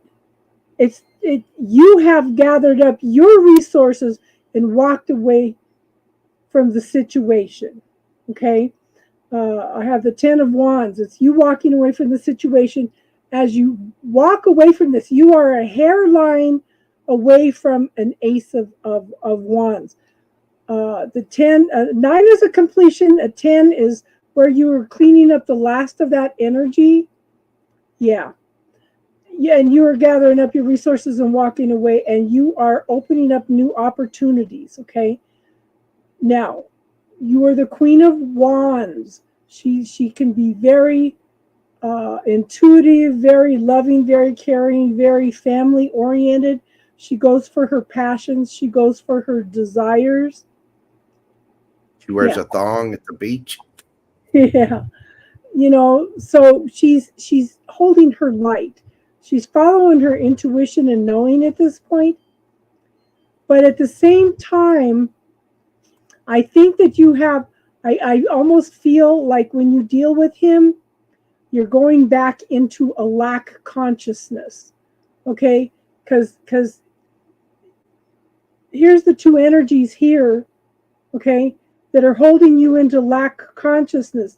The universe is trying to bring that prosperity and abundance into you, but it's missing the mark because of some kind of lack consciousness.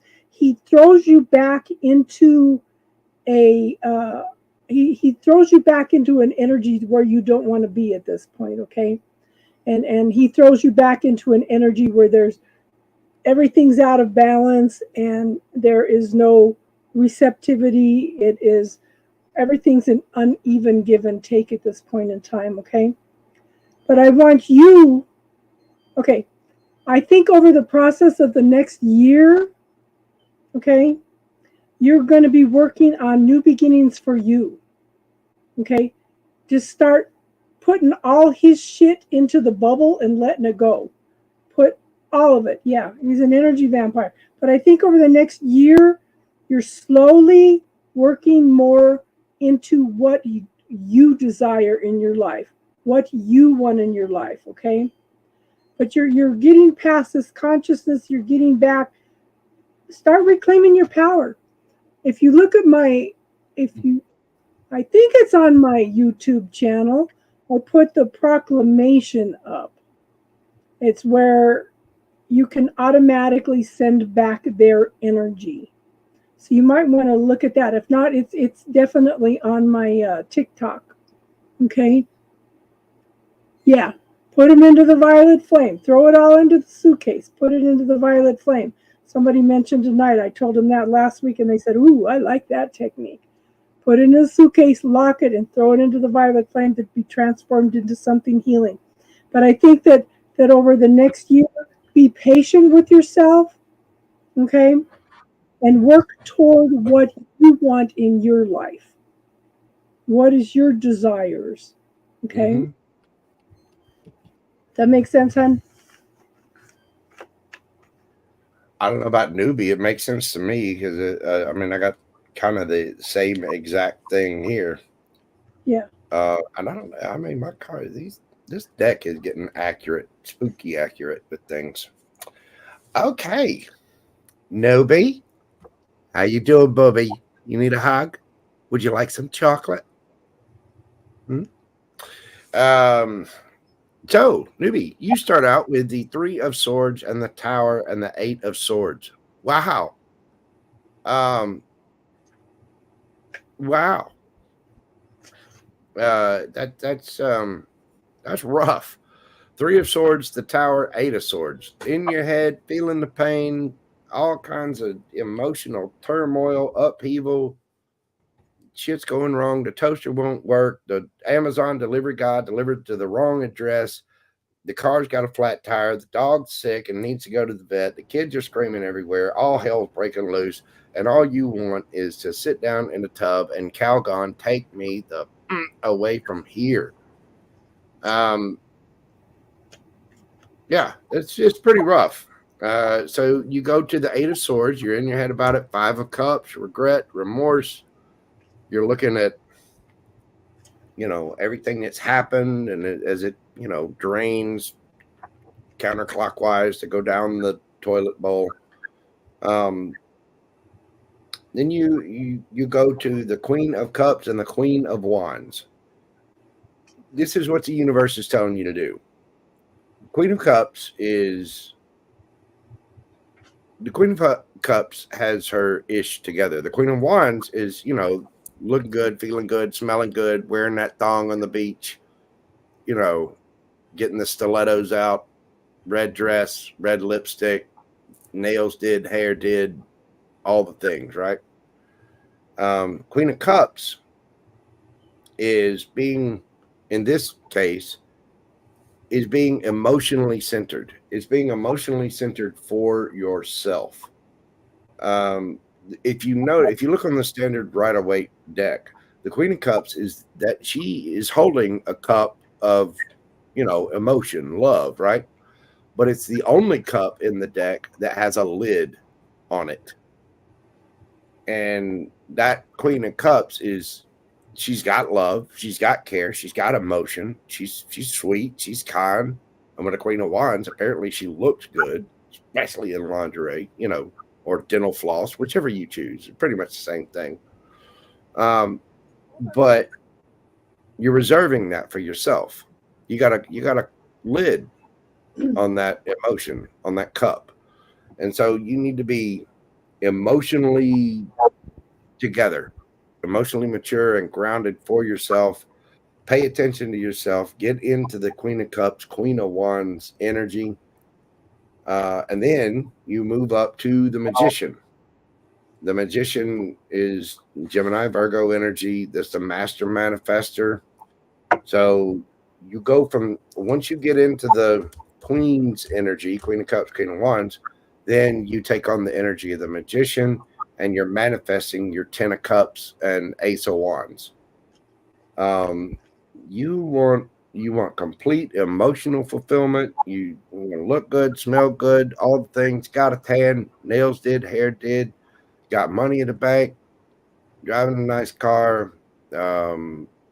Construction workers are rudely whistling at you as you walk by. You're searching for that passion and all the emotion and real emotion and love that comes with it. After that, you get the Emperor. This is somebody that's got their ish together. They own the company. This is the father of the tarot. This is somebody who's this is all four kings rolled into one. And then after that, you get the Ace of Cups and the Nine of Cups. To me, it looks like all this is about love and romance. That you had your heart broken, all kinds of stuff put you in your head. Eight of Swords, Five of Cups, it sucks. You've got to go in, take control of yourself, pick yourself back up. You get into the Queen of Cups, Queen of Wands energy. You're manifesting your 10 of Cups to get that Ace of Wands in there with an actual Emperor who'll give you that Ace of Cups to add to your singular by themselves 9 of Cups. You go, girl. That's why I call it the corner, so everybody can meet and talk and discuss and everything, Yeah, if it's your thoughts and your beliefs, again, it's like I was telling whoever earlier. When you get into the point where you're in your head about something, one of the tricks that I do, I've got ADHD. Can you tell? I think it shows. Well, what I do is I keep a rubber band on my wrist, and you can't wear that at all occasions, obviously, but I keep a rubber band on my wrist. And anytime I get to the point where I start to sink in emotion or sink in feelings, I'll take that rubber band and snap it on my wrist a couple of times. And as I do that, it kind of snaps me back into the current moment, right here, right now. Whatever it is I'm sad about, that's done. It's over with. It's in the past. The past is gone. We can look at the past and we can learn from the past. But when do we learn and look at the past? Today. And you can look at the future and you can plan for the future and you can do all kinds of neat, you can have all kinds of neat ideas and see the potential of the future. And when do you see all that and do all that and plan all that? Today. It's all about being right here, right now, in this moment. And so if you find yourself drifting into those thoughts, again, you can watch TikTok, you can watch Instagram, there's videos, go find funny cat videos, watch a comedian. And if you're at work or something, you can watch short, quick little snippets, minute-long videos on your phone, but just enough to, boom, remind you that everything's good. We're cool. Go to the break room and get a snack or something, or look up a quick joke, or try to make a vision board or keep something around that automatically just boom puts you into a good mood and ground yourself with that rubber band snap and get yourself right back into the current moment. Okay, F that business. It's done with. It's over with. I'm right here, right now. We're moving. We're going. We're doing. I'm in a Zumba class. I've got my tights on, whatever. And I'm never going back to the Zumba class. Just FYI, it ain't happening. JoJo is not going. That's a reflection of who he is, not who you are. So you can just let it go, Yes. Mm-hmm. But it's really just a matter of taking anytime you see yourself dipping into those moments or those regrets or those thoughts, you just want to take yourself back out of them, do something to get that little dopamine hit to make you laugh. Look at the Chippendales website. Look at, some hot guys, some hot firefighter calendars, or have, treat yourself with a piece of chocolate, or just do something to jump back up out of that energy.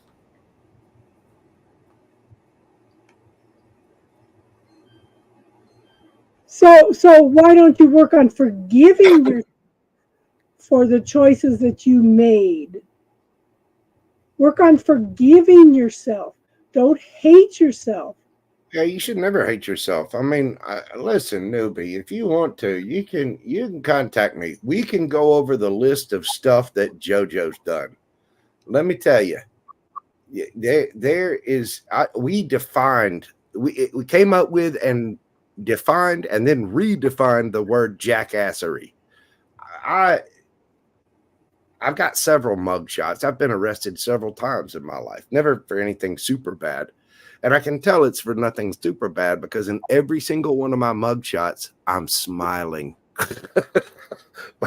but jackassery knew no bounds, and it cost me a fortune. And I made some bad choices back in the day. We all have to grow. The only way that you get to succeed in life is by screwing up 500 times beforehand, and then you get it.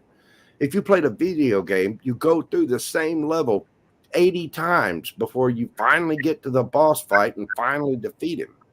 You're going to fail at times. You can't hate yourself for mistakes that you made, even if it was on something of an emotional level. Sometimes people give in to passion. Sometimes people make dumb decisions. Sometimes, everybody's got to learn. And there's no age limit for that learning. You can't just keep that learning phase down to somebody that's below 18 years of age. You're going to keep learning and keep learning and keep learning. Now, how about this? Don't hate yourself for it, because I will guarantee you at some point in time, you're going to make another mistake. It's going to happen. What you have to do is embrace that and figure out, okay, mistakes are going to happen. Sometimes things messed up. There's going to be hurdles. So then you all right, take a note of it, learn from it. Next step, move on. So let me ask you this, newbie. Are you the same person you were then? Or have you learned and grown and expanded from there? You know, you're not the same you were. And if you're overwhelmed about it, it's what I refer to as a squeeze. When I first woke up, I was on medications and I'd blown up on some people, and it was just a bad situation. And so when I came to and woke up, spiritually, I realized that I had a bunch of shadow work to do because of all the jackassery, all the stuff that I'd gotten into before. And it's daunting. It is just a mountain of crap, emotional issues, abandonment issues, stuff with why I resented my parents, let's talk about your feelings, Joe. And I had to go in and do all this journaling and all this shadow work, which sucks balls. I mean, it's terrible. Yeah. Oh my God. It's overwhelming because when you first wake up and you first realize, when you're first conscious of yourself and the universe and energy and everything around you, and you realize all the stuff that you got to clean up, it's like looking in the mirror when you haven't looked in the mirror or done anything about your appearance in 20 years. And you look in the mirror and you go, oh my God, I look like crap. What is this? And you see that you've got all of this stuff to do. You need moisturizer. You got to get your hair done. We need to buy some makeup. I need to go get my teeth fixed. There's there's a mole over here. I need to go to the doctor and get that lanced off. And it's an overwhelming amount of work that you have to do, an overwhelming amount of things that you need to fix or correct. But the thing is, you're awake now. It's not going anywhere. And the only way to get through it is just to take it one step at a time. And you can't hold it against yourself that you made mistakes. Everybody makes mistakes. Yeah. Everybody. What have you learned from the situation? What have you learned from the mistakes? That's what we need to ask ourselves. Yeah, you can even make a journal. The way I did it was I went in and I would write down, like, if I was feeling angry or anxious or sad or guilty or regretful about something or whatever, I'd write down the situation, just a couple little words, just a quick description, write down basically a paragraph or two about what it was that, what I went through on it. And then I wrote down how I felt about it. And then, how that made me feel, what kind of regret, what kind of remorse, what kind of guilt I had over it or whatever. And then after that, I would write down the lesson, okay, don't do this. Don't go this way. Do not grab that hot chick's boobs at the rock concert on Tuesday. Don't do that. You don't want to do that in public because then, throat punching is illegal. Don't do that because. So my son-in-law, I said, why don't you journal? He goes, well, my therapist wants me to do that. He goes, but I don't want to sit down and write books and books and books about everything from the past. I said, reframe that. I want you to only focus on what you are feeling on now. Yeah. That's why I say you don't have to write a novel about it. Just write down a paragraph or two and really talk about what happened. And the big thing is to examine those feelings and know that okay, those are bad feelings. You don't want to go through them again. And so you identify the energetic mistake that you made, whether it was a physical action, whether it was a thought, what led you there? Was it fear? Was it ego? Was it desire? Was it, what got you there? And to make the decision that you regret or the choice that you made, and how you felt about it, it was bad and what led you there and how not to do that again. And it takes less than a page to do that. Yeah, exactly. 8 and 9 of Swords with the Tower and Devil, so this reading is much better. Yeah, because you are doing the work. You are doing the work, hon. And that makes you my hero. Because if we can teach you the tools and you use them, you are my hero. Yeah, plus look at the outcome. I mean, Magician, 2 of Cups, Ace of Wands, the Sun, the King of Pentacles, and the Emperor. Yeah. Okay, you're going to be my other best friend besides, Casey. Yeah. Because obviously y'all are all going to be rolling in it, and don't forget us little people. You can use the bubble. You can hand it off to the angels, whatever. It let the toxic feelings go, but don't push them away. Okay, that's where you end up going into shadow work when you push those feelings away. The more you deal with things, the more you recognize I learned from something from this. It happened for a reason. Okay, then the less shadow work that you're going to have to do. Okay. Yeah, and then you can also, even if you don't want to write it all down, look at the situation, sit with your own emotions and your own thought. If you need to, have a good cry, punch something, get it out, exercise or allow you to feel it. That's the main thing. Do not go outside and throw a rock. I mean, get angry, cry, get upset about it. Just go through it. The only way, there's no way around it, over it, under it. You got to go straight through it. And unfortunately, feeling those emotions is exactly what that's shadow work. That's why shadow work sucks. I mean, because I can't tell you how many, Kleenex and paper towels I've gone through sitting here sobbing as a grown man looking back at crap, It sucks. One of the things that I made one of my granddaughters do was order the book, The Dark Side of the Light Chasers, and read it. She told me 2 weeks ago, she goes, I finally finished that book, Grandma, and that is an awesome book. I said, if you can learn now to deal with your shadow as it comes up, you will have less healing work to do later on in your life. So she's passing it on to one of her friends right now. Your phone is calling with a request to engage in a spontaneous storytelling challenge. Answer and take turns creating funny and outrageous stories together. Ring a ding ding. Your phone is calling with a request to engage in a spontaneous storytelling challenge. God. Answer and take turns creating funny. No comment, JoJo. I can't tell you how many times I've gotten that as a response from people in my life. Yeah. Yeah. Let me tell you, Gemini extroverts in a low vibrational form cause some trouble. Yeah. So, The Dark Side of the Light Chasers. And it was written by Debbie Ford.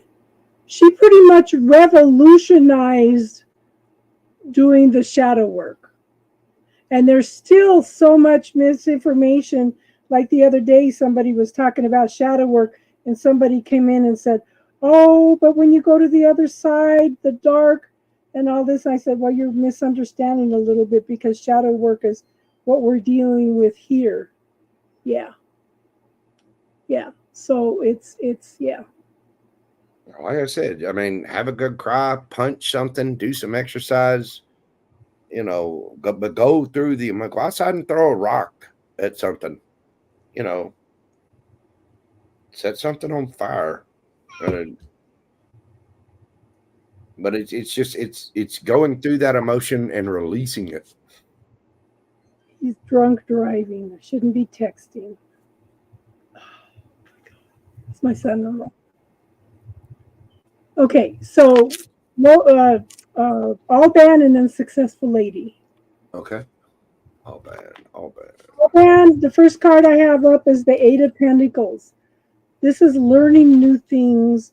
I kind of get the feeling it might be something around education, whether it's for you or your son, but there's lots of potential, lots of things to learn, lots of growth there, lots of things coming in, but focus on one thing at a time, because you're going to fall into some fears, and it's going to eat away a little bit at your thoughts because you're feeling overwhelmed. Okay? So make sure that you focus on one thing at a time, but recognize that you have the prosperity and abundance there. You have the growth there. You have the happy family, the safety, security. You have everything you need. I have the King of Pentacles and the Ten of Pentacles together. Everything is there for you, hon. You just need to acknowledge it. So you've got 3 pentacle cards in a row, okay? So this is you coming into your own, everything that is meant to be yours, okay?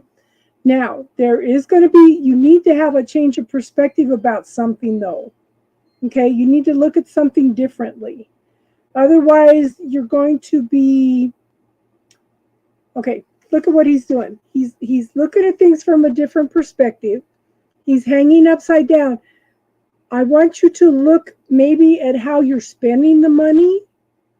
How I want you to look at what's going in and out at this point in time. Maybe there needs to be a little more of a balance, a little more of a clarity in where everything is and where everything's going, okay?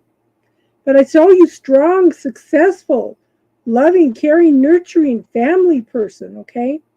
But at the same time, you've got some fears and illusions that are coming in, okay, that you need to deal with. And these are putting up blockages for you at this point in time. It's all there for you. You need to, again, look at it from a different perspective. Focus on the gratitude for what you have rather than the fears that are coming up, okay? But again, I show the 10 of Pentacles. I have it in here twice. You have much more than enough to spend, spare, share, save. And it says it may be something in the mental that you need to deal with. It may be something in the physical that you need to look at also, okay? Just pay attention to your thoughts, okay? Just be aware. Be aware. But look at something. You need to look at something from a different perspective. Maybe you need to look at spending habits or something. Maybe you need to look. Did you ever get the school situation situated with your son, hon? Okay. But make sure that you take the time to acknowledge the gratitude. You have everything you need, hon. You need just need to get out of the doubts and the fears, okay? It's your son's school transportation. I kind of had that feeling a little bit, having something to do with school, you know? It makes sense. Yeah.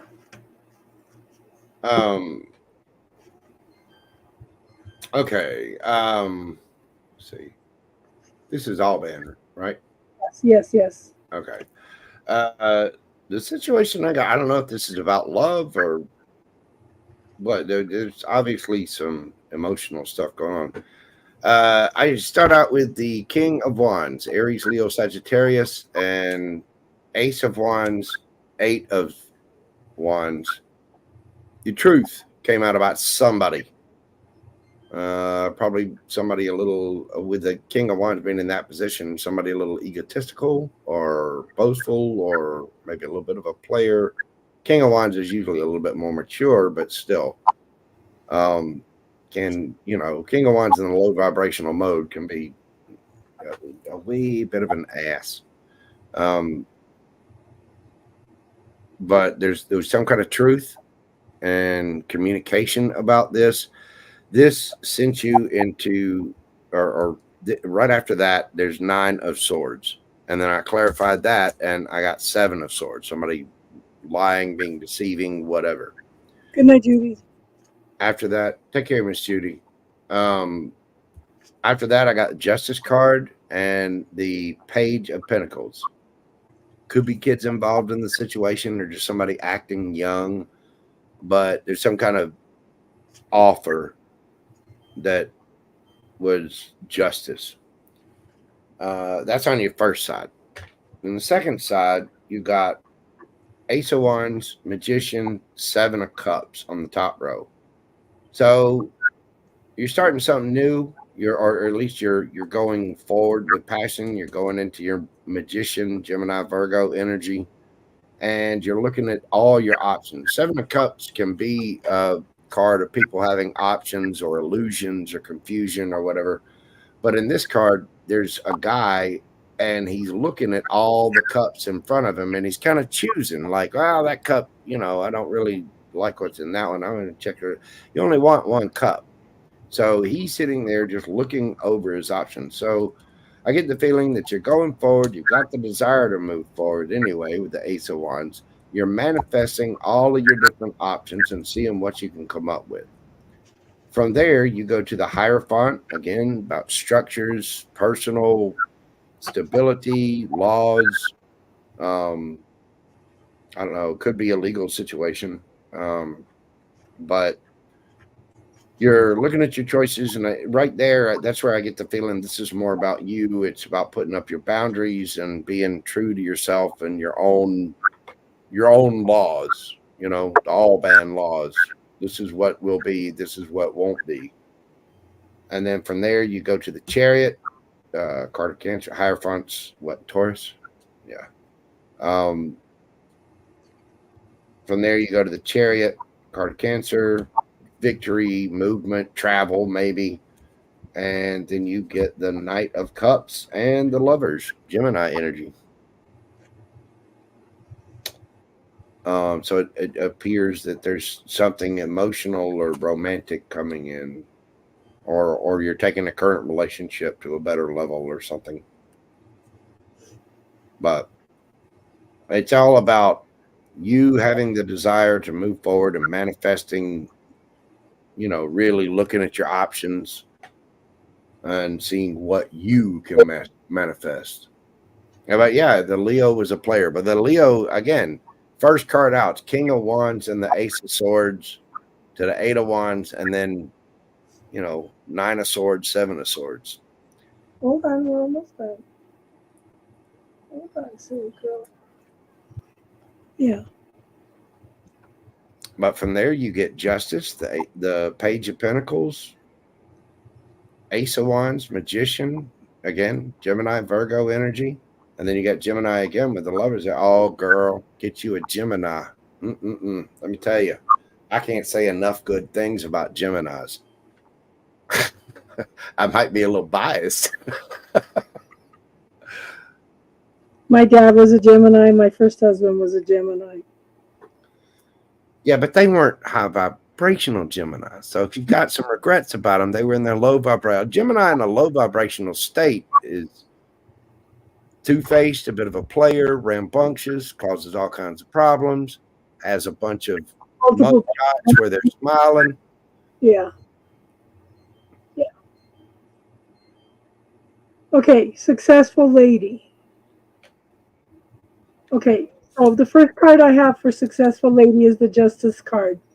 So I don't know if you've signed a contract, if you've got some kind of legal stuff going on, if there's a need to come into a balance and see the truth in a situation. But something has popped up that is causing you to go within and find your own inner authority. You're looking to see who you are, what you want. You're trying to find your passions and your desires at this point in time, okay? You're very loving, caring, nurturing. I think that you're very, very social, okay? But I think that at the same time, I kind of feel like emotionally things are out of balance right now, okay?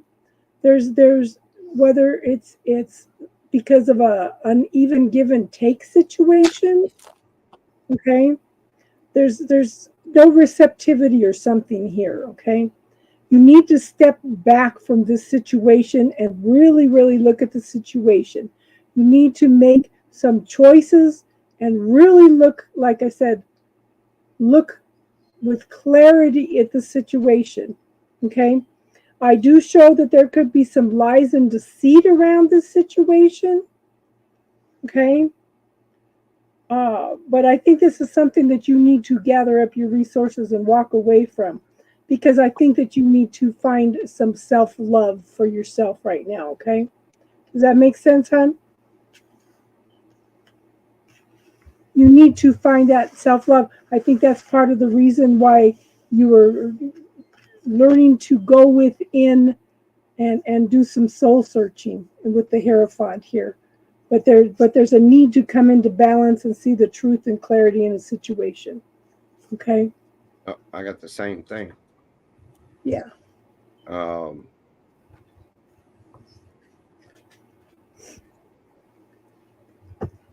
Okay. This is a successful lady, yes? Yes. Okay.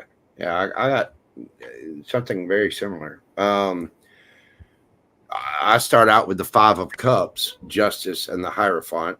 So sort of like what Casey said, there's something with remorse or regret or looking back and looking at the spilled cups. There's a justice, could be a legal situation, could be personal justice about things. And then the Hierophant is, Hierophant describes laws, structure, institutions. It could be marriage, it could be a judge, it could be your own personal boundaries and constitution about things. And from there you go to the Queen of Pentacles, Taurus, Virgo, Capricorn, and you get the Hanged Man. The Queen of Pentacles is either you or somebody else could have Earth in their chart. Either you have an epiphany about something with that Hanged Man, or you see something from a different point of view, or somebody else does. And whatever it is that they see, either you or them, kind of puts them in their head a little with the Eight of Swords. From there, you go to the Knight of Swords. Knight of Swords is the slowest moving knight in the deck. I personally, as a Gemini, want to punch the Knight of Swords or the Knight of Pentacles dead in the face. Knight of Pentacles, yeah. The thing about the Knight of Pentacles, he always gets there. He is the most surefire, structured knight in the deck. He will get there. He's the one that will show up. It's just slow. Slow as molasses. I'm waiting on the Knight of Pentacles for 2.5 years. I've been waiting 6. Yeah, Knight of Pentacles is, that'll make you want to. He'll get there, but his horse might be glue by the time he does. So anyway, there's Knight of Pentacles coming, some kind of offer, some kind of movement that's happening very slow. And in the meantime, there's Five of Pentacles about it, feeling left out in the cold, feeling upset. But the thing is, you don't have to stick to Five of Pentacles. The Five of Pentacles is sitting out waiting for somebody else, feeling left out in the cold. You never have to feel that way. You have the ability to move on and go get your 10 of Pentacles. You don't have to sit there and wait on somebody else. You have the key to unlock that door, open it up, and not feel left in the cold. That is where the epiphany comes in. You're feeling out in the cold, left out, whatever, and you have a Tower moment with the Three of Swords. So you go from the Five of Pentacles to the Tower to the Three of Swords. It's at this point when you're feeling that pain and hurt, whatever, and it could be in the past. The way this looks is something that you're either going through or already been through. But from the Three of Swords mode, you get the Magician, Gemini, Virgo energy. Again, the Magician is somebody that can manifest anything they want.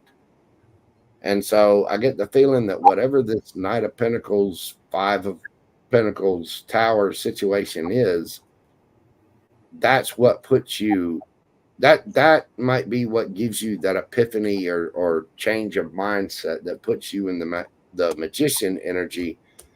And then from there, you go to Eight of Wands, and underneath the bottom of the deck is the Fool.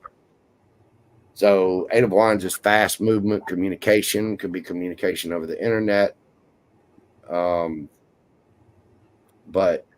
whatever the situation was or is, because yours is a little sideways to me on the timeline. It's like you've obviously already been through something that needed some kind of justification, whether it's just in your own mind where you get closure about it or you coming to a personal resolve about the situation. and I don't know who the Queen of Pentacles is. It could be you. It could be somebody else. Again, Taurus, Virgo, Capricorn, or somebody with that in their chart or their energy. You could have that. Whoever the Queen of Pentacles is, she gets the epiphany. She's the one that goes into hangman mode and sees something, and it could be a man. A man can be in Queen of Pentacles energy too. Doesn't matter. But whoever this is they're the ones that go into the hangman mode where they see something from a different point of view. And when they do, it causes them to kind of go in their head a little bit and be upset. And then that's what leads to the Knight of Pentacles, slow, Five of Pentacles, Tower, Three of Swords, and that all of that, the Knight of Pentacles, Five of Pentacles, Tower, and Three of Swords, that could all just be happening in your head. That doesn't have to be actual events. That could just be your emotions. Yeah. Like walking through the emotions of, this is slow. I feel left out in the cold. Tower moment, sweet mother of Buddha. I feel left out in the cold and I'm sick of it and I'm heartbroken over it. Three of Swords. And then from there, that might be what changes your mind about something and puts you into manifestation mode. Can you do a quick read for me before we wrap it up tonight? Yeah. Hi, Nameless. Anything in particular or just whatever comes out? What do I need to know? Well, we've already seen about all the Chippendales and the sex parties and the biker bars and all the other stuff you're getting into, Miss Casey. So you start no business. You need to, delete the cocaine dealer's phone number from out your phone. You need to stay away from the clubs. That's funny. All right, let's see. Granddaughter do enough partying for all of us. Miss Casey. How you doing tonight, Nameless? We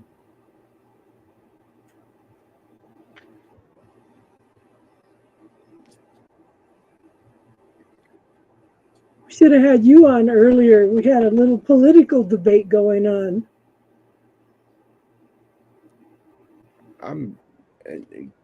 I am keenly aware that I am happy I missed that.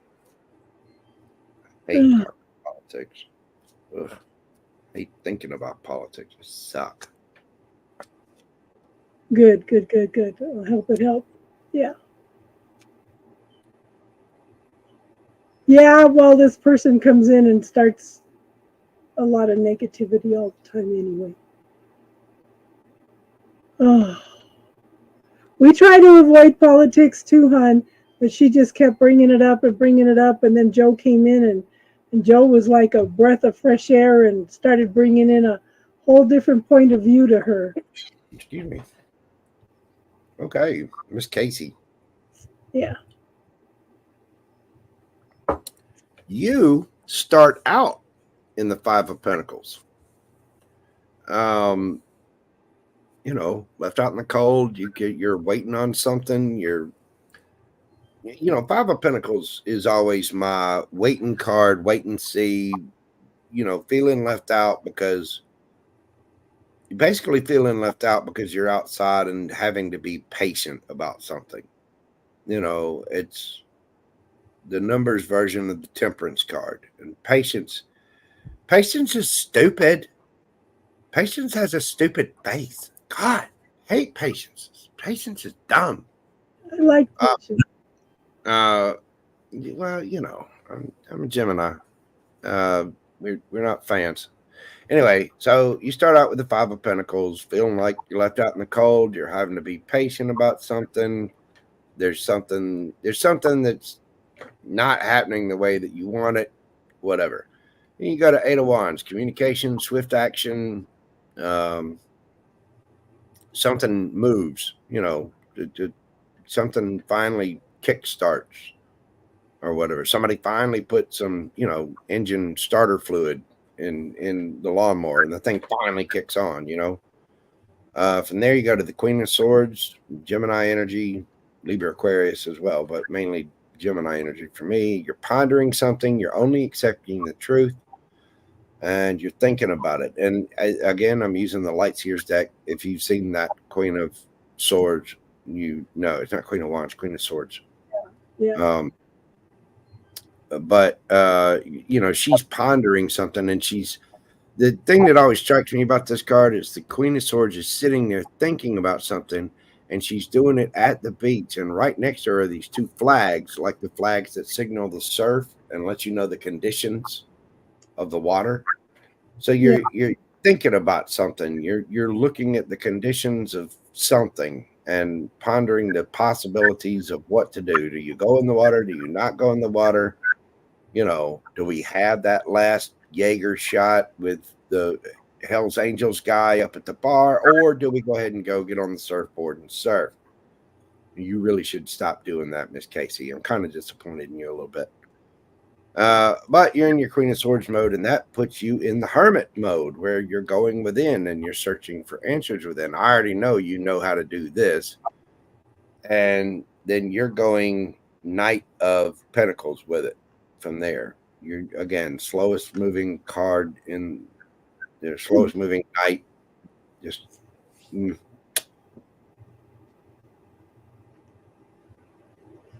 and the Knight of Pentacles would not be on the same bowling league, period. So anyway, there's some kind of offer, some kind of movement from that. It's slow, but you get there. And then you get to the Chariot. Movement, victory, could be travels of some sort. You're on the move. For whatever reason, you go from the Hermit to the Knight of Pentacles to the Chariot. There's a pickup in velocity and momentum. I'm thinking health, because I have those tests on the 13th. Okay, well, something picks up and it's in your favor, so it's good. From there, you go to the next set. You go to the Hierophant, the Six of Swords, and the Page of Pentacles, or Six of Wands, excuse me. Hierophant, your own constitution, rules, regulations, all that. You win whatever this is. You have some kind of victory. And it's about a Page of Pentacles, some kind of stable offer. Maybe you get maybe because of your own constitution, your own rules, your own manifesto, agenda, personal, whatever. You get a little victory because you get some kind of small offering. In your situation, it could be somebody coming forward with a stable offer, even though it's a little bit mature, or if it's medical related, it could be the doctor offers something new, or you get those test results in and it comes up with a aha, and it, gives you a offer in another direction. Anyway, from there how long are you saying now for at least a year that it's digestive, and they've all been ignoring me, and this is a digestive doctor, so yeah. Oh, there you go. Well, there's some kind of victory and some little offer of something coming for. I mean, that could be a prescription. You know what I mean? Well, if you're talking about the Knight of Pentacles, that could be the Capricorn also. Yeah, Knight of Pentacles, whatever it is being slow, and then it goes from the Hermit to the Knight of Pentacles to the Chariot. The Chariot's moving. Chariot is booking it and winning. So there is a pickup in velocity, momentum, speed. You go from dead still to kind of moving to, damn it, turn on the nitrous, Yeah. And then that's when you go to Hierophant, Six of Wands, Page of Pentacles. From there, you go to the World card, the end of a cycle. Again, could be traveling. That's all your fixed signs. What? Taurus, Leo, Aquarius, Scorpio. It's the end of a cycle. There's something because of the Page of Pentacles going to that. It's whatever the new offer is, ends a cycle, ends something. And then you get the Justice card and the Devil, Capricorn energy. So there's the end of the cycle. You get your justice in the situation. And then there's the Devil, temptation, Capricorn energy. Good looking dude with the hairdo from Lollapalooza in 1994. There he is. He's all muscular, got his little chest tats. You know. 6'4", 250 pounds, blonde hair, brown eyes. Hey, whatever blows your skirt up, Miss Casey. I'm not here to judge. You do what you got to do, boo boo. But you apparently with the cycle ending, you get your justice, and then right after that is the Devil, and underneath the deck for that is the Six of Swords, moving into calmer waters. So you could be getting your justice and giving into a temptation. You could be getting your justice and a Capricorn shows up. You could be getting your justice and you, I don't know. And the health stuff straightened out. Yeah, there's something there that's tempting. After you get your justice, there's something that's tempting. Whether it's a person, place, thing, situation, whatever.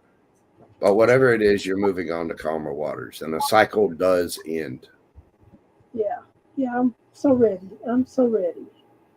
You know, universe, I want to learn about the healing and stuff, but I don't want to experience having to go through it, you know?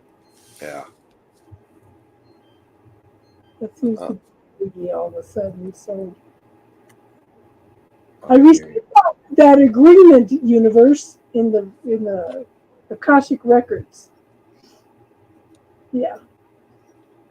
Nameless, people do need to come at things with a degree of respect, especially when talking about politics, because politics is nothing more than discussing the ideas for the social good, the betterment of all. And you would think that people with different ideas would come together and try to negotiate, compromise, be, respectful to one another in their positions. But in this day and age, even if it's just two buddies, talking and while they're fishing or something, people can't seem to be civil about it. They all want to go and jump on this mob mentality. Well, yeah, they're all buying into all these conspiracy situations and throwing all this blame and judgment and everything, and it's not just one party, it's all parties, and it's just the whole system, and it's like, quit throwing all these judgments and stuff. What can we do as a light worker to change things? It just got to be open-minded, and the more fixated you are. She goes, well, I keep seeing all these things happening, and when I dream it happens. Well, no, as light beings, we still have the opportunity to shift and change some of that energy. Nothing is set in stone. Even the Native Americans talk about that. If this happens, then this will happen. It's just all probably. The thing is, people fail to see, that it's like I don't know, what used to be common sense is definitely not that common anymore, because like you look at Darwin's books, he talks about in the theory of evolution in his book, he's talking about survival of the fittest, right?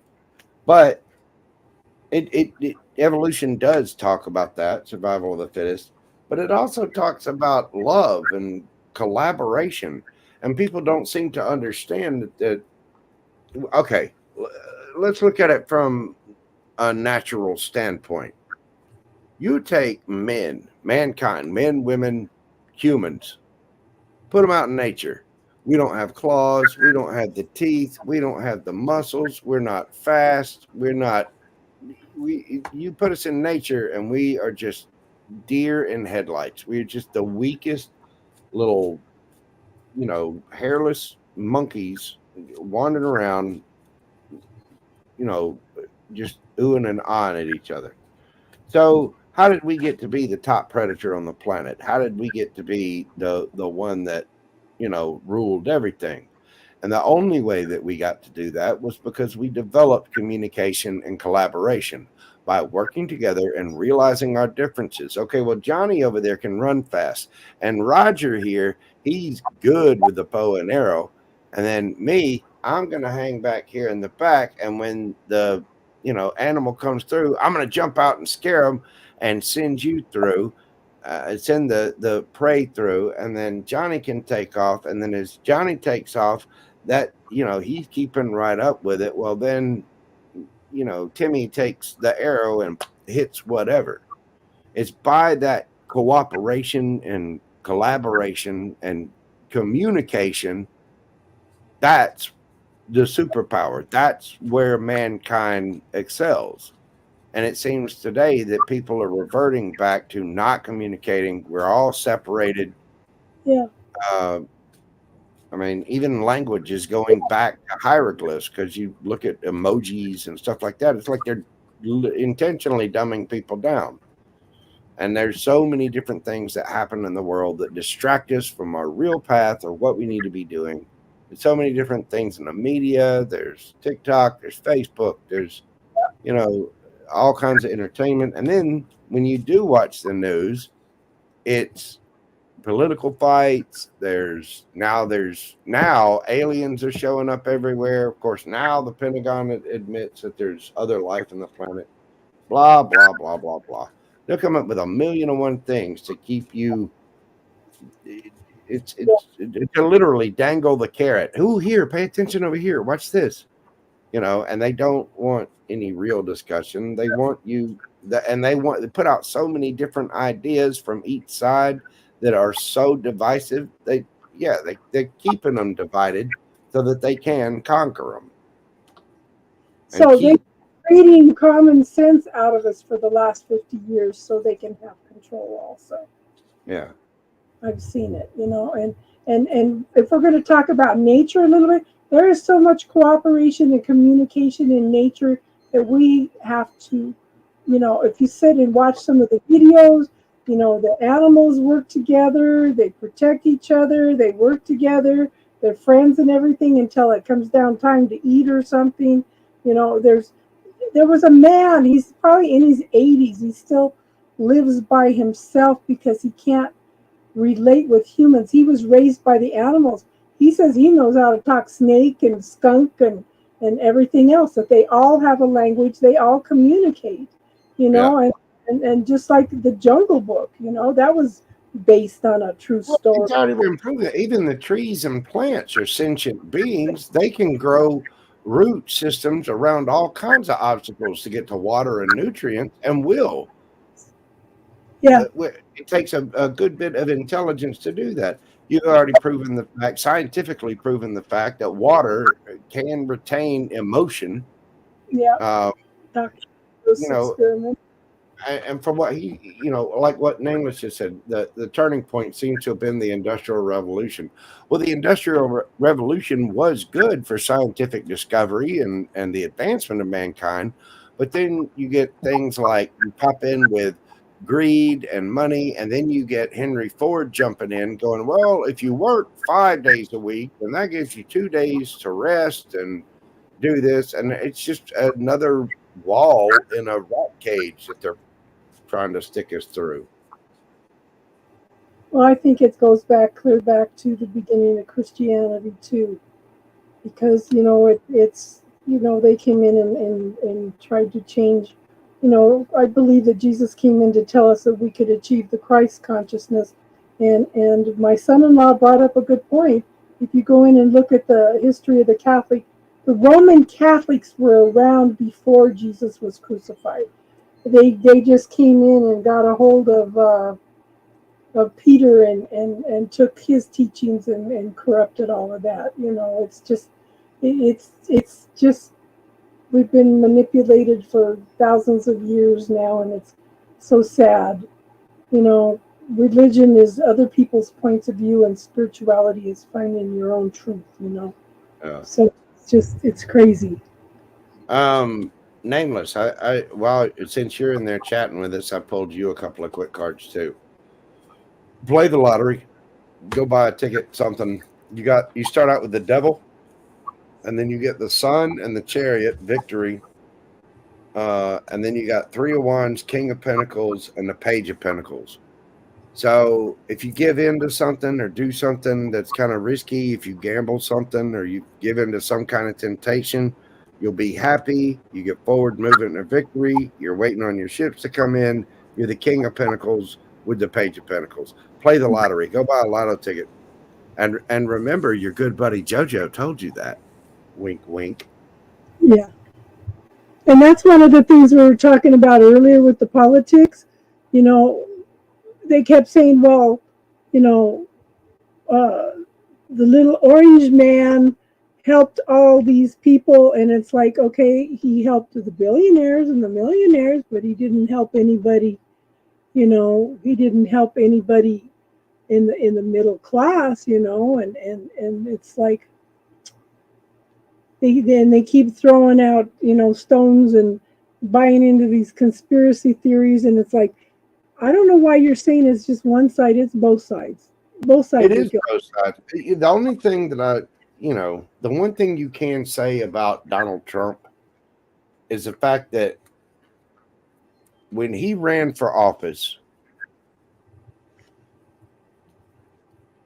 you know, when politicians run for office, they make all these campaign promises about what they're going to do or what they're going to try to do anyway.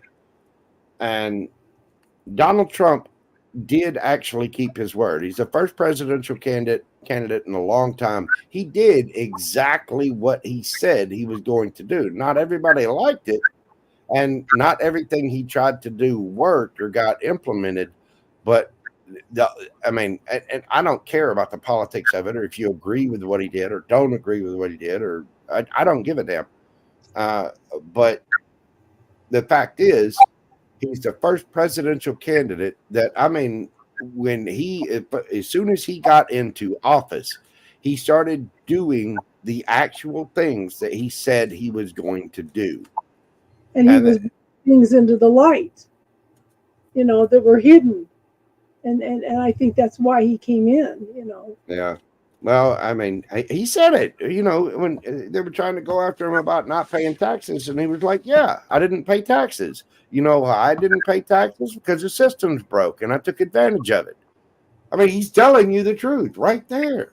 Exactly. He's telling you exactly who he is. You know. Oh, yeah, Nameless. Check out my subscribe to my channel. I need more subscribers. Last week. He did last week. Oh, did you? Oh, okay. Yeah. I've been, you know, I've either been at a computer, a drafting table. I haven't even been to the grocery store yet. I got to go in the morning. Little Gumbo's getting mad because I haven't gotten him any lettuce in a while. You know, he likes his salads. Yeah, Tinky's sitting under my feet because she's hungry. She wants to go to bed. Yeah, Nameless, do play, like I said, get a scratch-off ticket or play the lottery or I don't know, go have a drink or something. Whatever it is that, you know, something tempting and kind of devilish and deviant is going to pay off for you really well. All right. Can you guys hear me all right?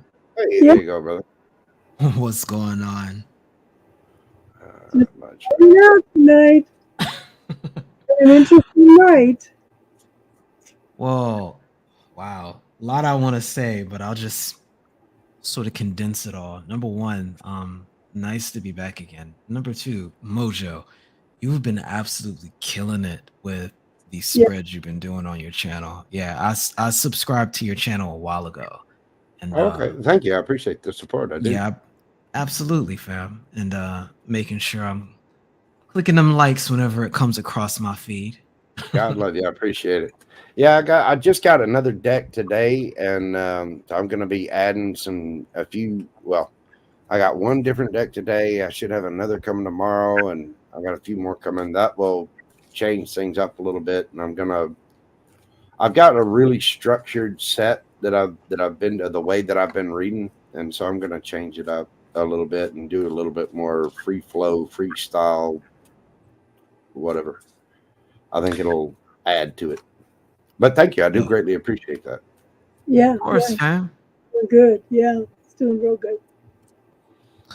But yeah, I was talking earlier. I don't know. Like I said before, I do try to avoid the political conversations just because I recognize that, firstly, my perspective is quite antithetical towards a lot of people's. It is very anecdotally constructed, and it's reinforced with a lot of research and my subjective opinion, which is why I recognize that a lot of what I would say ends up being triggering.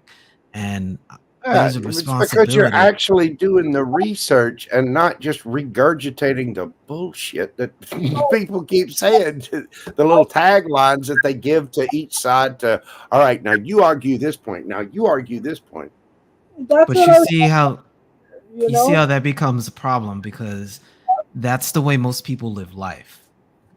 And so if you interrupt that pattern and you haven't introduced another means by which people can reconstitute their worldview, you then become the mortal threat that's a danger to it all. And Yeah. very quickly, otherwise very reasonable, rational people become very irrational and weaponize whatever you say against them. And it eliminates the opportunity for constructive dialogue unless you can reset things. Right. They become no better than the trained little troglodytes or monkeys they stuck up in space to figure out if their eyeballs are going to explode before we stick a human up there.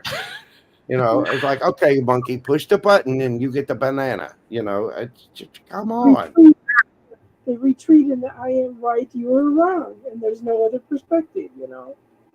Yeah, I think getting out of this greater than, lesser than dichotomy Exactly. is one of the great challenges right now that people are facing with regards to their advancement. And people are going to have to really ultimately make the choice. Well, I guess there's technically three, right? But two in general. Either you're going to accept this greater than, lesser than, and you're going to go full Sith with the intention on taking over the universe, or you let it go and you work on trying to become one with it instead. And I think I think there is a major awakening going on amongst women right now, not just here, but the whole world, you know. Yeah. There's a shift. I think we're shifting more in from a masculine energy into a feminine energy right now, and there's more of an awakening for women. Women are starting to reclaim their power some, and it's like finally, you know, and it's like, yeah, we need to come more into balance. It's swung from one direction to the other direction. Now we need to come together in the middle, you know.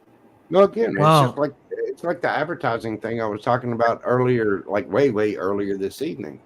You know, you get different manufacturers and people. The people that are doing it right are the people that don't have to advertise, that don't have to push something. Again, like Lamborghini or Morgan. Yeah. You'll never see an advertisement for any of those companies. Good night, newbie. Take care, newbie. Because they're some of the finest craftsmen in the world, building some of the finest machines in the world. They are not worried about advertising. If you want to buy one of their products, there's a way for you to get in touch with them. And yet every single one of us knows exactly what a Lamborghini is, what it Yep. looks like. You've seen pictures of them.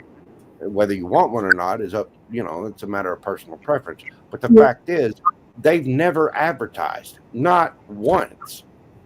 And everybody in the world knows what they are because they're making a brilliant product from brilliant engineers and some of the finest craftsmen in the world. It's because they're focused on what they're doing instead of telling everybody else about what they're doing. Yeah, they're working in cooperation too, you know. Mm-hmm. Yeah. I had a conversation. Well, not conversation. I did a live stream about the gender piece. And I equated it to the ritual of summoning, essentially, and how women at its core represent being portals, and Right. how the traditional role of the masculine energy archetype is to be like the sorcerer. And when the two roles get confused and they don't have a unified purpose in what they're doing, it can very easily throw each one out of order because there's an aspect of the other within the other. Yep. So you can have portals that operate independently and sorcerers that operate independently with themselves serving as portals. The Well, question, mankind quit doing the natural thing a long time ago. You look at, okay, you look at birds. Birds naturally have brighter feathers or do a little dance or whatever to attract a mate, right? They're doing something to improve themselves, even on an unconscious evolutionary level. I mean, down to the cellular DNA level. right, And there's an exchange. they're changing their stripes, they're doing whatever. That way the male bird dances just right, and the female bird looks at them and says, "Ooh, baby, baby." And then all of a sudden, a couple of weeks later, you got eggs and they're fertilized and giggity, and new birds appear in the world. But look, And I'm tying that into the point I was making earlier with regards to what brought the gender point up. It was to state that, number one, the intention for what's being summoned has been thrown off very aggressively. And I go back to a point I made in the chat earlier, in that when human beings are brought here with no purpose, their commoditization is only natural. And Yeah. I begin seeing that when the order of things and why the order was even established is called into question due to things such as the Industrial Revolution. And the problem with the Industrial Revolution is it made aggressive changes without offering any cultural response to counterbalance. And so you now are given, and we'll use this word balance as a guide. Yes, you give women an injection of masculine potentiality. And at the same time, the masculine is not given a feminine opposite but equal context to counterbalance. They're still expected to operate fully within the masculine, but that masculine now has all these artificial restrictions that previously didn't exist.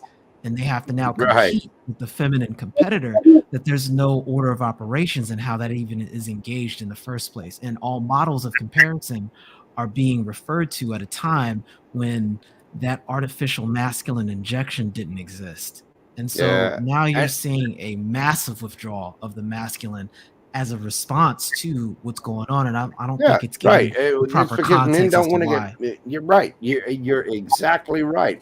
People, men out in society, especially out in the dating, they don't want to hear it anymore.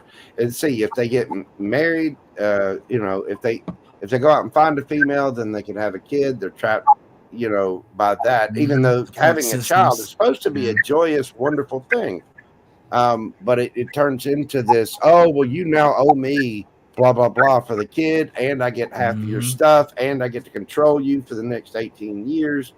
Blah blah blah blah. So guys are getting to the point where they do not want to get married anymore, and then women turn around and that's when they drop that little masculine manifesto that they've had going on of them, because it's one thing to have women that are self-empowered and being truly empowered females. It's another when they're just straight up toxic about it, when women take on toxic masculine traits.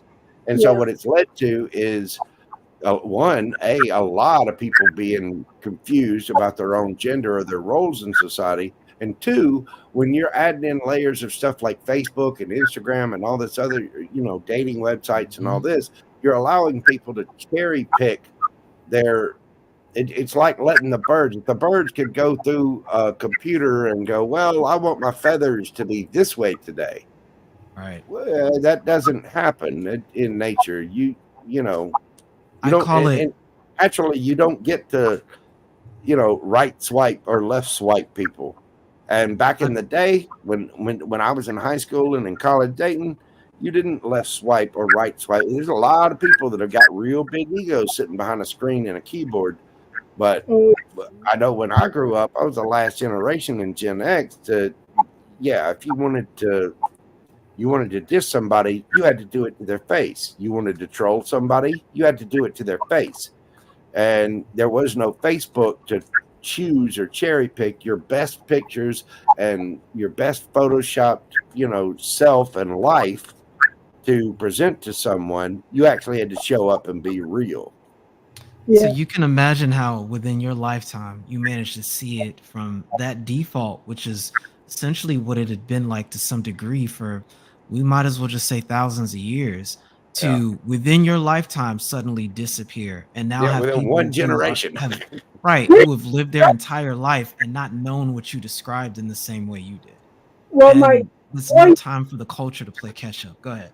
my boys keep telling me, "Oh, you're old-fashioned. You don't know anything. You're stuck in this and that." For one thing, I'm a Libra. I try to look at both sides, okay? For another, I have watched how things have changed the last 60 years, and it's like I see this and I just see everything that's going on, and it's like I'm sitting back and I'm watching and I'm observing and I'm learning from all of this. But they can't understand the things that I am seeing because they are so stuck into the conspiracy theories and everything, and it's like they don't want to hear anything I have to say. The problem that we see going on right now is there was a lot of unintended consequences of all of the brakes being let up off of the social decorum that's centered around gender. And specifically when the government intervened and then the corporations took advantage of that. With human beings not being as involved in the developed first world as to the regulation of a lot of these things, you started to see more parental authority be defaulted to not just the state, but corporate interest as well. Exactly. So with that, the lessening of respect for the order of operations with regards to human hierarchy, your influence as a parent, or even just as an elder in general, that role was the first to get sacrificed and seen as redundant. Right. Because And it's since been the replaced with education this mantra system's of newer is better. I'm just completing the thought with regard to that. I'm saying this idea that newer is better and newer equals progress is what made or placed the elder and the role of elder so out of context that it's almost pushed out of the social lexicon as far as any validity is concerned. Yeah, according to my boys, I don't know anything, but my girls think I'm the smartest thing in the world, And it's like I'm just trying to pass on some knowledge and things, and I don't know. I just try to do what I can do. You got to be open to listening. It's told me the other. Why didn't you tell me this before? I said, I've been telling you this for years. You just weren't ready to listen to it. My parents, my parents decided to get into their own little egotistical war with the divorce, and I was a purse my mom didn't want and a fucking coat that my dad wouldn't wear. It just, and that's very true. They saw me as a living embodiment of a completely horrible and failed marriage. So they just left me to my own devices. And luckily I made a few good choices back when I was a kid. And one of the best things I did was go into the Boy Scouts and made it all the way up to Eagle Scout. But at least that lesson in nature, how to survive, what to do, where, how to function. When you take that knowledge back to that natural level, all of a sudden you start to look at the computers and everything that we're doing, and you see it for what it is. It's a tool. It's not life. Facebook is not a proper representation of a person, and I don't care what kind of dating app you're on there. You're not going to, that's never going to replace, seeing a cute girl across the room, going up, having to have the balls to actually stand in front of her and go, "Hey, how are you doing? I'd like to get to know you. Would you like to go out?" And have that girl that now nobody wants to. Everybody's all feely, and they're like, "Well, I don't want to hurt their feelings." No, I'm a grown ass man. Would you like to have dinner or not? You can say no. It's fine. I'll be fine without you. But no one's going to do that. And then you look at the new culture that's come in, the newer generations with trolling and things like that. They're getting awful brave because they grew up this way. Yeah. You know, troll me in front of my face and see if I don't actually knock your ass out. You know, it's real easy to get away with something when you're not going to be punched in the face. Yeah, anonymity on. Go ahead, Casey, and I'll follow up after you. I was saying men are terrified of rejection nowadays, you know. They're afraid to approach a woman. They're afraid to be cut down, you know. And women don't have the time to look up and see if anybody's looking at them. There's somebody that might interest them. There's such a disconnect and verbal, not verbal, but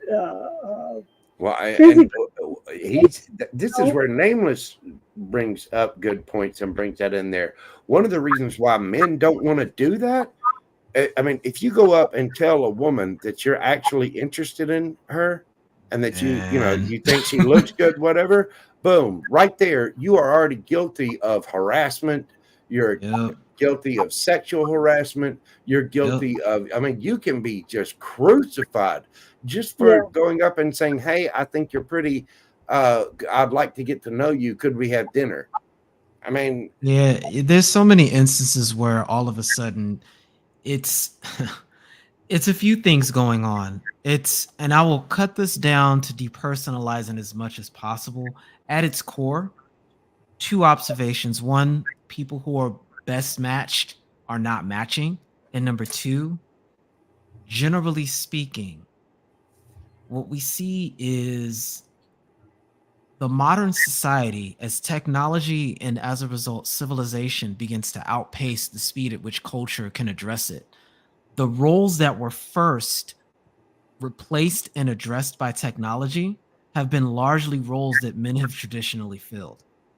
So what we're seeing is as you add on more first world infrastructure, it's the role of men that gets called into question first.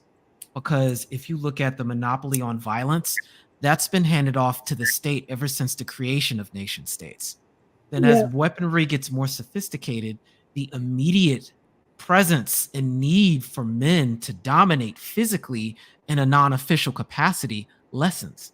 Then you get the work that can potentially they're even get done. taking them with it. I mean, like it used to be. You look at look out on the highway. You're going to see cars from the 50s, 60s, and early 70s that are still running just fine. Sure, they're getting 11 gallons to the mile, but the fact is, those cars are still there, and that's when cars were made by hand. Then all of a sudden, you start taking away those jobs of what's traditionally considered a male role, and now they can be done with robots. We don't need you. And so the men are left to figure out how to do something else. You work on the computer, go do this. Really, the only basic jobs that are left are aspects of construction, really. Yeah, construction and certain aspects of farming. But even farming is becoming that's quickly being automated. It so is. I wanted to complete the thought because you're on the same page. You're seeing where I'm going with that. Yeah. So by and large, the rate that men are affected by the advancements of technology is definitely and has not been so far the same rate affected with women. Right. So what the result is that what women naturally do in their social role went from being required and as a means by which men would leverage their social role in the way of a social contract. Men have lost their leverage in the same conversation because women have access to the same technology a man does. And exactly. their role socially and therefore they don't need them. Right. Well, that's the perception. So family is seen as an option at this point. So if family becomes seen as an option, it disincentivizes a lot of men from the very onset. Then secondly, when you add in things such as birth control and then the free sex movement, what you get is a default to an older state of civilization in a modern era, because women ultimately do the choosing. I know it's not popular to say otherwise, but women ultimately are the ones that do the Yeah, choosing. right.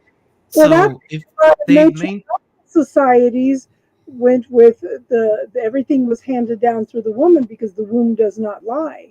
You well, know, that's my point. My point remains that at the end of the day, men have lost social agency in everyday mundane scenarios. And yeah. so there hasn't been a replacement or an update to the social contract to dictate what is classified as acceptable behavior and what is an acceptable ritual of interest that a dude can actually engage with the woman across the board in order with. It's Yeah, Thrown turned out into of this and at the situation where same, every woman has their own prerequisites that there's no way this dude would know out the gate, unlike before. Does that and make sense? sadly, you see a lot of men, the increases in this are just through the roof. This is why you see a huge increase in sex trafficking and things like that. There's because of the symptoms of the very issues that you're talking about end up being that certain men are going back to an almost primal state of, I want it, I'm gonna go over there, I'm gonna hit it in the head with a club and it's mine.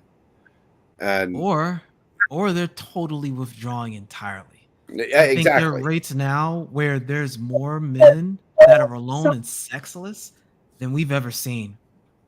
Our society is just so screwed up that it's just knocked everybody's perception out of who they are and who they should be. You know, there's so many points of view about how things should be and belief systems and everything that it's just skewered everything. You know. But I think the good news is that I think ultimately, overall, we're back to that question that I brought up before about all of these opportunities that are now being presented because of technology, unironically. It can serve as a means by which people are made to become more like the technology, or the technology can be used as a tool to elevate their own spiritual progression and awakening. And it's really going to be up to the opinion or the inclinations of the individual that has to make that choice, because we won't have all of this negativity presented to us without a profound positive offered right alongside it. It's just a matter of whether or not people have the proper perspective to even see it. Because I think we're going to have two worlds overlapping, existing concurrently at the same time. And Well, you whichever already one you do live in in is many going to be ways. off your point. Exactly. I think the framework for that has been laid out. And And the I think sad that's thing is, you realize Hank Williams Jr. was singing about this, God knows how many years ago when he wrote Country Boy Can't Survive. I mean, you're talking about almost the exact same problems. And, I'm a metal fan. Yeah. But I learned, I mean, being in Alabama, God knows I've heard force fed tons of country music. It was just, but then, as I learned to play guitar, you realize that a lot of the blues and where metal came from has its origins in rock and then blues, and then the blues led to country, it led to rock, it led to all this. And so, like, Country Boy Can't Survive by Hank Williams Jr. is played in a drop D tuning, which is almost the exact same tuning as most of the metal bands out there. But when you look at like Hank Williams Sr., Hank Williams Jr., you're talking about highly, highly, highly progressive lyrics, progressive styles of music. Both of them are, God knows how many years ahead of their time as far as musical style. And when you look at the lyrics of A Country Boy Can Survive, is precisely what I'm talking about. You just stated, yeah, these particular traits of a man have been deemed useless to modern society. All of a sudden, they're either bad or they're just obsolete somehow. And yet, I know this particular, high-tech redneck prefers to take grey poupon with the sandwiches when I go to fish until dawn. You know. But it's true. Sure, I can have sophistication and modern. You know, yeah, I play guitars. Yeah, I'm sitting here looking at 8 different computer monitors. Yeah, I'm a modern man that's easily willing to be vulnerable, emotional, you know, educated and evolved to a certain point. But at the same time, because of the skills and the time in which I was born, I did go through the Scouts. I learned how to make a campfire. I learned how to chop wood. I learned how to plant seeds and grow, you know, a vegetable garden. Yeah. I know how to fish. A country boy can survive. I can make wine. I can grow my own smoke. I can, you know, I can do all the damn things that I need to do. And I don't. And like clean my own fish. I could, you know, travel. I could read a map. I could do, you know, all these things, you know. Yeah. I mean, that's why I think the transition is a difference between an indoctrination based society, which is very third density related, versus an initiation based society, which has the potential to bring you into a fifth dimensional or fifth density sort of existence, and that it isn't so tied to this idea of greater than, lesser than dichotomy, or Right. I guess what people call polarization. You know, things that are tied to this good, evil, greater than, lesser than, this black, white, all this idea of duality. It goes back to this concept of oneness, because Well, it's because they've taken away the simple steps that lead to that kind of. Here, I'll give you a real good example of this. I was talking to my niece on the phone the other day, and I was like, you know, I had to go to the T-Mobile place. I had to go let them look at my phone. It was doing something funky or whatever, and I had to leave my phone there for a little bit. And I left, and I went. I had to go by the store, and I was picking some stuff up, and I was going to my niece's. So I stopped, and I asked the store people if I could borrow their phone because I didn't have mine.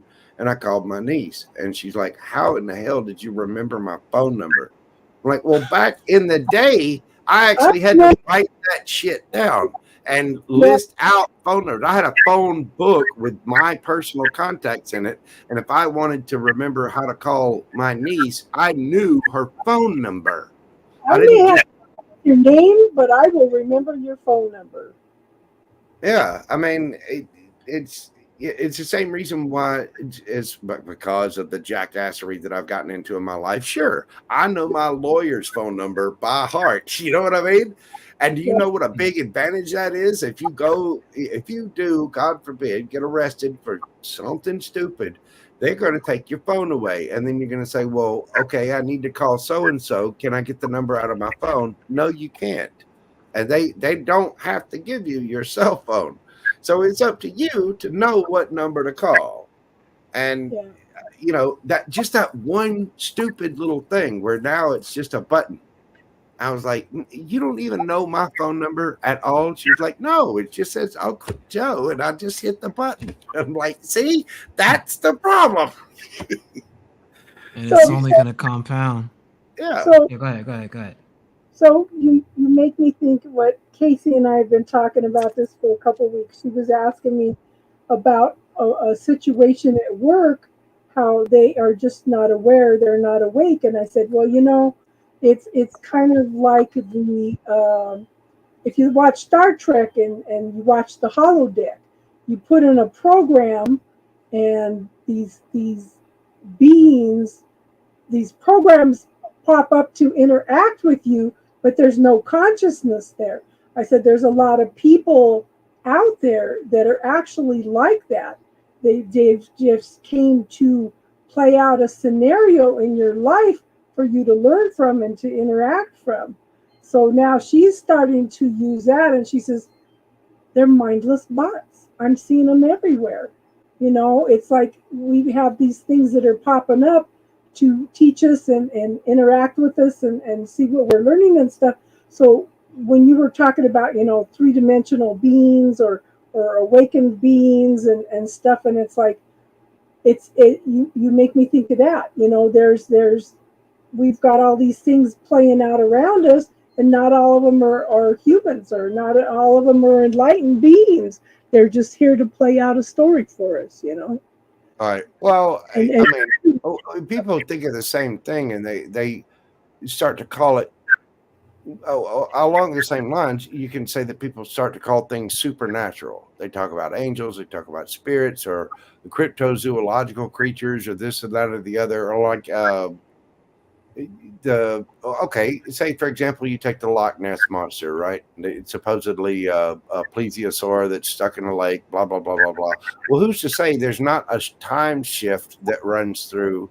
Exactly. I mean, if we live in 3 dimensions, and then the 4th dimension is time, and then the 5th dimension is the ether, well, it's already been mathematically proven that there are 11 dimensions. If we only live in 3 and we can count the 4th, then what lives in the other 7? And so if a time wave were to go through right over Loch Ness, right over ley lines or whatever, even if there's some kind of energy vortex or mini, you know, wormhole or whatever the hell, and all of a sudden time shifts just for a minute, so that the people looking at Loch Ness then all of a sudden see a plesiosaur there that's perfect. It's just a plesiosaur. It's just one, and the time shift, and whoop, there's your dinosaur for half a second, and then bam, the time shift moves, and it's not there anymore. And that's why I honestly believe that people that sit there and call things supernatural have not taken the time to examine mentally any of it, because it's not supernatural. It is simply superior to our natural ability to know, or our natural ability to understand what's in other dimensions and what lives there. It's not supernatural at all. It's perfectly natural. You're just an idiot. You are a well-shaved ape. Get over it and eat your Pop-Tart. Well, that's the trap of perspective, right? Like, it places limitations on the limitless. And in order to sustain it, belief has to be put in place. That's the fuel that it burns off of. And oftentimes, in the face of overwhelming evidence, you need a matter of consensus to reinforce that belief. And so it becomes a consensus-based perspective, or in many instances, a consistence-based delusion. And it's surprising how effective that can be in helping people. It is, but miss at the same point. time, you've got a constant right there in the form of math. You know, math is the same no matter how many dimensions you have, no matter what. And the universe, no matter what universal laws come in, you could go to a different timeline, you could go to a different universe. Math is the only thing that remains exactly the same. And so when you take, you know, different algorithms and different theories and different mathematical equations from, it doesn't matter how many timelines there are, it doesn't matter how many dimensions there are, whatever. Again, it's been mathematically proven. There are 11 dimensions. There are. It's mathematical fact. I mean, it's the same as 1 + 1 = 2. Right. I was listening to a scientist that says they can prove that there's 64 dimensions at least. And I said, it's interesting because if you look at some of these cycles, everything is like 32, 64, 128, like it is with the computers. Right. It follows the binary pairing.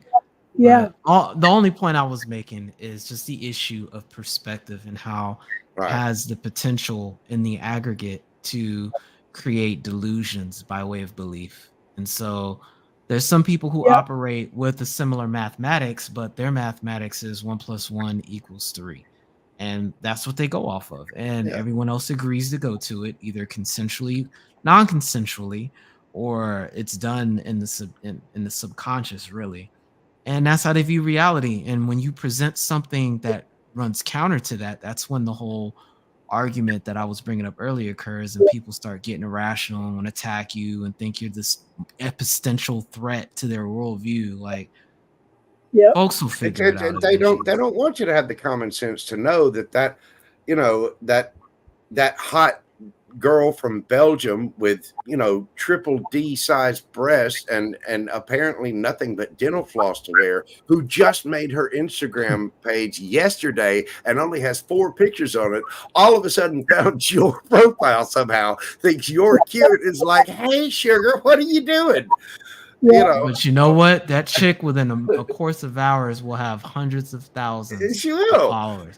So that's where my concern is, looking at the mathematics as to why something so obvious and goofy is so consistent. Because you know what's happening now, right? Those images, those people aren't even people anymore now. They're Yeah, now AI it's all generated AI. images now, right? Yeah. And that's where I get concerned, because if the algorithm is still there, and we talk about a lot of the problems we mentioned prior to that, and That's remember why what I it's so said, since important they to can't know make how to. That right there is exactly why it's important to know a phone number. Why it's important to know how to go outside, dig a hole, make a latrine, make a fire pit, grow a tomato plant. You know, grow your own weed. You know, I'm it's with you. precisely the reason why it's you need to learn to get outside and go fishing. But the Get overwhelming your majority eyes of off people, of the screen. You know. the overwhelming majority of people that are growing up now are growing up in a world where they don't even know what that looks like. They're learning how to interface with other people through technology first, rather than their own physical bodies. And that's the generation that people need to be concerned about, because Yeah. they're going to be neurologically optimized to do that. And it will be alien to try to speak to people from their perspective. Yeah, Alien to and the speak to only people thing they're face to willing to face. learn to grow is weed. These people will have no idea how to grow food whatsoever. One of the things that I established was you know, my kids, I took Oh, them camp traveling and everything, and my grandkids and my great grandkids are all doing camping and traveling and the outdoors and sports and everything. You know, it's you've got to keep up all that physical and learn all the different things, and you know, encouraging Boy Scouts, even though they have views around that now, and you know, it just, my daughter, my youngest daughter was an adventure scout. She worked at the Boy Scout camps teaching survival stuff and shooting and all kinds of stuff, you know. The books that I keep here at the house, you know, I'm not a big fan. I'll read, but I do read a lot of stuff online. Or the one thing I'm a big fan of is the one way that I've utilized technology is to go in, and I never like to sit down and read a book. So the way that I got through reading books through college and high school was I would read it while I'm in the bathroom. You know, I'd sit down and read one chapter while I was there, kind of as a captive audience kind of thing. But I never liked just sitting down and reading a book. I just ADHD. I can't sit and concentrate that long. So what I'll do is I'll select the text, get it in a digital format, and listen to it, or listen to an audiobook. But of the books that I do have and have collected, they're all like the Foxfire books, which teach about basic survival in the wilderness, different herbs, different things that you can eat, how to farm, how to can, how to, you know, how to hunt, all these different things. And then I've got other books that I've kept on basic education, how to teach, you know, reading, how to teach math, how to teach this, you know, that's the collection of books that I've inherited and still keep, along with all the books that I got when I was in Boy Scouts, because they contain knowledge that is so lost on modern society. Yeah. It's the one thing that made me feel quite appreciative of the fact that I did grow up in the Deep South, in a rural setting in the Deep South, because it is so outdoors. It is so woods. You know, there's this girl, a friend of mine, Christina. She got in trouble and ended up having to go to juvie for some shit she pulled out of the Anarchist Cookbook. I don't know if you've ever heard of it or seen it. She caught her boyfriend cheating. Now, I got to remember, this was 1980. 88, I think. I don't know. I was in high school. It was 88 or 89. She catches her boyfriend cheating. And so she was a little hot-headed. I think she's maybe a little bit of a Leo mixed with a Scorpio, on the low vibrational side, you know. And so she went and she busted out his taillight, and she ran wires from the positive and negative from the bulb into his gas tank. Well, what's the first thing you do when you get in the car? The first thing you do, you put that foot right on that brake, and as soon as that hit, boom. And you won't find shit like that today. I mean, people just don't have that kind of knowledge, and it's a horrible thing to, you know. Yeah, it was bad. She blew his truck to holy hell and back, and ended up going to juvie. But there's not one girl I know of today that would be able to come up with that. And it's because she read and was there in the sticks, and she was like, oh, I'll show his ass, you know. But there's a lot to be said for that kind of basic knowledge that people just do not get today. Everything is push button, super fast, order it now, get it now. But you know, that's not what scares me the most.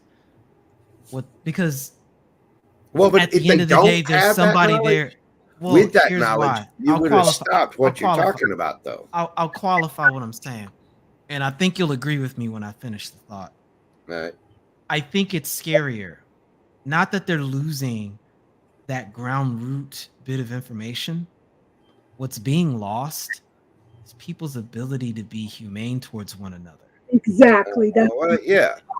And what I mean by that is deal with the real circumstances of things. That's part of it, but it's a lot simpler than that, and even more terrifying.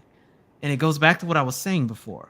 If we recognize the fact that in the first 7 years of life, our brains are going to be calibrating to the environment that we're likely going to be experiencing the rest of our lives in.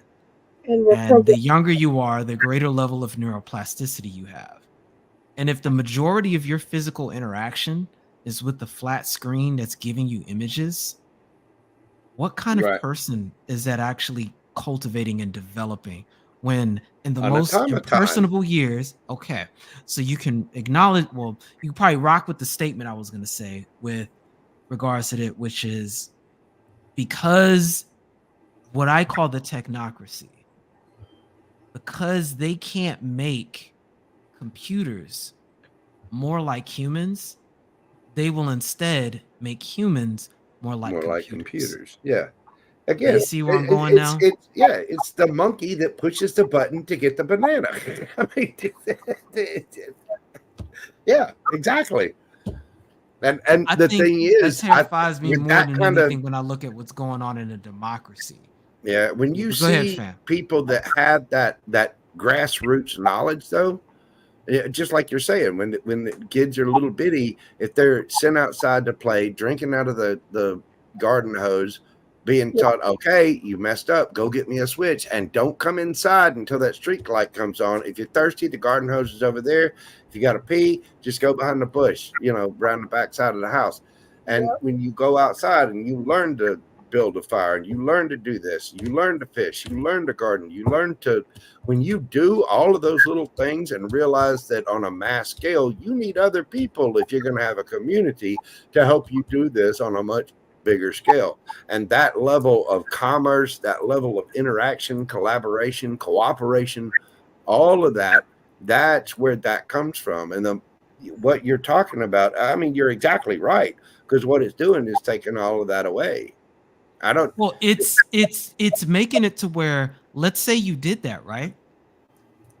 What it's doing is, even if you put these kids in an environment after the age of 7 to where they need to cooperate, to work with one another, and you're trying to offer them these skills, it still doesn't connect. You get a very sociopathic means of relatability that reminds you of cluster B personality disorder types, where people are maliciously emulating empathy rather than actually having it. Yeah. You know what I'm saying? That's where I get terrified. Yeah, because because the they're quickly society is becoming social encouraging it. justice warriors that says if you have any thought whatsoever, then if you have any opinion about anybody on any level, all of a sudden you're the devil. You know, you're the bad guy. And So you it's can like, see, now wait a minute. There are certain, and don't get me wrong, there are certain social paradigms that we need to address. You know, the equalization of pay for women. You know, equal rights. Let's not worry about skin color. There's some very real social injustice things that need to go on. But then you get to the point, just like you were saying earlier, where a guy can't say a damn thing to a woman that he finds interesting and wants to date, or he's automatically guilty on a social level and on a legal level of harassment, sexual harassment, all these other things. And that, as a culture, as a society, is what's becoming dangerous as hell. And that's why there are certain people that are just they just give up. They're just like, yeah, fuck this.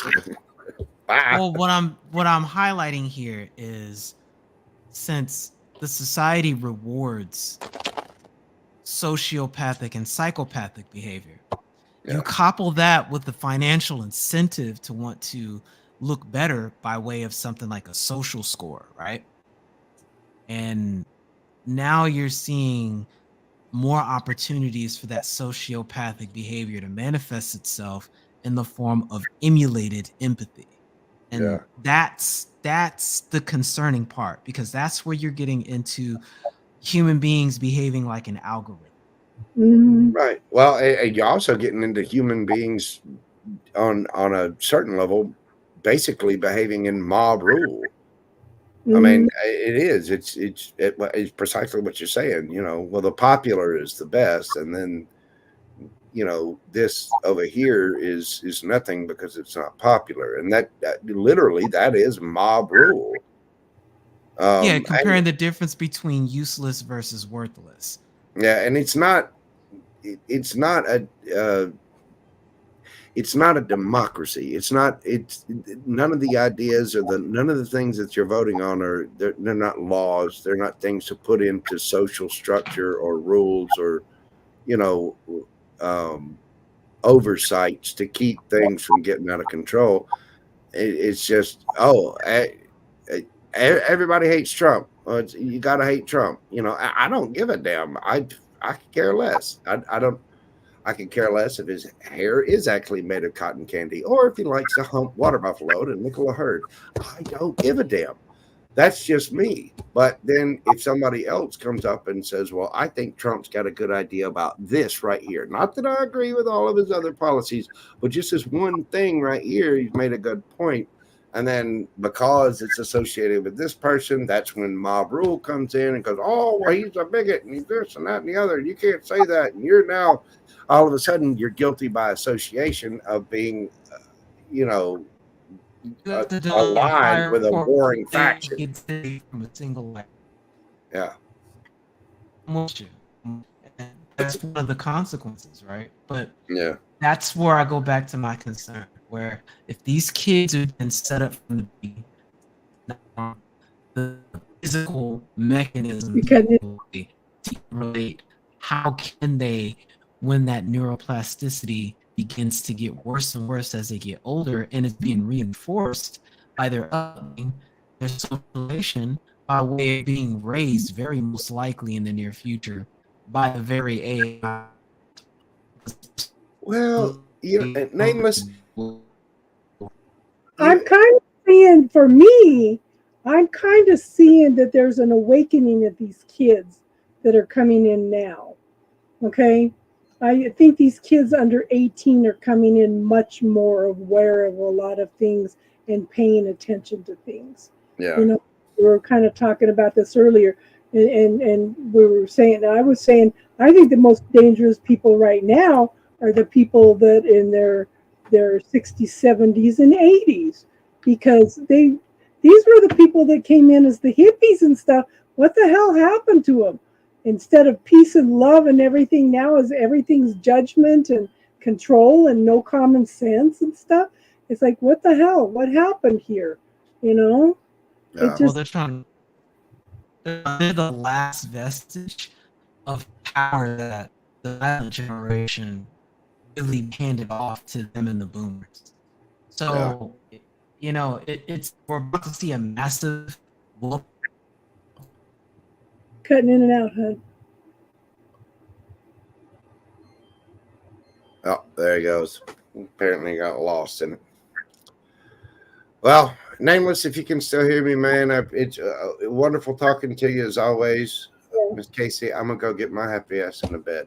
Yeah, I've been on here for almost 7 hours. Exactly. Okay.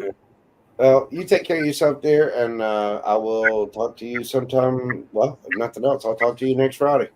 Okay. And Nameless, if you can hear us, come back on earlier next time, okay? We will continue this. Y'all have a great night. Love, love, love. Love, love, love. Namaste. Namaste, man.